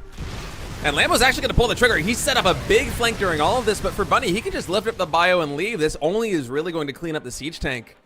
And Bunny, he does what he does best. After that, he immediately sets up for this drop on the left side. +1 Carapace guaranteed to finish here. I guess with the speedlings coming in, +1 melee attack also not in any real danger, but Bunny is causing so many problems here for Lambo. He is always a little bit late on the hot pickup there. Does manage to save most of the Marines, but not perfect play out of Bunny. A nice little ping pong drop setup going into the natural, going into the main now. We do see a Hydra getting sniped as it pops out. Medevac does get killed off by the Queen, which is a value pickoff, but you can kind of just keep building Medevacs in this game. You don't really need Vikings the way you do in TVP. So it's not like killing... Obviously, killing Medevacs is great, but it's not like the kind of thing where it's like, oh my god, he lost 3 Medevacs. Like, this is a disaster for the Terran. It's more just like, oh, that actually is really nice for the Zerg because it alleviates the pressure. Lambo is going to be going for +1 missile while he heads up towards those Hive. And it is important to note we got Bunny going for the Widowmine transition. Yeah, double factory. A lot of Widowmines being pumped out now. And again, with Lambo being so heavy on the Ling Baneling, there is potential for these Widowmines to get a lot done should Lambo take a bad engagement, because that splash damage absolutely shreds through these Lings, even post-patch. Yes. And Lambo now slowly working his way up to that gold base in the center. Bunny does have an army postured in front of it, but nothing that contests with really the force that Lambo is mustered to defend. So Bunny will find another angle of attack, trying to cause problems for Lambo in any way he really can. But for the Zerg, he's been able to get to 80 drones pretty much unimpeded. He lost a couple of Queens, but besides that, it's been a very clean game here for Lambo. Yeah, certainly has. Definitely a game that you are more than happy with. Ooh, but as the gold base gets sniped, that's a nice little find for Bunny. The multi-prong testing Lambo, and he was able to get the job done. We do see that Widowmine drop in the natural. Okay. Getting some big damage there. And now the drop in the main base. Would love to see target fire on the spawning pool. But of course, there's a lot going on at once. Lambo will be able to now get back here in time and save that. What? Yeah, he's going to try and go for the counterattack. Yeah. Bunny was delayed on his 4th command center, so he's going to try and secure it now. It means it's not a planetary, but there's enough bio here to push this back. And with 2-2 done for Bunny, oh, Lambo is looking like he is in a lot of trouble in this game, number 1. Yeah, talk about a caster curse. Lambo is looking fine in the moment. I commend him on it. Yeah. The dominoes just start falling as Buddy with a big hit on that gold base, plus the Widowmine drop in the natural and a Marine drop in the main, compounds for a ton of economic damage and some really good trades on the ground with this bio. And now Bunny, close to max with 2-2, is just ramping up the pressure here. Lambo trying to recharge for one more attack, but his army mostly Ling Bane. Really good splits here from Lambo, actually, on those Widowmines. Wow, that was very well done, setting up for the follow-up attack, but there isn't enough creep spread. He's going to have to go off creep. Bunny just can micro back or lift up in this situation. And one Widowmine going undetonated gets a huge connection. Yeah, like you said, Bunny can just kite back with no creep. Lingbane Hydra, while it can be a very good fighting composition, it is still a composition that you want to take the fights on creep as much as possible. Oh, that was a bit of an optimistic lift up from Bunny. But with barring that, this has been a phenomenal game, and he's going to keep the aggression up. He is not transitioning in towards Ghost. He's adding Liberators, but this is Biomine in its purest form. Very innovation of esque old, and just constant flooding of units at your opponent. And with this much momentum, it is going to be so difficult for Lambo to try and stabilize. Yeah, I'm not sure that Lambo's going to be able to take another base. And with Bunny expanding to the gold and having all these extra command centers coming online, I feel like his economic growth is getting a little bit out of hand, even for the Zerg. Lambo does have a couple of Vipers in the pipeline, as well as +2 melee and +3 Carapace, which can help, but even with the most clutch of Blinding Clouds, I just feel like the map control right now for Bunny is so domineering that Lambo he just can't get the surround. There's nothing to really lock down the bio, and even with a Hydraless composition being added in here by Lambo, there's so many medevacs that should Bunny get an unfavorable position off creep, he really can just lift up and get away without the creep spread being, you know, at least halfway through the map, or at least one screen deep before the battle commences. Those Hydras will not be able to close the distance in time for a player with a micro as fast as Bunny's. Very nice little target fire right there from that Widowmine. That was very cute. Nice little move. One thing I would like to see out of Bunny that he's not doing that I actually do think is a bit of a mistake is when you're in such a strong position like this as Bunny, you've hit your 3-3 timing, you are heading in towards those ghosts, you're on 5 bases plus a gold, and you've basically knocked the Zerg completely back on their heels. Just kill all the creep spread. Kill all the creep spread on the map. There's a big salient of creep in the middle of the map. Hold the phone. We are going to see an attack coming in. The Vipers do get abducts on the Liberators. Parasitic Bomb will connect on one of those medevacs, but a good quick split from Bunny is going to save them. And as he pulls back with the Planetary Fortress, I don't know that Lambo's going to have enough to keep pushing. He might get some SCVs here, but no, the pull is good from Bunny. Good job there. Lambo, that was probably the best engagement he's gotten this entire game. But Bunny holds the base, and that was kind of, it feels like Lambo shooting his shot. The next engagement, Ghosts are going to be out en masse, Liberators are going to be out in big numbers, and trying to hit any kind of Viper spellcasting is going to be a lot more difficult.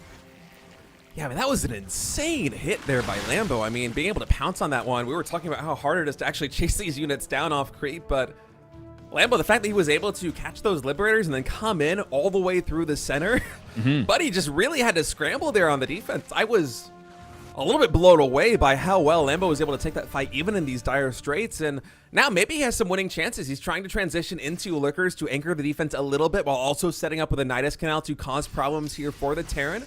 And if he can somehow manage to maintain this base at 9 o'clock and the base over here at the 6 o'clock position, while also putting some pressure back on Bunny, he might be able to turn this game around. It's definitely still possible for him. It would have been really nice if he could have either A, knocked out that 5th base, or B, gotten a bunch of SCVs with that attack. But yeah, I'm impressed that Lambo's even still in the game at this point. But Bunny, even though his momentum was kind of broken. Oh my God, the Spore Crawler. That's a very nice Spore right there. Bunny with a bit of a YOLO move, as is his MO in general. Vipers are going to try and track down these medevacs. A couple Parasitic Bombs or even a couple of Ducks should be able to clean this up. But Bunny, to be honest, he's looking to trade out supply. Oh, Viper, there we go. But what felt like a position where Bunny was just going to effectively parade push across the map with Bio, Widow Mine, and prevent Lambo from ever taking a 5th base, eventually take down that base at the 6 o'clock position. Lambo has been able to work his way somehow into an effectively stable late game where Bunny is throwing away some units. Of course, you can see there in the units lost tab. It cost Lambo a lot to achieve this. It's a minus, it's like a 5K differential in terms of total resources, which of course is huge. But I mean, it's honestly a testament to how well Lambo has been able to navigate out of a really troubled position here into the late game. Yeah, considering how this started, that's actually amazing for Lambo. We are going to see a couple of Ducks coming on in. The Ghosts were not able to get those EMPs and prevent the Vipers from spellcasting. Still a bit of a bloody nose for Lambo, but at least he picks off some key units. The problem is, even as Lambo is in a stable position going into this late game, Alcyone is a situation, a map, where Terran is very comfortable playing the late game, and a Snipe's going to find a bunch of Lurkers on that top side. That's the thing, is yeah, Bunny lost his opportunity to win this game in, like before the 12-minute mark, but Lambo is still not in a comfy position by any stretch, and he's actually going for a ton of Lurkers here, adding that adaptive talents. I think he might just go for broke with one hammer blow of an attack and try and get something done. But Bunny's defense is set up. There's so many sensor towers. There's so many planetaries, so many Ghosts, so many Liberators. Even missile turrets. This is just going to be so tough to find an opening for Lambo. Yeah, Lambo basically on his last legs right now in terms of economy. And those Vipers, or not the Vipers, excuse me, the Lurkers being the transition of choice here against the Ghost Liberator. It will be a little hard to make this work, but with as many Lurkers as he has, maybe he can find his way. I'm trying to walk myself through how this would work here for Lambo. Yeah. It is tougher. It is tougher now that I'm trying to theorycraft this out loud. Yeah, he is just in a tough position. He needs to find some angle, and I think the Lurkers are going for it right now at the 12 o'clock position. He should be able to take this base out, but I think almost beyond my expectation. I was thinking that Bunny would probably just go through the center of the map and trade out that way, but instead, he's going to bring everything back home and try and clean up these Lurkers. I mean, I really thought he would just use the Liberators to defend and then push through the middle, but... Oh, Lambo. Oh, no. Oh, he's going through the fight. He's fighting in the mid. Okay, we got to take a look at the battle report and see what died there for both sides. Lurkers are going to escape through the Nidus Worm, but that was a lot of them that went down. 9 Lurkers, 7 Hydras, a Viper. He did get 8 Ghosts, 6 Liberators, and he killed the base. I honestly thought that would go worse for Lambo, like a lot worse for Lambo. Nidus Worm in the main base is going to get jumped. 3 Lurkers pop out, but this is enough to deal with this. This will not get out of hand for Bunny. Lambo trying his best and making a couple of nice maneuvers happen, but I mean, he didn't. He gave Bunny a small bloody nose at the cost of his hand. Yeah, and just, you know, look at the income differential for the past 9 minutes or so. Just so much in the advantage of Bunny, and Lambo's trying everything he can to buy time with these Nidus networks in the main base, but really his economy back at home, even with 67 drones, he is running on fumes. These bases are almost completely mined out. That gold base only just now getting close to being established, and all Bunny has to do is really take out that one gold base in the center, and Lambo is effectively not going to be able to reach maxed again. He is very little left in the tank in terms of economy. Maybe one more good fight in him, but I don't know if Bunny's going to give him the time to even remax with the spellcasters or the units on the ground that he needs to take a potentially favorable fight. I mean, look at this army from Bunny. It's just... The Ghost nothing Lambo has can really deal with this. He doesn't have a Viper on the field. He can't abduct the Liberators. The Ghosts or the Liberators would probably be enough here, but the fact that he has so many of both is going to make it so that Lambo's army just cannot compete. Even with Lurkers getting some good spines on those Ghosts, it's just, what are you going to realistically do? And Lambo going to tap out just as the nuke lands on that, what, fourth base? Yeah, the 4th base. Yeah, that was that was honestly, considering the start, or at least not even the start, the mid game. Considering the mid game there and how close Lambo came to actually just dying, he actually did make something out of that game. But it doesn't matter if you make something out of the game. It's the score that matters. And Bunny wins the map still. Bunny knows, of course, that, you know, even though he may have lost his opportunity to win that in 9 minutes, 10 minutes, he knows he was not really at risk of actually losing that game at any point. I mean, the income graph there at the end that Mapu showed us kind of told the story in terms of what a commanding position Bunny was in, even after that planetary fortress on the top side was under threat. Is Lambo, with one heroic engagement, he did make a show of it. He was able to fight back a little bit, but in a situation like that one, where it's the Terran who is outpacing the Zerg in terms of economy and has been able to assemble an army as refined as Bunny's was, you don't really have a lot to play with there as Zerg, unfortunately. So Bunny can take game 1 of this best of 5 in a pretty convincing fashion. His early game was absolutely fantastic. Lambo, of course, did have that one engagement that we mentioned, but I guess game number 2 is ready. Let's see if Bunny can keep the pedal to the floor here in game number 2, or if Lambo's going to fight back, as we have spawning in the top right side the German Zerg representing Shopify Rebellion. It is Lambo. And his opponent spawning down on the bottom left for Team Falcons with a great game number 1. Looking to, like you said, keep that momentum up. It is Bunny. We could potentially be looking down the barrel. It's game 1. I don't want to count Lambo out. He made some good maneuvers, but I'm just thinking about the concept of we have all the best of 5s going 3-0, and then all the best of 7s going 4-3. How funny would that be if that happened, just from like a narrative standpoint? Just the silliest situation. It would be kind of insane, honestly, especially given how well that Lambo played earlier on in the lower bracket. The fact that he was able to 3-0 stats of all people in PvZ in such a commanding fashion. I mean, he has been playing on fire today, and even in game number 1 here against Bunny, while it was very shaky in the early game and Lambo found himself in a undesirable position, he did make a show of it. And Steadfast, you are right that at the end, really, it is just the score that matters. Bunny did get the win, and just took him a little bit longer than he would otherwise. But Lambo showed that he can go tit for tat a little bit. It just needs He just needs a little bit of a better start, I think, to get into the mid game on even ground. And I really do believe he can still bring the fight to Bunny, but yeah, it would be pretty wild if we had another 3-0 in the best of fives, especially considering on day one, I felt like basically every series went to the final map. Yeah, it's... I mean, if Bunny's... And Bunny's going to be playing to win. Like, he is absolutely going to be willing to... If he doesn't win in the first, 8, 9, 10, 12 minutes, he is totally willing to go to a 45, 50-minute game to make sure that he grinds that victory out with ghosts, with planetaries, with liberators, as he should. This is, the tournament of the year. Oh, wow, that was actually a little bit of miss micro from Bunny. He didn't get the click on that drone. That's actually very surprising. You can tell he wanted that one back. Yeah. that Reaper was knocking on the door. Let me in, let me in. Let me kill that drone, but... Oh my God. Look at this. He is planting it on the low ground, Bunny, you absolute madman. At the gold base. Are you kidding me right now?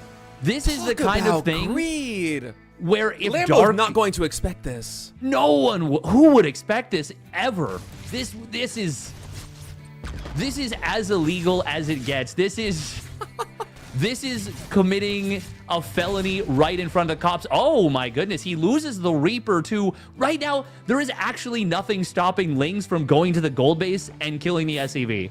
Obviously, Hellions are on the way, but Ling Speed is going to be done at 3:30. The only thing is that Lambo, of course, doesn't see it, and I don't think he saw the SCV cross that threshold.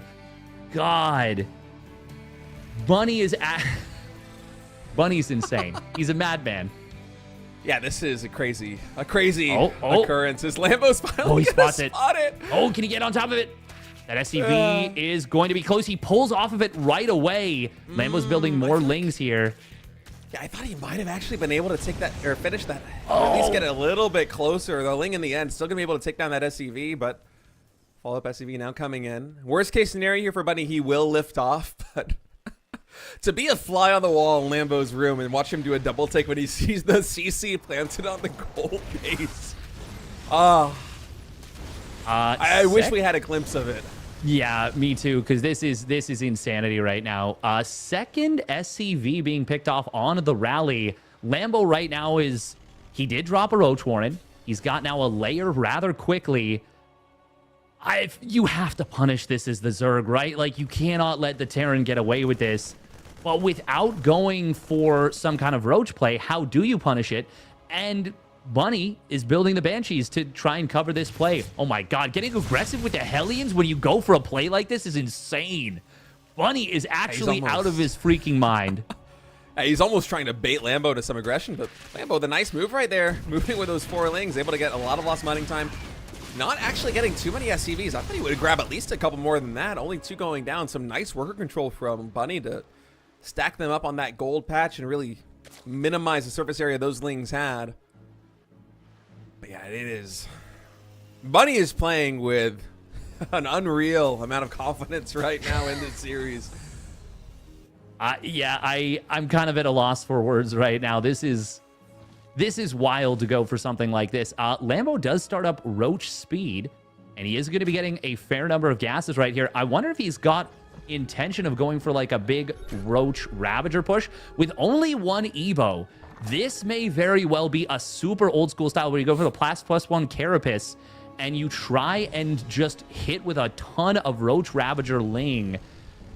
This is pretty interesting right here, but as the scan comes down, he might actually be thinking, okay, you've seen the Evo. You think I'm going to hit this timing later? I'm going to hit it now with Queen drops. Oh, this is potentially a very smart move from Lambo. But Bunny...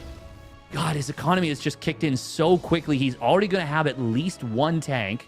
This was a cloakless Banshee, I believe. Right? Just the one? One cloakless Banshee? I think it is no just cloak. The one, yeah. And no just cloak coming the in. one. Okay. But here come the Queens slowly walking across the map. Bunny, alarm bell is going to be ringing in his base right now. Surprised he's not throwing down any bunkers at all. Okay, finally one going on the left side of that command center. He is really, really pushing it to the limit here on the defense. That scene shake, I'm not sure exactly where it is stationed by this gold base, but Bunny, he has to wait until 1-1 to really try and take a favorable trade. Okay, it's all the way back here. This is a position that he can micro back to. Yeah, but and with those queens, Rainbow should be able to shoo away the Banshee, and now attacking in like this, I feel like there isn't really enough bio on the ground. The second siege tank now sieging up, some really good focus fire on those roaches by those tanks. Oh my god, Bunny. But still, Lambo has just barely enough to breach his position, especially with reinforcements streaming across. Corrosive Bile's going to finish off the second tank, and the gold base has successfully been punished. The most random bunker of all time in the backfield may end up stabilizing the position. Actually, Lambo going to lose 2 Ravagers there, and that may not seem like the biggest of deals, but that actually is a pretty big deal because now he can't one Bile down the tank. And actually, Bunny is going to be able to scramble together this defense. He's got the 1-1 on the bio. He's got the combat shields. And despite all the damage Bunny just took, I actually am totally fine with his position. Yeah, and let's not forget that Lambo is sacrificing a little bit of his upgrade timings to make that attack happen. So much of it. Delayed the Evo. He's only just now adding in the second Evo. +1 Carapace has only just begun, and soon we're going to have a 2-2 Terran against the Zerg with only +1 Carapace for at least maybe a 20 or 30 second window. And knowing Bunny, he is not the kind of player that would like to miss an opportunity to an attack with an advantage. So even though Lambo was able to unseat that gold base, I'm a little bit concerned about where this game is going to head in the next couple of minutes, because the aggressive potential once Bunny launches the attack with 2-2 online feels really big here, Steadfast. Yeah, this is so unfortunate for Lambo, because if he had just stopped after he forced the lift at the gold, after he killed a bunch of those units, killed the first 2 tanks, and it just backed away with the Ravagers, the Queens, maybe dropped a little bit of creep, done that Cyril-esque maneuver he did against Maru. Although that's a little bit extra, but like that's something you can do with 2 Queens and an Overlord. You just fly them around the map, drop creep tumors everywhere. If he had done all of that, even just saving the units, he would be in an amazing position right now going into the next stage of this game. But because he didn't back away after this, hold that thought, we actually do see a big attack, big drop coming into natural. There's not enough here for Lambo to deal with it just yet. Love a snipe attempt maybe on that Spore Crawl, but it looks like he just wants to make sure Lambo deals with this push while he's pushing at the front. Lambo struggling to split the army a little bit, but he's doing a good enough job. Going back to what I was saying, if Lambo had just, been able to pull back that, whatever you call it, the yoke, the thing that controls the plane. Yeah, the Top Gun, the Tom Cruise. If he could pull back the Tom Cruise, he would have been able to be in such a good spot. But losing those additional units allowed Bunny to stabilize really comfortably and resecure that base. Oh, Corrosive Bile's on the medevacs. Ooh, wow, that's a big find for Lambo. And you know what? Lambo actually catching Bunny sleeping. Lambo's going to be maxed out on 1-1 and a ton of Roach Ravager. How many tanks do we have on the field right now? Lambo's macro behind us has been very good. Oh, actually 5. Wait, oh my god. Hold on a second. Lambo's on 56 drones in max. He basically has to attack in a Bunny to be able to play this game from this position. But Bunny with 5 siege tanks and 2-2 done. Even those Medevac also just acting as an observer, just following the Roach Ravagers. He is bracing for impact. And I feel like there's just too many targets for Lambo to try and bile down. Look at this arc of the siege tanks with the Liberator. All right, Lambo's coming. We do see Lambo attack in on the third base. Biles are going to land on the bunker and on the Liberator. But oh my goodness, look at this flank coming in from Bunny with the 2-2 Marines. The siege tanks locking down the position on the left side, and Lambo, that army just gets blasted to another dimension. He was maxed, and you blink an eye, he's back to like 100 supply. Those 1-1 Roaches attacking into what, 5 siege tanks? 2-2 bio with that flanking setup on the Ravagers. Buddy is 1 map win away from going up against Showtime, and he is looking really good right now, Steadfast. He is looking locked and dialed in. That was honestly just a phenomenal game out of Bunny. And it almost feels like the gold base in its entirety was a bait. Like the whole time he was like, hey, Lambo, come get my gold base. Look, the Hellions are gone. You should come kill the gold base. And then he loses 2 SCVs and you're like, no, not like that. Not like that. But then he actually defends, manages to draw him just a little bit too far in. And even as I was saying that, I was looking at the supplies and I'm like, Lambo's maxed out on a huge army, but Bunny was ready for that next stage. He knew that Lambo was probably going to try and go for something very aggressive. Like you said, the 2-2 was done. The tanks were in such a good position. And then even that flanking drop coming in to hit the Ravagers on the backside, like phenomenal stuff out of Bunny. And we're going to be going into game 3. And I got to agree with you. This is looking very scary for Lambo going into this. But can he recover? Spawning up at the top left for the Shopify Rebellion. He needs your energy. It is Lambo. And up 2-0 in this series, looking to close it out and go up against Showtime in a best of 7 to qualify for EWC. It is Team Falcons Bunny. And with how well Bunny has been playing today and some of the crazy moves that he has been making, like that gold base on the low ground, fast third against Lambo in game number 2, I feel like Bunny is basically seeing through the Matrix right now. He is playing so well. His opening series against Firefly was basically perfection every single game. There were maybe a couple of interactions you can count on one hand that didn't go Bunny's way. And similar here against Lambo. Lambo, yeah, he was able to have one really good fight there in game number 1, which stabilized him for a little bit. But in the end, Bunny still got the advantage. And once more, with the gold base, Bunny kind of forced him into this position, or I guess not forced, but he baited him into this position where Lambo basically locked himself down on this 1-1 tech. And it's like, yeah, okay, you killed the gold base. You got, what, 14 SCVs. You killed a siege tank. You reset the bio count a little bit, but behind all of it, Bunny just pumping the upgrades, it almost was as if...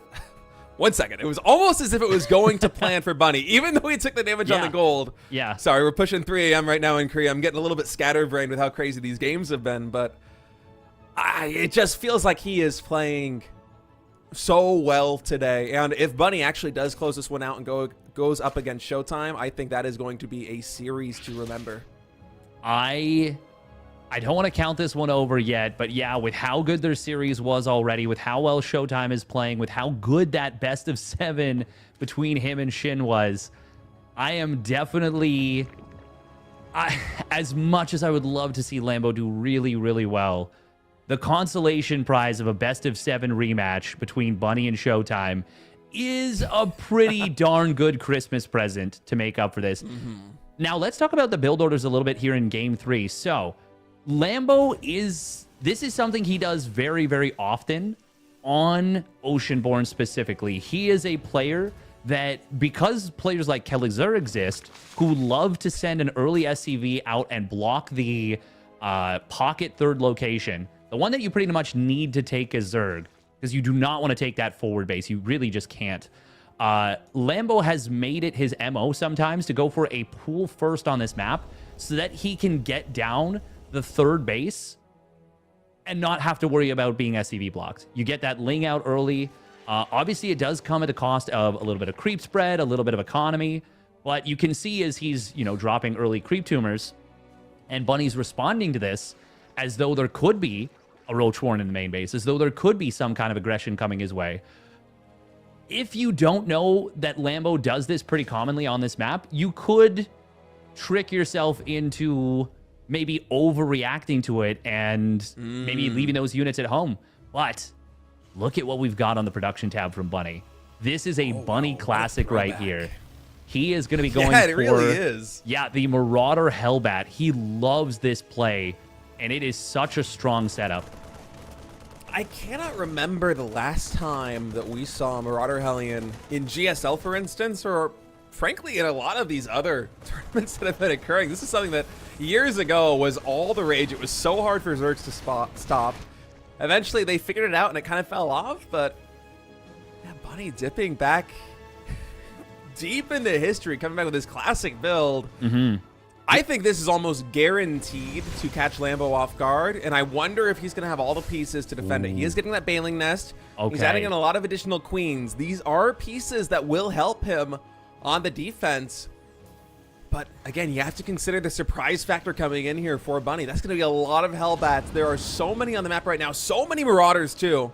Yes, I think Lambo, with the spot on that Viking, has interpolated or has managed to figure out enough information that this is a 2-base play, and that's why he's thrown down that Baneling nest. He's got that Overlord that was able to get into the main base and get the Scout. We've got a Spore Crawler coming up now. He knows that this could be just 2-base Liberator or 1/1/1 Liberator, but here comes the Hellbats. The Baneling nest is just now finishing. 7 Banelings are going to morph in the backfield. Can Lambo by the time he needs? The drones are a little bit surrounded. Queens are getting jumped on. Transfuse not going to be able to save them, but a nice snipe on the medevac. However, this is looking very scary for Lambo. He's buying the time, though, and keeping the drones safe. Bunny needs to split against these Banelings. The split is immaculate out of Bunny. Oh my goodness. And now the Queens on the left side are getting chased down. Queens on the right are actually doing pretty well, but the kiting for Lambo isn't going to be enough. The medevac going down has really cut down on the sustain on this attack. Yeah, the fact that the medevac went down means that although this fight being protracted like this should be benefiting Bunny a little bit more than it is, all these units, they are not healing back up. There is going to have to be a transition coming in, and Lambo, by the skin of his teeth, is going to breathe a sigh of relief and hold on. Now, that wasn't a very cost-efficient trade there for Lambo. So many queens went down. So many lings went down. 9 queens in total. But he preserved the drone counts, and also for Bunny, this was an expensive push. This is something Bunny was hoping would potentially end the game. So Lambo is going to be counting his lucky stars that he was able to surprise. And my goodness, what a close hold. If one of those medevacs stays alive, I think this game might just be over. Or if it's not over, Bunny is moving in with a huge lead. But Lambo being able to get that snipe and now intercepting this Liberator has got to be feeling really good about the way this one is developing. Yes, even though he lost the Queens, his creep spread is still pretty good on the map right now. It is by no means been cut down. There's still tumors ready to go. Oh, drop? No. Okay, we're going to see the drop in the natural. This is going to be Hellings into Hellbats, I believe, but Lambo is in position. Queen's going to get the jump on this. Spore Crawler's going to reposition, and now even this Overlord that would have taken, I don't know, a year and a half to kill does get saved by the Queens coming in. Still a cancel on the 4th base. That's pretty nice follow-up damage from Bunny, and he is transitioning through this. 5 more barracks out of Bunny. Is this going to be an 8 racks, or is he going up to 6? Yeah, this is going to be an 8 racks, right? Yeah. This is an 8 racks. That's going to be 8 racks, 1/1 with siege tanks coming in as a transition here. And Lambo, he has been able to work his drone count up pretty healthily. Oh, watch out with those Hellions. Oh. Almost surprised Lambo didn't pull the trigger right there with the Banelings on them, but I would have liked to have seen that. I think that would have been worthwhile.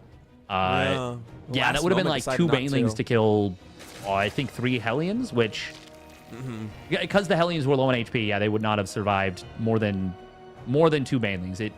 That would have been probably a worthwhile pickoff, but overall, I still do like Lambo's position. However, he needs to identify that this 8 racks is coming through. He's got a lot of tools to be able to deal with this, but he needs to be careful that he A, doesn't over-drone, and B, doesn't take a bad engagement expecting a smaller army than is there at whenever this, initial engagement kicks off. Yeah, Bunny is producing Marines 12 at a time right now, in addition to a constant stream of siege tanks. This Liberator going to be disrupting the mining a little bit here at the natural expansion of Lambo. Actually, going to be able to save that too. And can we get a check on how many siege tanks are on the map? As Bunny is starting to move forward. Okay, only 3 siege tanks. It's mostly Marine tank, which again, kind of a throwback composition here, as Bunny is looking to basically parade push this right before 1/1 is done for Lambo. Lambo looking to get this around on these units that ventured a little bit too far for the protection of the siege tanks. And I think now he is realizing the severity of the situation. Oh, a couple of stray Banelings getting chased in. That was a pretty expensive fight for Lambo and really didn't achieve much. 1/1 will complete for Lambo, but that was a brutal anti-timing for him to fight right there. Bunny, though, has a lot of creep to work through in order to gain momentum with this push, but because of how chaotic this early game was, Lambo's not been able to take down the rocks in the middle of the map. We do see a big counterattack coming across the map, which is very good against 8 racks style aggression. And there's nothing around this 3rd base. 1 siege tank, that is not going to cut it. More Marines will come back here. Oh, target fire on the Banelings from the siege tank. Very good. But with no medevacs for that bio, Lambo's going to be able to take a pretty decent fight Only 4 SCVs go down, but it is a lot of lost mining and a lot of SCVs going down, or rather a lot of Marines going down, and now that's going to allow him to jump on this army in the middle. Only 2 tanks set up. Third one gets here a little bit late to the party. The siege was quick from Bunny, but it's still just enough for Lambo to whittle down this push from Bunny. Yeah, Lambo did take a little bit of the wind out of the sails here of Bunny, but let's not lose sight of the fact that Bunny is still ahead in army supply. Once he musters all of his forces at the front door there of Lambo's, one Baneling runs in and just gets all these SCVs on red. I'm a little bit concerned because if Lambo does not get the Baneling connections that he needs, with so many resources invested into 2-2 and Hydralisks, his army is not going to be able to withstand the force that is Bunny's. Army supply is very even right now. It all comes down to the Banelings against this Marine composition. Bunny, the splits have been good so far. Lambo testing the waters, going for a counterattack again. These are the plays that he needs to make if he wants to hold. That will force, once again, a ton of lost mining time. Only 6 SCVs going down, considering the fact that all those SCVs were super wounded up, is pretty impressive that Bunny was able to pull so quickly. The siege tank count has been significantly cut down, but Lambo, yeah, like you said, he's got to be careful that he doesn't take any overcommittal engagements. The fact that Bunny's even still in this game right now with how this has gone is very impressive to me. We're going to see the attack coming in from Lambo, and he will shut this down. There's only 1 siege tank there. Lambo able to hold the push and will prevent the sweep. Yeah, that was scary, though, for a moment. Those counterattacks really pulling the heavyweight for Lambo and slowing Bunny down. I think even at the very end of the game, had Bunny had all of his forces in the front, had Lambo not gone for those counterattacks on the third base, Bunny still has a winning chance. The army supplies were very even. It was still 1-1 to 1-1, and Bunny, his Marine control was pretty spectacular over the course of, well, frankly, this entire series has been so good with the splits. But Lambo just kind of making Bunny fight with one hand tied behind his back, because these Lings were such a huge threat on that third command center. There was no bunker. There was only 1 siege tank to cover them, and of course not very many medevacs as well to provide healing for those Marines. And luckily for Lambo, he is able to skirt disaster, because that was a very scary game. Again, coming off of a Hellbat Marauder push at that third base, which very nearly ended Lambo's run. For him to be able to fight back like that one and then withstand the force of the 8 racks, it's going to breathe some life back into Lambo in this series. Yeah, that was just a really outstanding recovery. Because even though, you know, he didn't take any drone losses, he was able to have his creep still up and running. It was still a very uncomfortable situation. Losing all those queens, things could have very easily still gotten out of hand. The Hellbat follow-up, the Liberator follow-up, Lambo dealt with them perfectly. And he has certainly found a little bit of momentum for himself. Can he keep it going? Spawning up at the top left for the Shopify Rebellion, it is Lambo. And still only 1 map win away from closing this thing out and moving on to the final qualifying match of the EWC. It is Team Falcon's Bunny.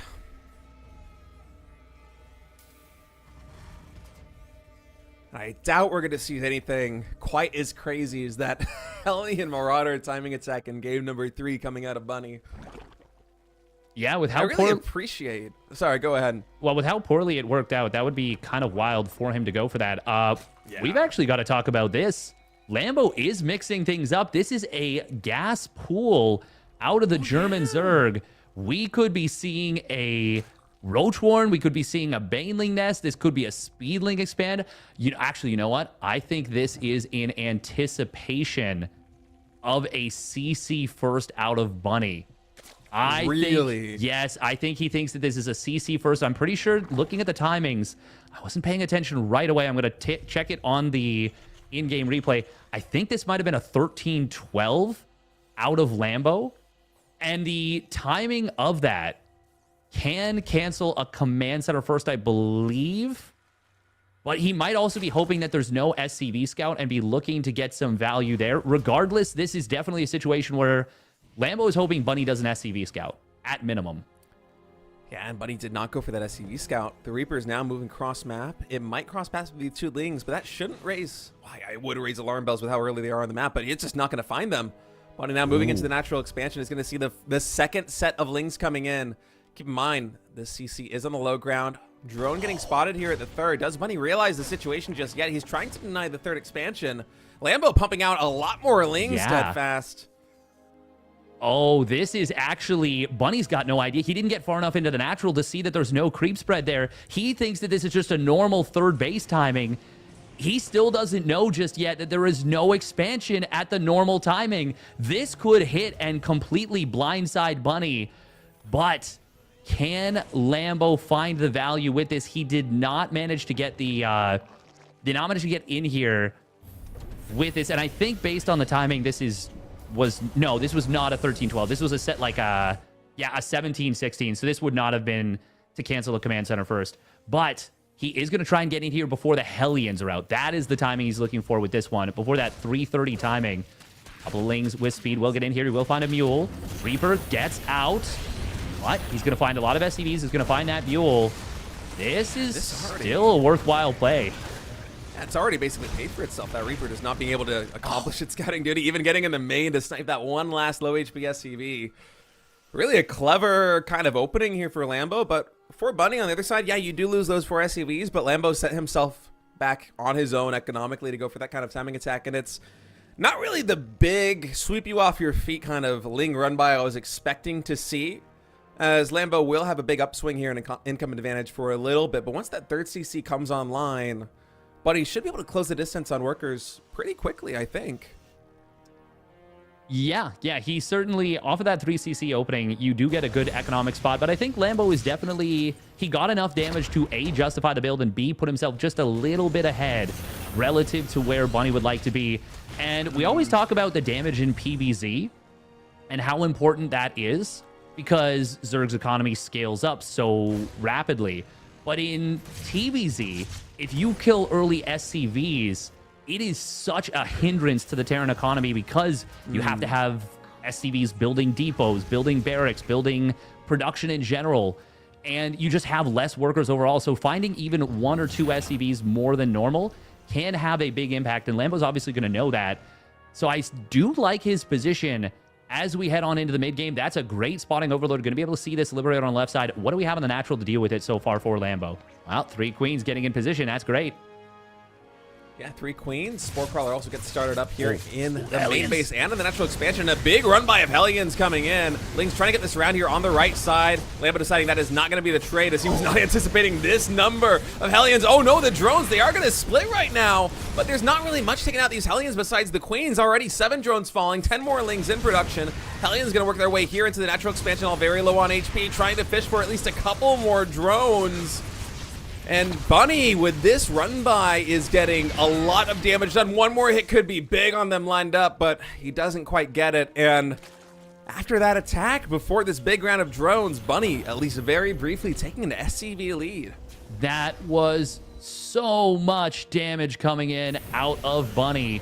And that is that's as old school as it gets. Basically, since the Liberator came out in Legacy of the Void, you had players going for Hellion Liberator. Liberator on the back, Hellion run by at another base, but Lambo with the Lings not in great position. The drone pull at the third was not timely, and the Lings were not able to do enough to slow that down. Bunny finds gigantic damage, and now the German Zerg is going to be in... Oh my... He's in so much trouble in this game. Taking that amount of damage is... There are not a lot of Zergs I see able to come back from that kind of damage in the mid game. I'll put it that way. Yeah, especially against an opponent as strong as Bunny has been in the mid game over the course of this entire qualifier and leading to this event. As he's powering up with 1-1, Bunny still a touch ahead on upgrades from Lambo. Should give him about a 15 or 20 second window should he decide to attack as soon as those upgrades are done. And Lambo, to his credit, he is trying his best to find some kind of play to make something work. He's making a lot more Lings right now, actually cutting drones. I think he knows that because Bunny was sacrificing his military production and putting so many resources into the Hellions with its 3C that the bio count isn't going to be that high right now. He's hoping to catch Bunny out of position, get a surround on these units, and potentially whittle down the Terran bio ball before it reaches critical mass. But is he actually going to be able to find that angle? There are 55 Lings now on the map. That's going to be tough. Bailing's Nest almost done, too. Yeah, he's not going to have Baneling speed for this. He's not going to have that 1-1. I think Lambo might even be going for just a huge counterattack to try and shut this, get a bunch of economic damage. Oh, Yeah, the that lanes could be do it. give these units the slip. If Bunny's not quick on the lift. Oh, boy. Oh! Okay, he's got to lift in the main, though. Lift in the main? Yeah, okay. Oh, no, this is actually worse for Lambo. These lings are now trapped. Bunny can come back home. Oh, this is actually worst case scenario for Lambo considering he got in. I'm not stuck in here with you. You're stuck in here with me, says Bunny. As those lings run into the natural expansion, it's basically a trap. I mean, I love Lambo going for that kind of counterattack play, but that just absolutely backfired on him. And it was almost an anti-timing, too, because 1-1 was not yet done for Lambo, and Bunnies had just finished. Those Marines were laying down so much hurt. This scan coming in on the hatchery all the way at the 11 o'clock position, and Lambo's just going to instantly vacate it. He knows that he needs Bailings. He knows he needs Bailing speed if he wants to take a fight to Terradin. Bunny's army supply almost double that of Lambo. Lambo threw away so many lings. He needs to buy time. He's going for another counterattack here at the third. This should find damage, but actually hold the foe. That is so many Marines coming in from the natural expansion. We have the armies actually clashing now at 11 o'clock. Lambo trying to find some angle in on these Marines, but the siege tanks pushing them back. And this hatchery, it is so low on HP. Lambo, he is fighting for time right now. He knows he needs to recharge. I don't think he has enough on the ground. The Ling's coming back to reinforce. He's looking for this round, both on the high ground and the low ground. Gets the siege tank on the bottom, but there is just way too much bio. Yeah, the two Marines holding the line there outside of that high ground base. Not letting the Lings get the wraparound. Lambo will be forced to tap out. He knows how far behind he was after the damage he took from the Hellion run by. The damage he took trying to get a Ling counterattack that really got no damage besides a little bit of lost mining time for like 35 Lings. Oh, that is a rough one for Lambo because he was starting to gain momentum in the series. He actually had a great defense in Game 3. A pretty good opener in Game 4 that I would say put him just a teensy bit ahead. But those Hellions, they're crippling when they get that kind of damage done. Great job from Bunny, though. Drones. Double-digit drones is just so much damage. Plus all the lost mining time, plus the Lings going down, plus more Lings needing to be built. It's a disaster. It is a disaster for the Zerg and no two ways around it. Yeah, well, Bunny going to advance with a 3-1, continuing his hot streak here in the lower bracket, and he's going to advance to play Showtime in a little bit in the final series of the day, a best of 7 to qualify for EWC. Now, that series maybe wasn't as long as Showtime might have hoped to try and collect himself after fighting really a war of attrition against Shin in the longest and most dramatic series of the qualifiers by far. And this is going to be eventually a rematch of what was my favorite day one series, Showtime versus Bunny, which went all the way to map number 5. It was neck and neck. It had a lot of the same hype and really exciting battles that Showtime versus Shin did. And I'm hoping that Bunny able to ride this momentum and Showtime able to reset from that finals and collect himself for this last match is going to deliver as much as it did on day number 1, because those games were so good, and I think the potential in the pipeline is going to be really nice.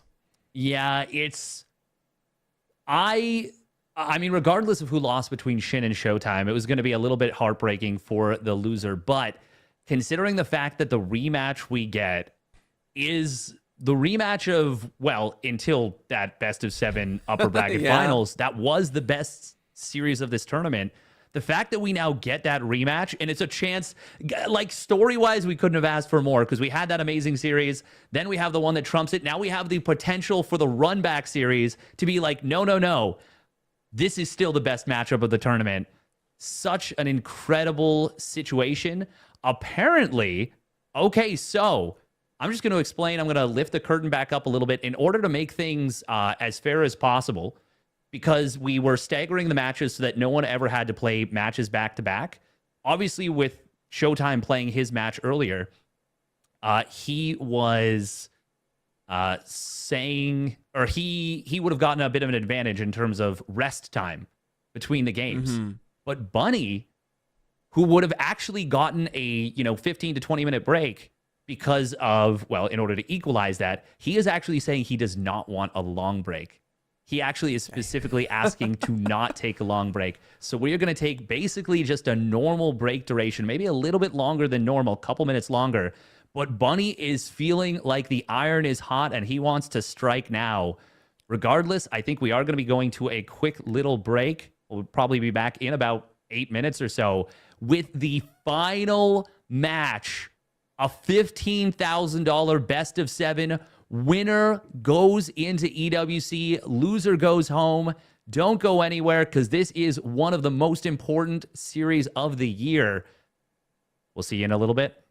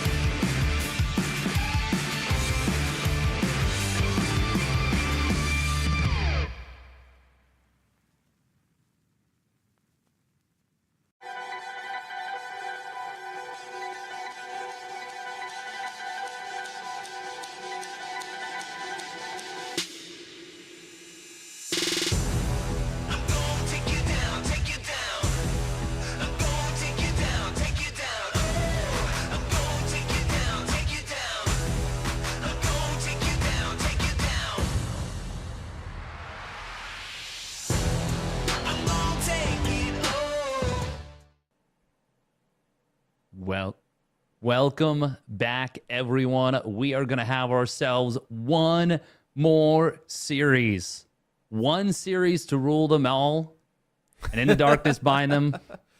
I botched it, but I don't care because this is hype as hell. State, how are you doing? I know it is late in Korea, but this has been a hype day of SE2. Yeah, man, we are going through these games really fast, too. They have been so action-packed from start to finish, from the first couple of 3-0s to that epic best-of-7 between Showtime and Shin that propelled Shin into the EWC. And now it is Showtime's chance to seek redemption here as we take a look at the bracket. Showtime falling by just a hair in the upper bracket finals is going to have one more shot here against a bunny that has been so on fire today. Steadfast. And this is also a rematch of what was probably the best series, the most back and forth series, the most intensely competitive set of games that we had in day number 1. Bunny versus Showtime. Showtime is the guy who knocked him back into the losers bracket, and now we have the potential revenge match in this rematch. Winner qualifies for EWC, loser is out. They go home. This is your last chance.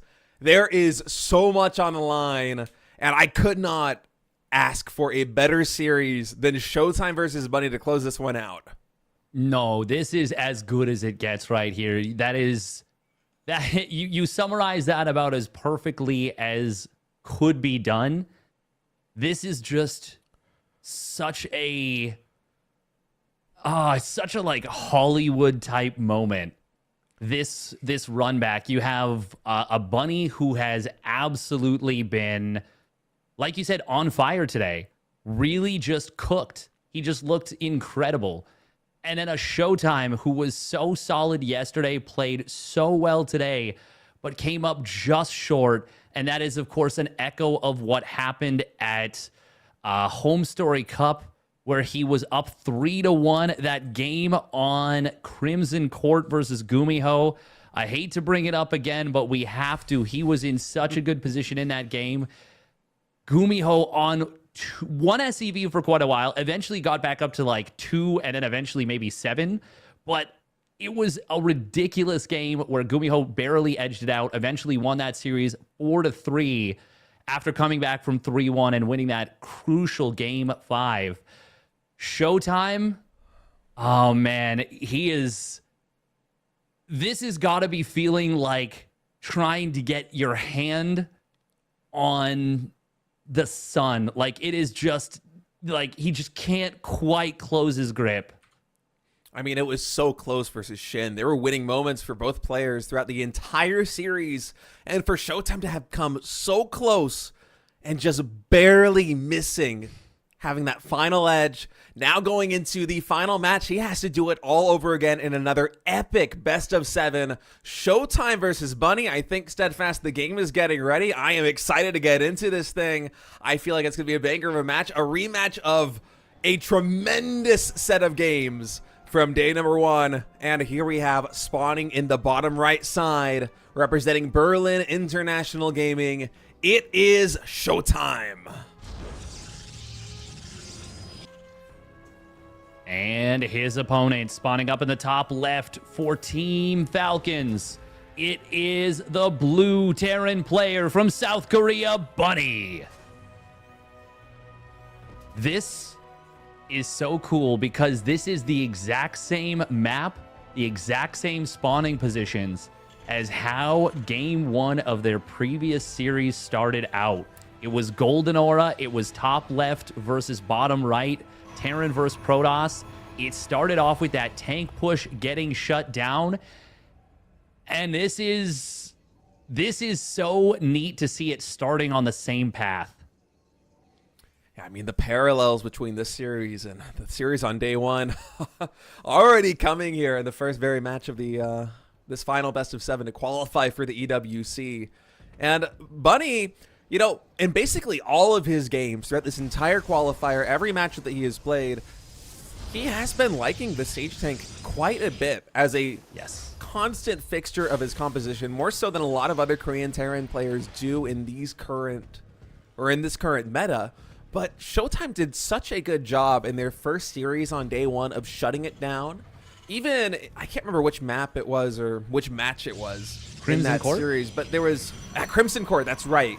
Crimson Court, Bunny went for another siege tank push after the failed one on Golden Aura, and he got so close to killing Showtime that we thought Showtime was dead. We were saying basically, GG, go next, this one is over.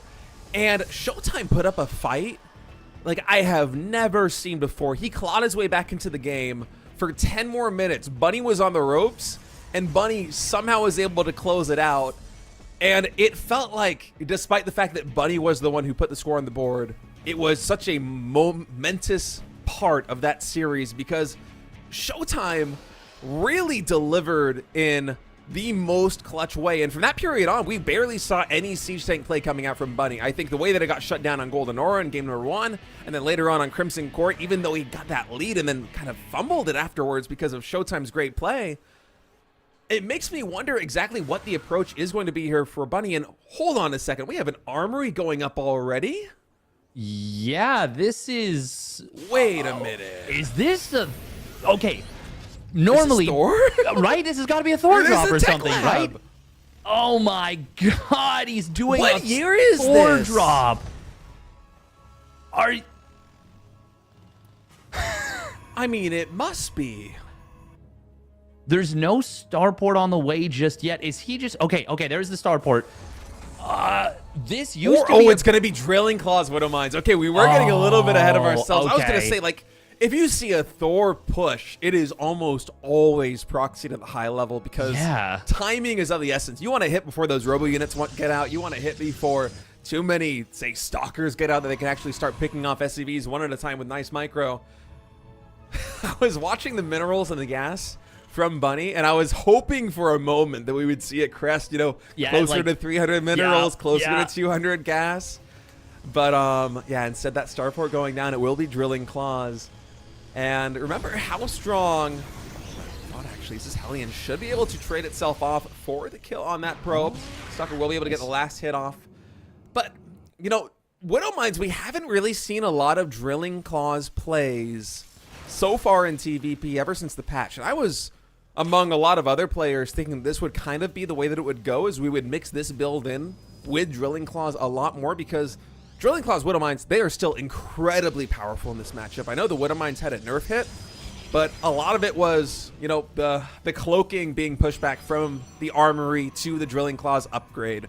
It was the attack notifications coming in. But should we get Drilling Claws, basically all of the old power of the Widow Mine is preserved. And this is the kind of drop that, should it come in, and Showtime is not completely prepared for this, could spiral the game very quickly. We have 3 Widow Mines in this medevac about to drop here in the main base. 3 Stalkers well positioned to intercept Steadfast.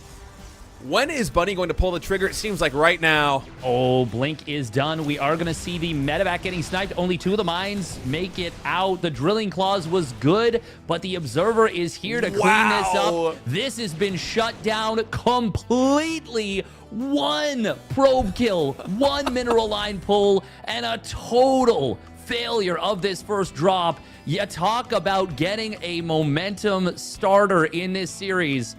It doesn't get much cleaner than that for Showtime.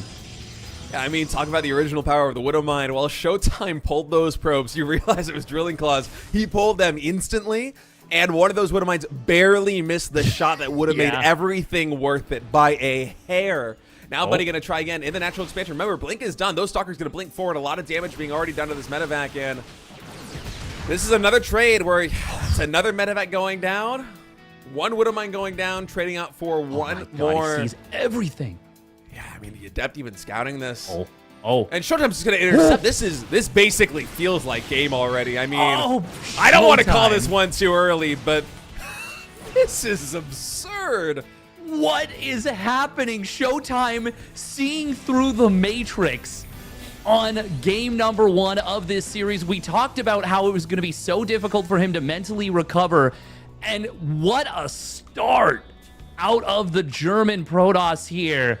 This was a dream start delivered on a silver platter, it feels like, to Showtime. Yeah, and Showtime knows that Bunny spent all this money on getting the Drilling Claws upgrade, on pumping out all of those Widow Mines, on bleeding out the medevacs. And in a position like this one, at this high of a level, Showtime looks at that and he's like, okay, you know what? I'm going to throw down a ton more gateways. I'm going to take my 4th base, and I am probably going to bring the fight to you. Thermal lands and the second Colossus underway. And Showtime, there are so many different ways that he can go about taking the game here in game number 1. He can either try and play a little bit defensive, hit a timing with, say, another Forge upgrade coming in as the second Forge just now starts. But honestly, if Showtime pulled the trigger and just went for the throat with 2 Colossus, Thermal Lance +1, Charge, and a Warp Prism, I genuinely don't know if Bunny would be able to hold, but Showtime, he's a lot more patient than I am. He's not going to jump the gun. He does not want to bungle this miraculous start to the series. He is going to try and be rock solid on defense and just absorb the impact, get further ahead. Yes, he will. And we do see Bunny. He's actually going to tunnel vision for this Nexus. He will get the cancel on it. Oh, the medevac goes down with the full payload. Bunny, if he'd gotten out with everything, that actually would have been very good for him. But the fact that he loses so much bio for this, it really makes an attack from Showtime even that much better. And a great spot on this drop. He's not even maybe going to be able to get out with this medevac. Okay, it is safe in the corner, but he can't get it back home now. Yeah, that is, what, 14 army supply for Bunny and just pretty much gone in the blink of an eye. Kind of absurd. He's going to try and greed his way out of this a little bit by throwing the low ground CC on the 4th base. And prepare another double drop here with this army in the center of the map. And, Showtime, a little bit of an uncharacteristic miss micro. Maybe he was expecting the Stalkers to kill that mine before he can get the shot off. And this Observer is going to catch this double drop worth of units moving across the map. Oh, brilliant force fields. More than make it up for losing that one Stalker on the front line earlier. And Showtime, I know he's a little bit down in supply, but that's because Bunny is basically all hands on deck in terms of pumping out bio and army. Showtime is getting up his second robo. He is re-expanding to this 4th base. He's getting double Forge upgrades. He's taking in disruptors. He's dealing with a drop again. And he is in a pretty terrific position, but let's not count Bunny out, although it's a 3K resource differential nearly at the 9-minute mark of the PBT. Insane. Look at this army that Showtime has, Steadfast. I don't even know what to say. It is so much stronger than Bunny's right now. There's no good answer to the Colossus because all those medevacs have gone down. You talked about it yesterday. When the medevacs die, you cannot either A, replenish them, and you have medevacs again, or B, you build Vikings and you deal with the Colossus. You can't do both. You cannot afford to do both. And Showtime, this is where he's finally put all of his money into that army supply. He doesn't quite have the 2-1 upgrades yet, so he might want to wait a little bit before he goes. But this is such a strong timing for Showtime. Bunny is going to really struggle to deal with this. 2-1 getting closer and closer to being done as Showtime moves up the 3rd base ramp. Zealots charging in a little bit. Showtime pulling them back. Disruptors are here in the mix. SCV's getting pulled. SCV's getting obliterated too by the Colossi layers. There's 5 of them go down. A lot of damage being done. Blink on top of the Vikings. The Charge Zealots zoning away the bio. And every single Colossus still standing.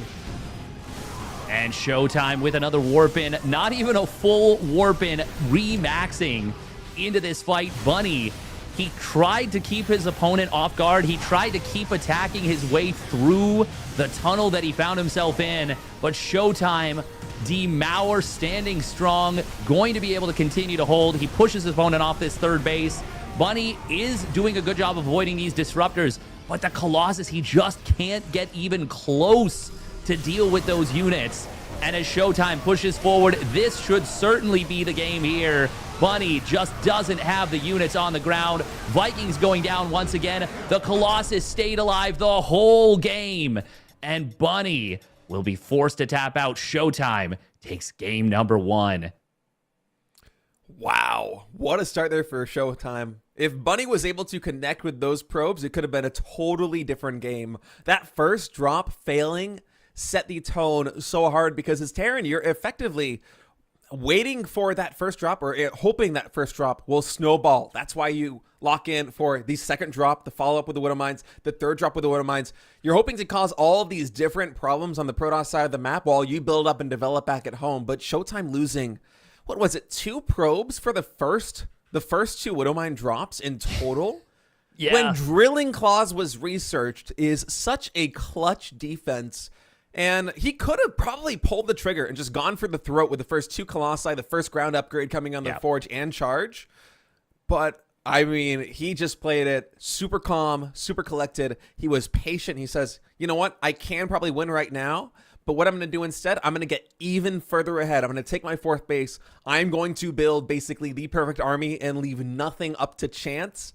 And what a convincing Game 1 victory. I love Bunny coming out with his build fresh out of the box. I don't know the last time I saw Drilling Claw play. It might have actually been Bunny in another GSL.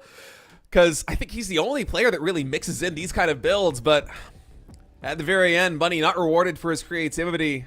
And it's this guy spawning in the top right who's going to go up 1-0. Representing Berlin International Gaming, it is showtime.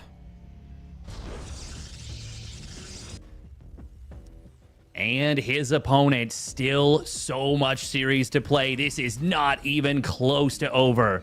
He can definitely bring it back, but he needs your energy for Team Falcons. It is Bunny. Man, that was a dream start to the series for Showtime. That one put to bed any questions of whether Showtime was able to recover mentally between the upper bracket semifinal and the lower bracket, because you can look at the first bit and say, okay, he was well positioned with his stalkers. He had the observer popping out. That's a little bit lucky, maybe.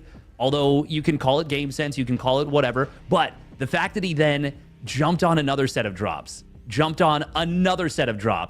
and then the first 2 bio drops get out, and he crushes that. That was clean out of D-Mauer. And I gotta say, though, even though that first Game 1 build failed here for Bunny, I love the range that he has shown over the course of these past 2 days. That's one of the reasons why he's here, is he's become, it seems, a lot more unpredictable, and so is Showtime. Bunny in this game going for a command center first, in Showtime blindly fast expanding to the gold. This is actually so good for Showtime because Bunny is not going to know that this is a 1-gate FE to the gold until so much later. The barracks isn't even done yet.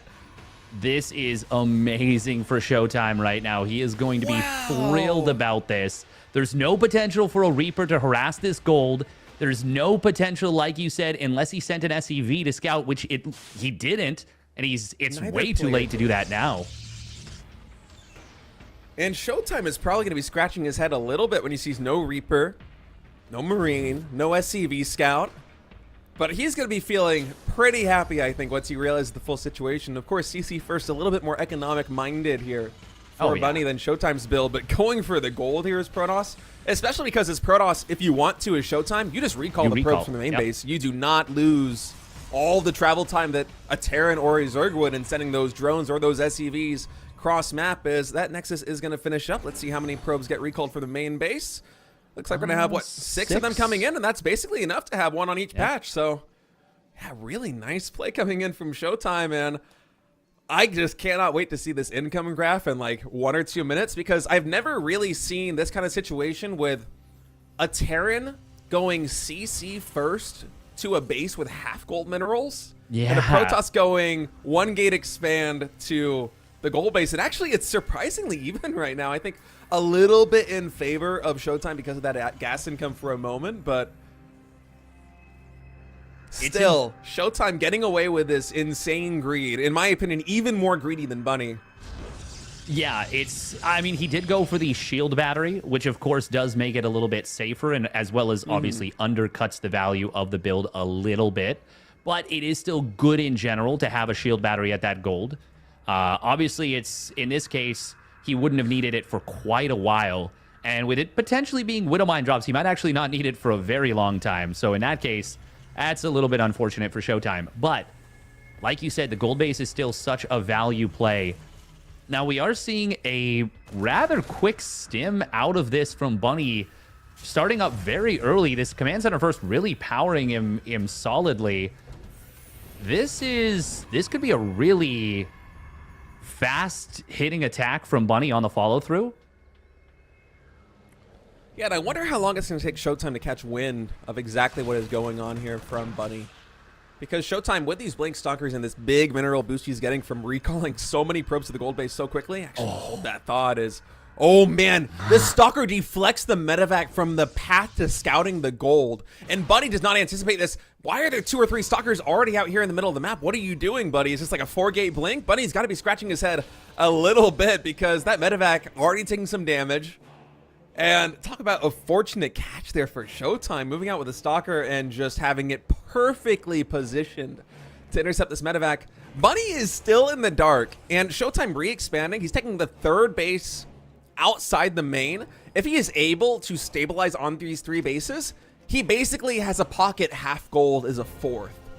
Which that's a good point, yeah. Is kind of insane. And also, it just makes sense expanding to the space in the middle because you're securing another anchor point with fast warp-ins. As this medevac is going to be in a little bit of trouble. And now the blink pressure commencing here at the beginning.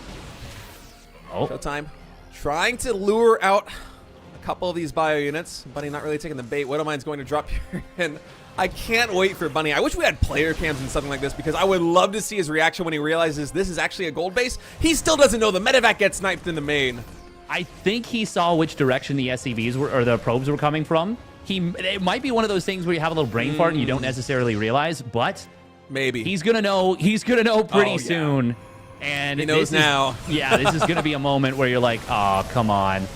This is a really fast bit of aggression coming in from Bunny, but Showtime's got so many Stalkers that battery overcharge, almost not even necessary to take that fight, but it's obviously going to help him so much. Oh, he doesn't even get a kill on the Observer, and now the Blink Forward is going to be able to find a bunch of bio units. Showtime going to chase down a lot of his opponent's army. Oh, can he blink away from that Widowmine? Does get the... Wait, did he? Yeah, he got the blink away. Yeah, oh my God. Not that time, though. It's on cooldown. Yes, that one, there was nothing to be done. He needed to see it earlier, unfortunately. But still, the fact that he was able to respond so quickly, Showtime is playing amazing StarCraft 2 right now. The reaction times out of him have been insane today. Yeah, Showtime is playing out of his mind. We were worried a little bit about the first best of 7 against Shin, taking the wind out of his sails and having to come back here and do it all over again against Bunny, an opponent who gave him so much trouble on day number 1. But here he is in game number 2, again in pretty commanding position. He is playing so well right now. And even the builds coming in from Bunny, they have been kind of curveballs too. I mean, yeah. Think about game number 1. Drilling Claws, Widowmines, perfectly intercepted. Game number 2, CC first. Now, a little bit of luck for Showtime going for the 1-gate expanse of the gold, but these have been some really interesting PvT games so far. Yeah, they certainly have. We do have to mention, Bunny in game number 1, of course, the macro was fantastic. That Widowmine, speaking of good plays from Bunny, that is a really nicely placed Widowmine. And when things were starting to almost feel unfairly in favor of Showtime, Bunny finally gets that big win that I feel like you need to maybe get a little bit of mental stability in a series like this. That's 10 supply down. That's no counterattack. We are going to see a big concave from Showtime jumping on top of this army. Bunny was not prepared for that fight, and he's going to lose 2 of the Widowmines before they can even burrow. Third one firing at a unit that had already died, so he gets no value from the mine. Showtime getting a lot of value out of these Blink Stalkers, and Bunny feeling compelled to pull the SCVs for a moment just to maybe not get run over. Obviously, we can see that was probably going to be fine, but this is such a good position even now for Showtime. Yeah, Bunny being caught unaware right there. His army with the Widowmines, it doesn't do too badly against what Showtime's got. It's basically just +1 Blink Stalkers and Zealots. The Widowmines, had Bunny been prepared for that engagement, could have gotten a lot of damage done on those Zealots, but the fact that Showtime got the pounce on that force is a big momentum swing, as Bunny was hoping to get a little bit of fight back, and now that he lost all of those Widowmines, so much splash damage, and Showtime is powering up on these 3 bases, I'm a little concerned for Bunny. I think Showtime's getting ready to pull the trigger and an attack here on this 3rd. It certainly looks like he wants to, but at the same time, attacking up a ramp without splash damage into a big Terran Bioforce is scary. And I do think Showtime is letting cooler heads prevail as he adds on that robotics bay, that second robotics facility, getting that pocket base that you were talking about, which is, yeah, such a huge boon to his economy now to have that coming online. I mean, this is still a game where it is absolutely not over. A lot of wins for Showtime, but Bunny does have a decent timing before that first Colossus and before really that second robotic facility kicks in. Can he make use of it? Bunny's he's going to have an EMP landing on that Prism. Yeah, that Prism will get taken out. No Warpins coming in, but at least for Showtime, this Prism is buying him a little bit of breathing room for this fourth base to come online in the pocket expansion. +3 ground weapons getting started here for Protoss as well. Colossi produce 2 at a time. Can we get a check of how many Vikings are on the field right now? Because I feel like Bunny is not really anticipating this. Only 2 Vikings. He's already going into Liberators.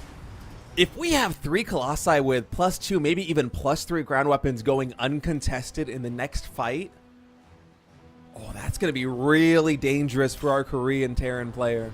Yeah, and it is worth noting that I think Bunny wanted those Liberators to be a surprise and show up at his opponent's bases when maybe a big fight was happening, or just have them come in and Showtime's not necessarily prepared. Maybe it's a bunch of lost mining time, but with Showtime seeing those Liberators, yeah, there we go. He is able to warp in Stalkers at this base. Bunny with a very quick reaction time. Nice pull from him. Both players playing extremely fast. It is, you know, they're playing at the top of their game today.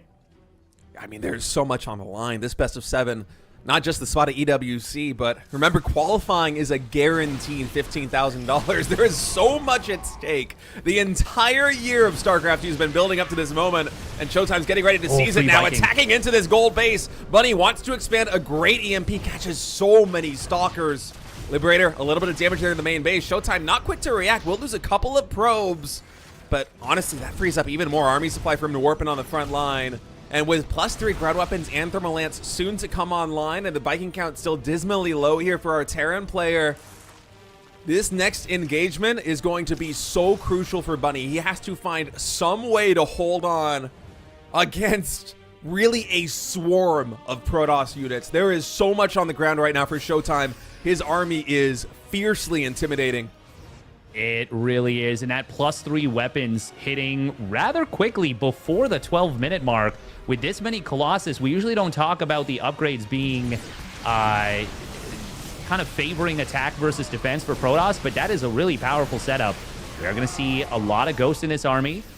The concave is good for Bunny because of those rocks around the watchtower. Showtime's going to have a tough time pushing through this position, and with the sensor towers, it gives an extra layer of seeming kind of security for the Terran. So Showtime may not feel confident to go for this attack, but he is getting a lot of extra gateways here. That's going to give him a very quick reinforcement into the fight. He's up to 5 bases now.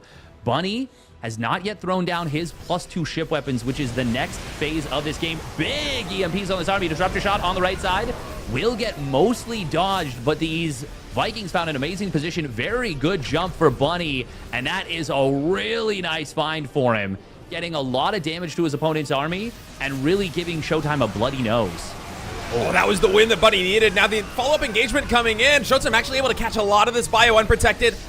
Disruptor shot only connecting with a couple of Marauders, but most of the Vikings have dissipated, but the Colossus count has evaporated over the last couple of minutes. Bunny really taking advantage of the terrain of the map to get that pick off and get that damage done on those first Colossi. Now this Protoss army with a lot of upgrades, but not with a lot of splash damage, and so Showtime is going to retreat back to the gold. Bunny gaining some steam here in the mid game. He is fighting back from a pretty tremendous position where Showtime was giving him fits. Bunny just so clutch on the defense, and now Showtime remaxing basically just with gateway units. Is it going to be enough to hold on to this Nexus? Oh, the Widowmine shots connecting on the Zealots, getting a bunch of damage done to that big reinforcing round. Oh, that Disruptor shot coming in from the side. Bunny with the very quick reaction time, once again saving his bacon from what could have been a total disaster there. But Bunny is really fighting back hard in this game number 2. Even in a best of 7, where you have lots of maps to play with, you do not want to go down 0-2 in a series like this, with Showtime playing as well as he is. Disruptor shot! Oh my God, my heart is in my throat right now watching these. This is so tense. Supplies have evened up. Bunny is going to be finishing up that +3 weapons. He's not heading in towards those Liberators. He wants to try and end the game. It looks like maybe off of this, or at least kill that 5th base of Showtime. Showtime again posturing here in the front with his army. It's very difficult for him to actually attack into this concave as At least one Widowmine defused by these disruptor shots. Bunny's been doing so good, not just in his splits in TVZ, but also dodging the disruptor shots here in TVP. As his control is on point, and somehow he has been able to claw his way back into a pretty good position. And now coming in from Showtime, look at this rebalance with the macro. How about 6 Archons, almost 2,000 gas warping in. Oh, and the Medivacs caught exposed. Bunny will be able to retreat out of here, though. Concussive Shells was forgotten by Bunny. Ooh, he didn't follow the disruptor shot all the way through. Showtime missing a big opportunity to get a lot of damage done, but he is going to find the gold base a little bit out of position. Liberator's going to try and siege up here. Disruptor shots through that choker, a nightmare to fight into. The mass repair trying to complete the planetary, but it's not going to finish. It will get taken out. 12 SVs do go down. The Vikings on the bottom side are contributing a fair bit to this fight. Disruptor shot manages to land, but we got Bunny trying to come in from the top side. His army is low on HP, but the Archons, if they can get their shots, this could be very scary for Bunny. He's doing a great job of splitting against the disruptors while chasing.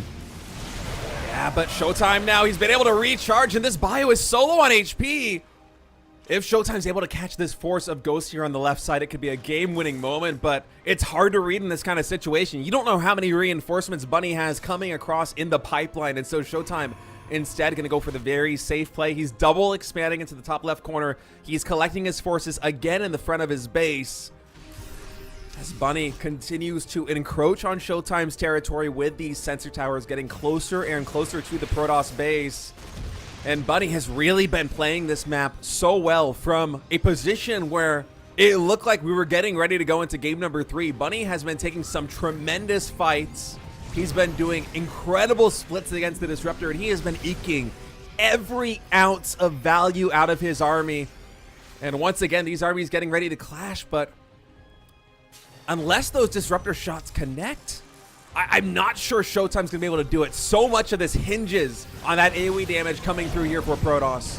It certainly does, but he is using these disruptors nicely so far to go after his opponents. Widowmines, obviously Bunny, having lost that 4th base, he did not rebuild it. He is instead elected to land the main command center at that gold. Liberator does get sniped here. Showtime laying siege to this position, is slowly chipping away at Bunny, and it feels like even as Bunny has fought his heart out on this map, Showtime is still just reaching forward and picking away at him inevitably. I mean, Showtime has control of his entire half of the map, with Bunny currently on 3 command centers. Big EMPs come down, but with disruptor shots, Showtime, he's not even really looking for the engagement. He's just playing a war of attrition, slowly chipping away at the Widowmines, at the Terran Bio, at the Liberators with Blinks. And he's okay with losing this base on the right side because look at how many other expansions he has. The entire top left corner. Bunny, again, only on these 3 command centers. It isn't even a planetary here at the gold, and 7 SCVs go down. Another nice pick here by Showtime on the right side. Ooh, Although, wow, look at that micro, actually, by Bunny. He focuses down the Stalkers. I thought for sure those units were dead, but, man, Bunny is absolutely microing his heart out right now.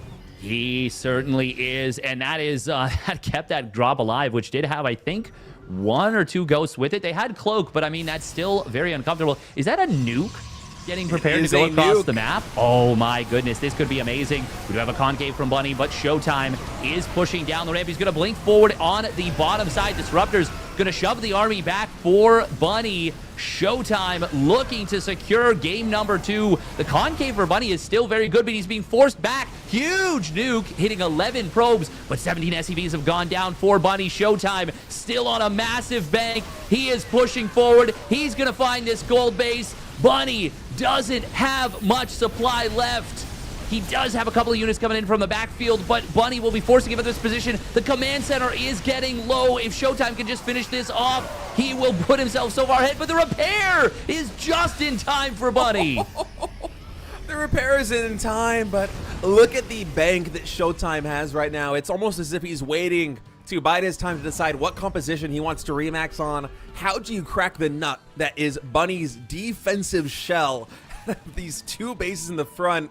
Bunny is hanging on by a care right now. 200 supply to 100, and Showtime going in for the killing blow. Disruptor shots. Bunny trying to mitigate the splash by actually landing on top of the Protoss army. A brilliant move, but there's just a little bit too much. GG is called, and Bunny, although he staged an incredible comeback in the end, Showtime is still able to close it out. And what a game, number 2. This series has been so much fun so far, and we're what, barely even halfway through? My God, Steadfast, what a game. What a game indeed. Showtime once again with an amazing start there. And you said it in the mid game, it felt like we were looking down the barrel of a potentially very quick 2-0. But Bunny fought on so hard and so valiantly, really started making maneuvers as we got in towards the later stages of that mid game. And for a little bit was looking like he not only rocked Showtime kind of back on his heels, but might have been able to maybe take the game.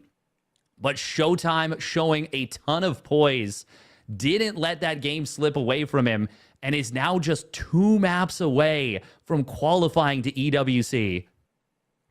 Yeah, and with such a bold strategy paying off there in game number 2, that has to be a confidence booster here for Showtime. Going for the fast expand to the gold on Bunny's map pick, by the way. Bunny is the one who selected Post Youth. He had this CC first plan staged probably from the very beginning when they were going with the map draft. And so for Showtime to win on Bunny's map of choice with a really creative opening, I mean, for Bunny, it's got to be a little bit frustrating because it feels like he is throwing all of these very tricky builds at his opponent, and nothing is really sticking. He did a good job of trying to claw his way back, but in the end, Showtime grew a little bit too strong, and now he has only 2 lives left here in this best of 7, as we have spawning in the bottom right, 2 games away from qualification to the EWC. It is Berlin International Gaming's Showtime. And his opponent spawning up in the top left. He needs to get a dub for Team Falcons. He is on the ropes. It may not be 3-0, but it is getting dangerously close. Give it up for Bunny.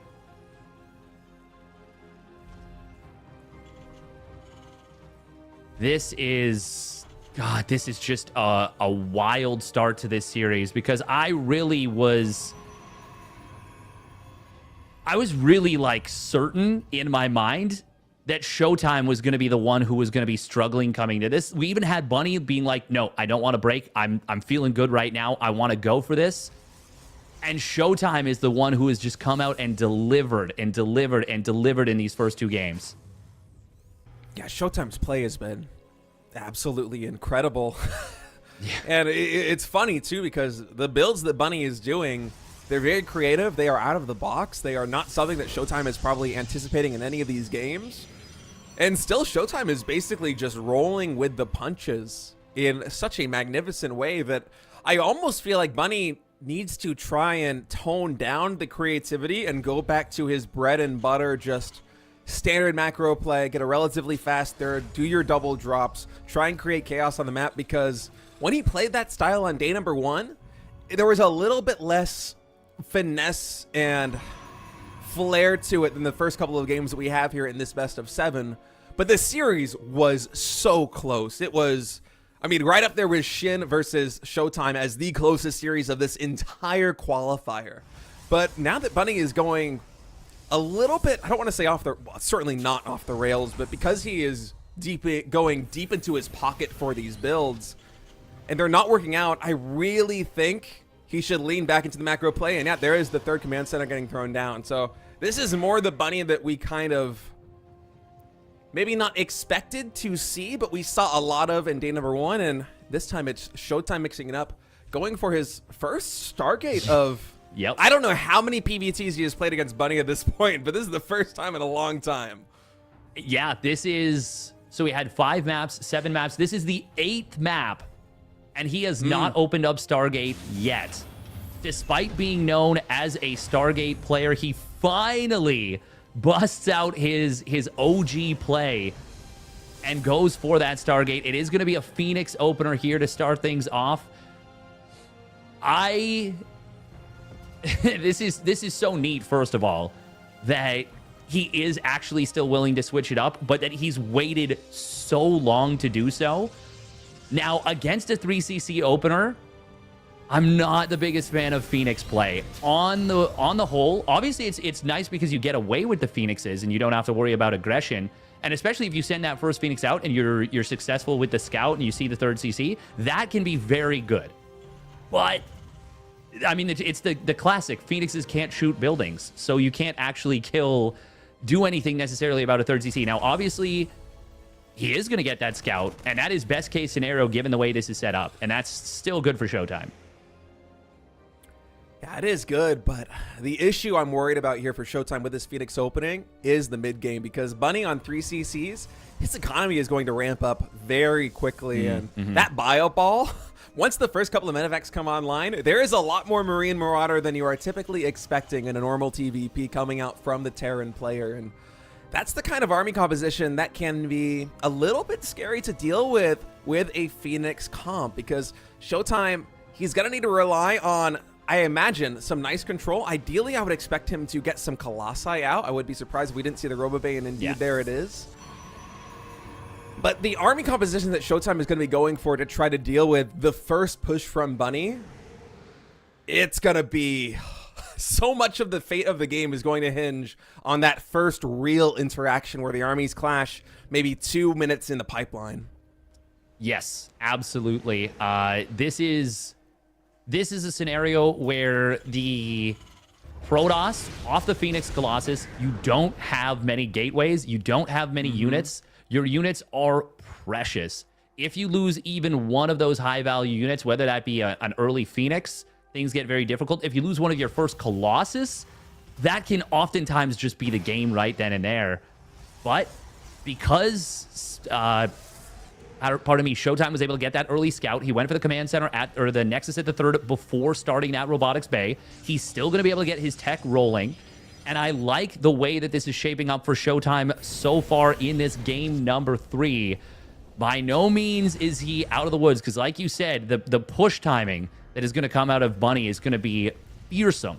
But he will have the tools to deal with it, and Phoenix Colossus can be a very strong defensive composition.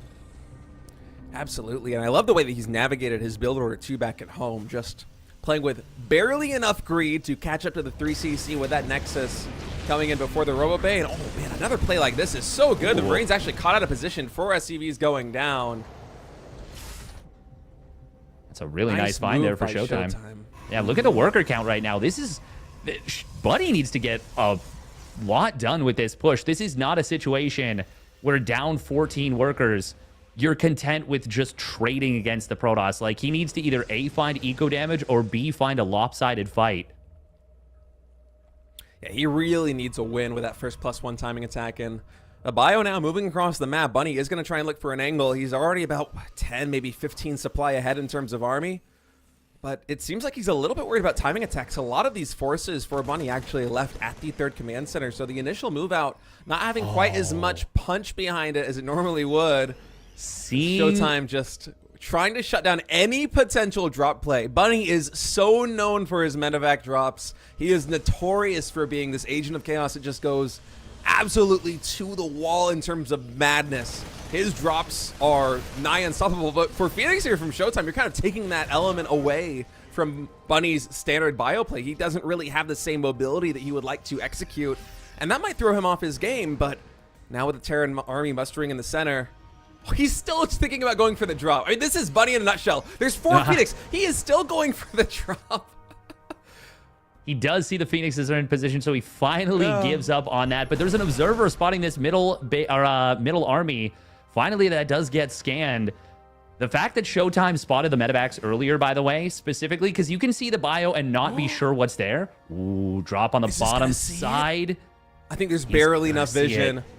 But he still wanted to go. He still wanted to go even then. Every movie he's made in this series. I love it so much. God, every movie he's made in this series, it feels like, has been blocked by the defensive prowess of Showtime. Bunny, oh my God, when the Phoenixes are finally out of position, that's when he doesn't actually go for it. Oh no, they were actually just a little bit too far north to see that fly by. Oh, but it's a huge drop this time. Yeah, coming into the main base with 4 medevacs is Bunny. That's going to allow these other 2 medevacs to join up in a moment. Templar transition coming in. No Storm just yet. So those Templars just going to expend their feedbacks here on the army. But look at this Phoenix. They're actually cleaning up this drop so well here on the front line. Now remember, there are 2 more medevacs over here on the south side, but they haven't gotten a lot of high value damage done yet. Actually just wailing away at this gateway. But if I'm Showtime after that trade, I'm a little bit sad about losing the Templar, but this could have gone so much worse. And in fact, it's a relatively easy cleanup despite the fact that Bunny still has a supply lead. And now look at Showtime. This is a classic new era StarCraft 2 play here for PVT, going into the rapid carrier transition on 3 base. This is something that we've seen Classic do in GSL. We have seen Stats do this in GSL. And once you get into this position where you basically say, okay, you know what? I have locked down my defense. I can take my 4th.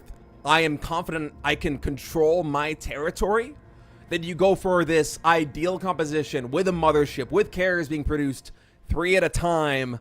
And Buddy is going to need to find a hole in Showtime's armor. Otherwise, this can snowball so hard in the favor of the Protoss player. These first few carriers, once they get +1, +2 air weapons, they are fearsome in the sky.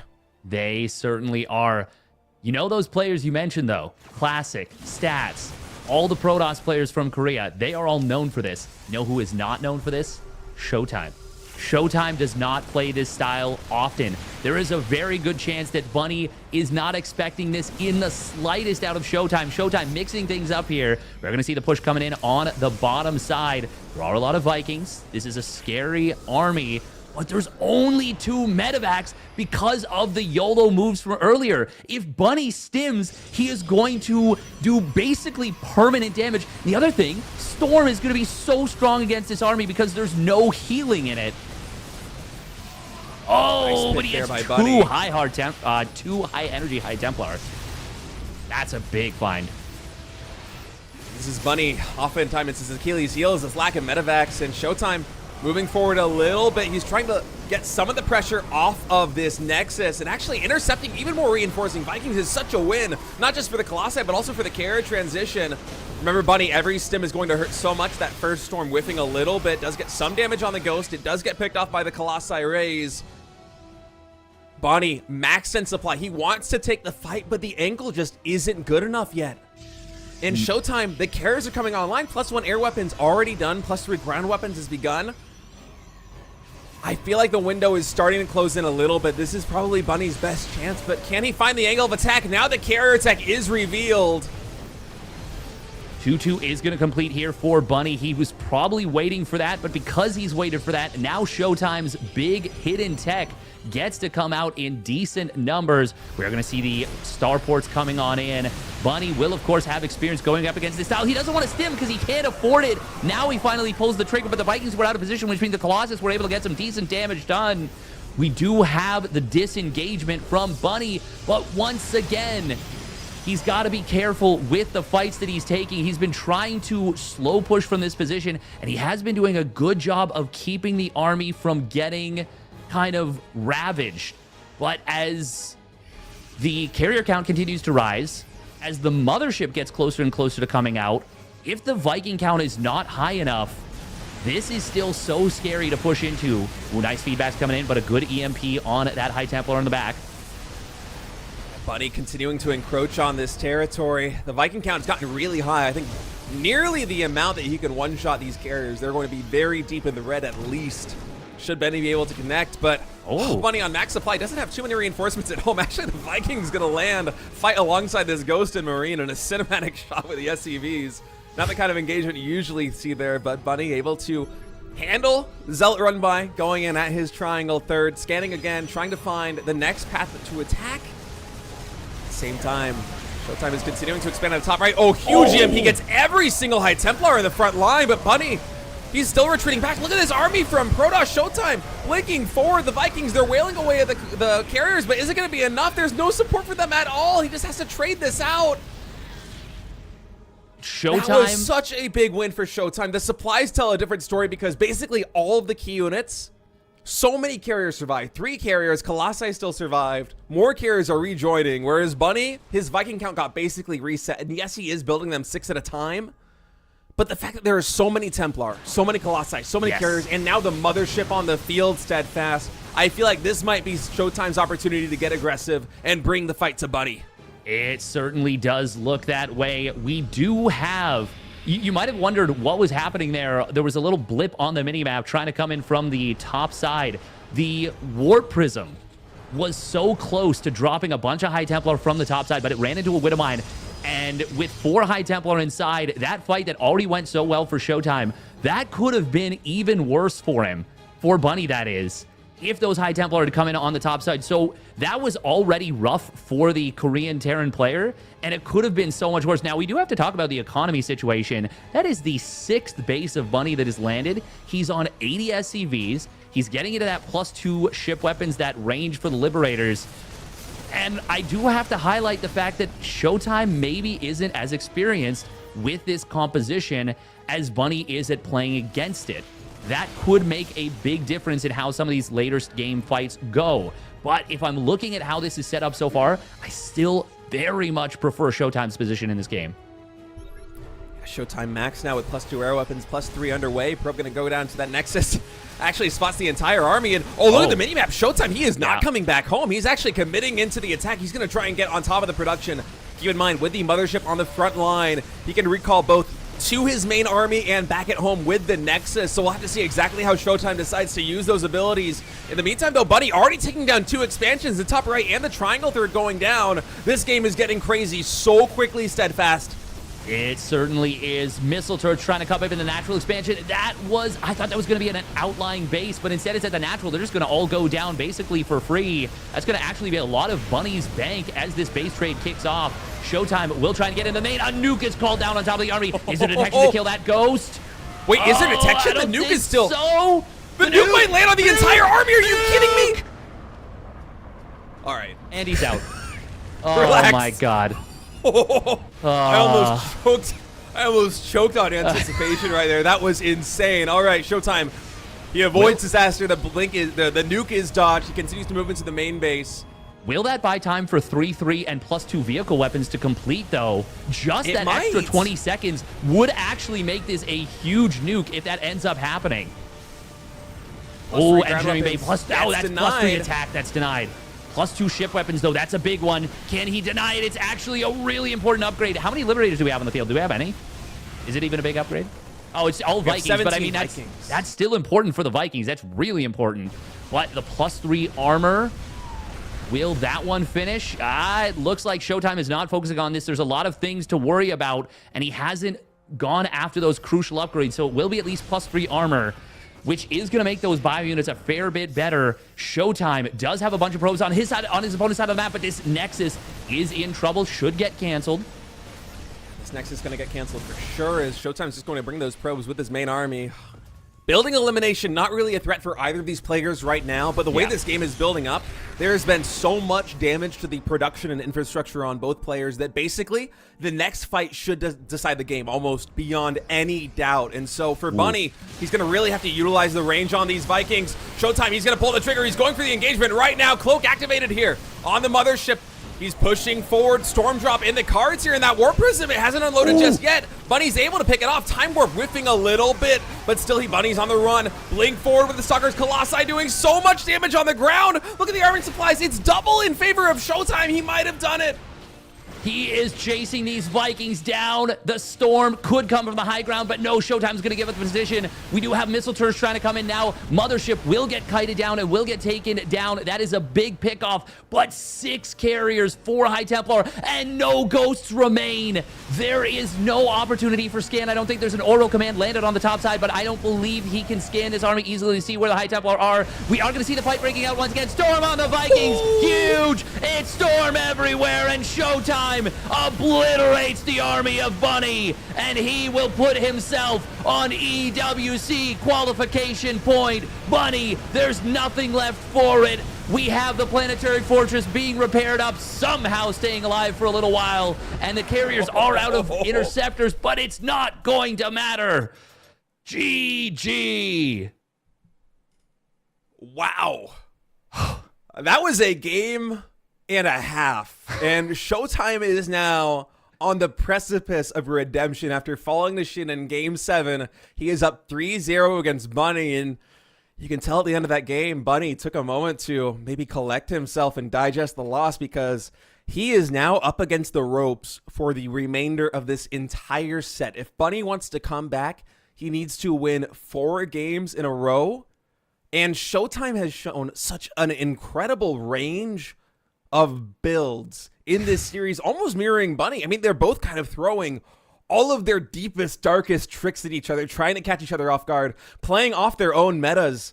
I mean, the fact that Showtime, you said it, he doesn't really go for the scarer play. And also, against Bunny in EWC qualifiers, he's already played him, 7 times? This was game number 8. First time he goes Stargate. Both players are mixing it up with Nexus to the gold base, CC first, Drilling Claws upgrades on 2 bases, a fast carrier transition, and a Phoenix opening in game number 3 there for Showtime. And it feels like every single time the German Protoss is getting the edge. Somehow, miraculously, sometimes with a little bit of luck, like that gold base against the CC first. It doesn't matter how he does it. He is always finding the path to victory. And I know momentum isn't this tangible thing, but for Bunny right now, imagine you've played this entire year of the 2023 to 2021 circuit. It's always building up to this moment, to EWC. It is every pro player's dream to qualify for the biggest RTS tournament in esports history. And now he has to win 4 games in a row against a Showtime that just looks unstoppable. Showtime truly does look unstoppable. And after coming so close in the Home Story Cup tournament, so close in the upper bracket finals, Showtime has dug deep, and it looks like Destiny has decided to finally, after 2 heartbreaking best of 7 losses, 4-3, finally decided to give him a break, as he is now 1 map away. Oh my goodness. And what a way for it to happen, too. So many ways. Bunny created so many complicated situations for Showtime to have to maneuver his way through. But Showtime at every turn has had the quick reaction time, has made the right decision, has just always been in position. There was like 7 moments during that game number 3 where the medevacs tried to find an opening and Showtime was just there. And the one time that Showtime was kind of slightly out of position with the Phoenix was the one time Bunny actually didn't check. Yeah, it was pretty incredible, but let's not count our chickens before they hatch. It is only 3-0. Bunny, I'm pretty sure we're going to have him asking for a break after this to try and slow things down and try and devise a game plan for these next 4 series, because Bunny is absolutely the kind of player that is capable of coming back from a deficit like this, even against somebody as great as Showtime. But my heart aches for him, because the way these games have been going, every single one has been so close. And especially in game number 3, where we're harping and singing the praises of Showtime a lot just because of the way that he was navigating his build order. But Bunny actually did such a good job of really expanding and dominating his side of the map while putting so much pressure on Showtime the entire duration of the game. We just saw, from our perspective on camera, it was basically Showtime rushing this tech and barely defending. And of course, that's commendable, but Bunny was able to fully flesh out his tech tree. He almost got, 3-3 with +2 or +3 ship weapons. He successfully completed the Viking transition against that insane Protoss composition. He was so close to winning in that base trade. But at the very end, it was Showtime who got the best from him. And I feel like that has basically been the entire tale of the best of 7 up until this point, is that Bunny is making these creative plays, these cool plays. He is not playing poorly by any means. These games have been incredible, but so far it just not has been going this way. And that's the kind of situation where here is Bunny. It can be tough to process what's going on, because by no means, as I said, is he playing bad, but he is up against the ropes. And this guy on screen right now is 1 map win away from qualification to the biggest tournament in RTS history. Give it up for Berlin International Gaming's Showtime. And his opponent spawning down in the bottom right.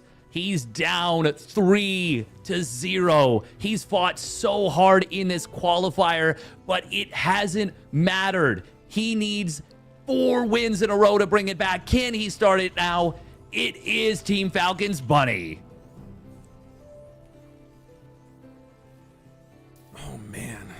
Imagine the pressure on Bunny right now. Needing 4 map wins in a row against an opponent where every single game, not just today, even though it is a 3-0, but also yesterday, every single game has been so close. This is one of the closest PBT series I think I have ever watched over the span of the last, 8 games? It feels like in almost every single map, both yesterday and today, both players had winning chances. Both players played exceptionally well and could have won the game, but just barely got outmatched. Whether it was Bunny winning in the games yesterday or Showtime winning in the games today, they're so evenly matched that winning 4 games in a row almost seems unimaginable. I was expecting from the get-go this series to go to at least a game 6. Yes. A game 7. I was not imagining Bunny to go 3-0 or Showtime to go 3-0, even though they're both incredible players capable of doing that against the best of them. But here we are now, Showtime knocking on the door, so close to the light at the end of the tunnel. He is so close to reaching that coveted prize, $15,000 and a seed to the biggest tournament in RTS history. I mean, to put yourself in the shoes of these players, it must be otherworldly what they're going through right now. But this is the kind of situation where if you're Bunny, if you're Showtime, you need to put that to the side and lock in and win these games right in front of you. You need to be able to distance yourself from that, because if you get inside your own head too much, that could be the end of you. And Showtime, almost with that second shot with the Adept on the high ground, could have set up a play to potentially get that Reaper, but instead Bunny able to escape. Is my eyes from here on out is mostly going to be on how Bunny is going to try and navigate his path to victory for 4 games in a row, because it is a very tricky task ahead of him, to put it lightly. Yes. To put it lightly, it is. I mean, you said it best. You just got to play the game in front of you. I want to point out something very interesting. This is the 9th PBT that they've played, the 9th PBT map. I think this is the first game in the entire series where we have had we've had the Adept versus Reaper interaction. Is that right, or did that happen? I think you might be right, because Bunny on day 1 had so many interactions where there would be a scouting probe and he would literally cancel the Reaper to get the CC a little bit faster, to get the factory a little bit faster. And then here in day 2, excuse me, both players have been going with these kind of, I don't want to say crazy builds, but they've been different. They have been unique. And as a result, it is so strange that here we are at game number 9 fast, and this is the first time we're seeing the Adept and Reaper do their classical dance. Yeah, just so funny. A funny little footnote in what has been legitimately a legendary series between the two of these players. It's just really funny that that's kind of how this is now shaken out. Hellion will get the find.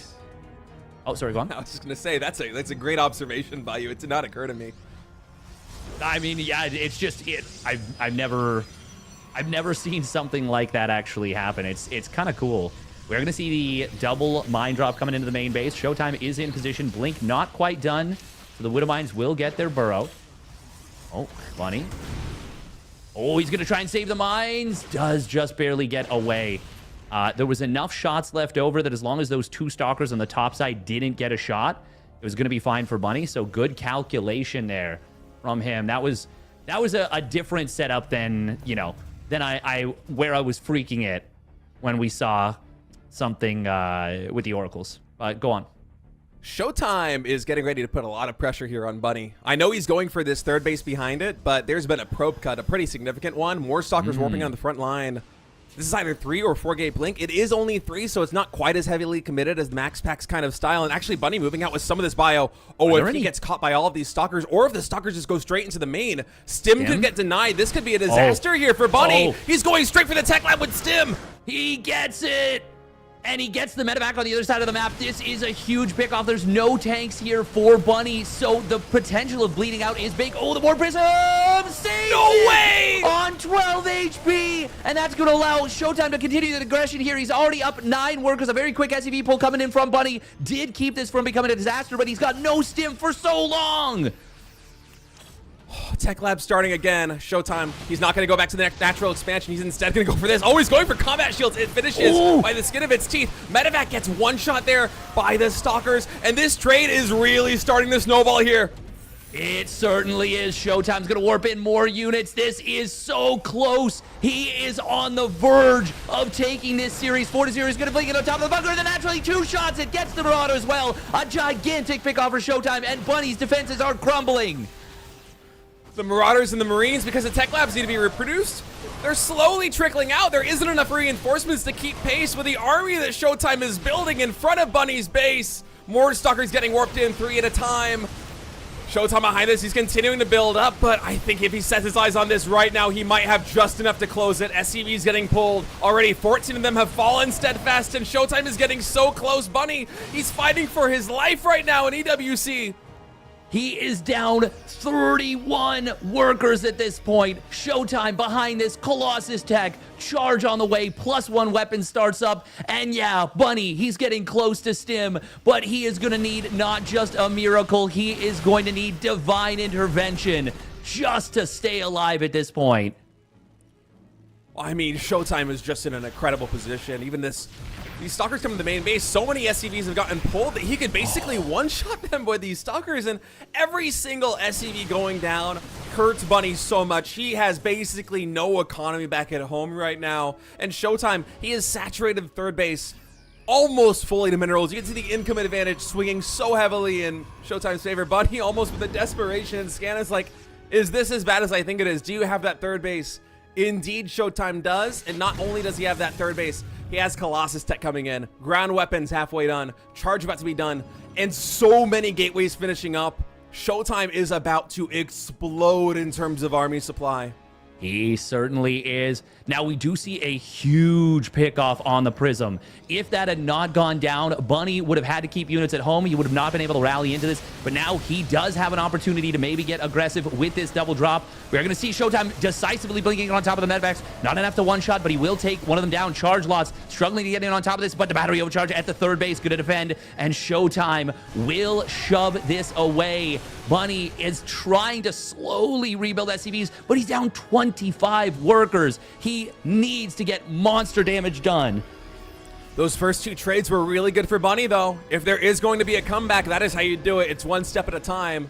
A favorable trade in the natural expansion and a favorable trade outside of the third base, and he's going to try and drop again. But the Stalkers blink forward. They get 1 medevac. They get the second medevac. Almost. It finally goes down. And now Showtime knows Bunny's going to set his eyes on the third base. More Zealots getting warped in. The Colossi moving down, pivoting to the fourth.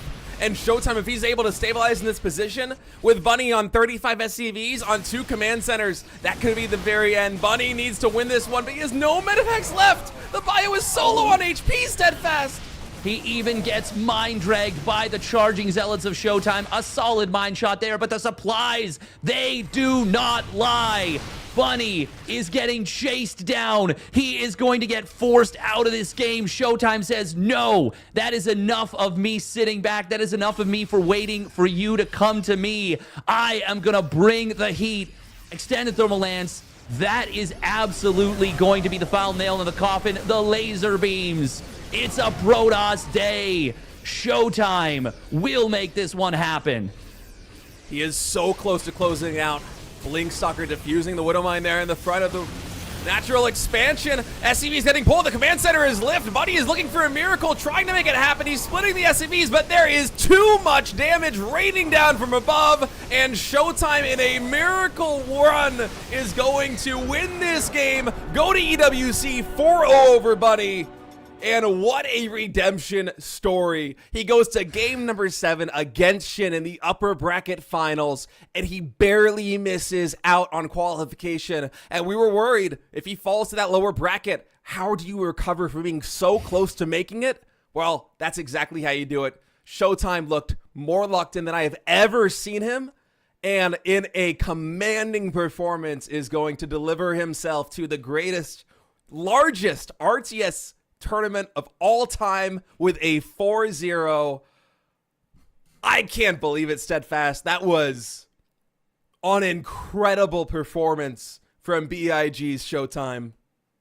I mean, it is sometimes hard to not be romantic about StarCraft 2 because this was a beautiful tournament out of Showtime. And yes, there are 6 players that played their hearts out that go home empty-handed. And Bunny, he came so close, but he was not able to get it done.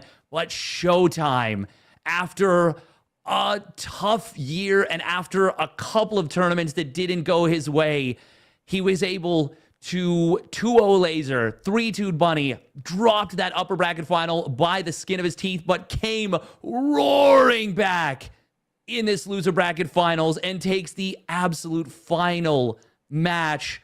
I really am at a loss for words because this is beautiful. I mean, it is really a heroic story here for Showtime, and I have to say, with both Shin and Showtime qualifying and the commanding performances that they did, these are 2 players to look out for at EWC. They played out of their minds this entire weekend. I think in all of my years of watching StarCraft 2, of playing StarCraft 2, of casting StarCraft 2, I have never seen a qualifier for any tournament close to as fiercely competitive as this one was right here. So many best of 5s, so many best of 7s. It was an arduous journey for everyone to try and make it here. But in the end, Shin and Showtime are the 2 players to qualify. And what a terrific way to end an incredible weekend of StarCraft 2. Yeah.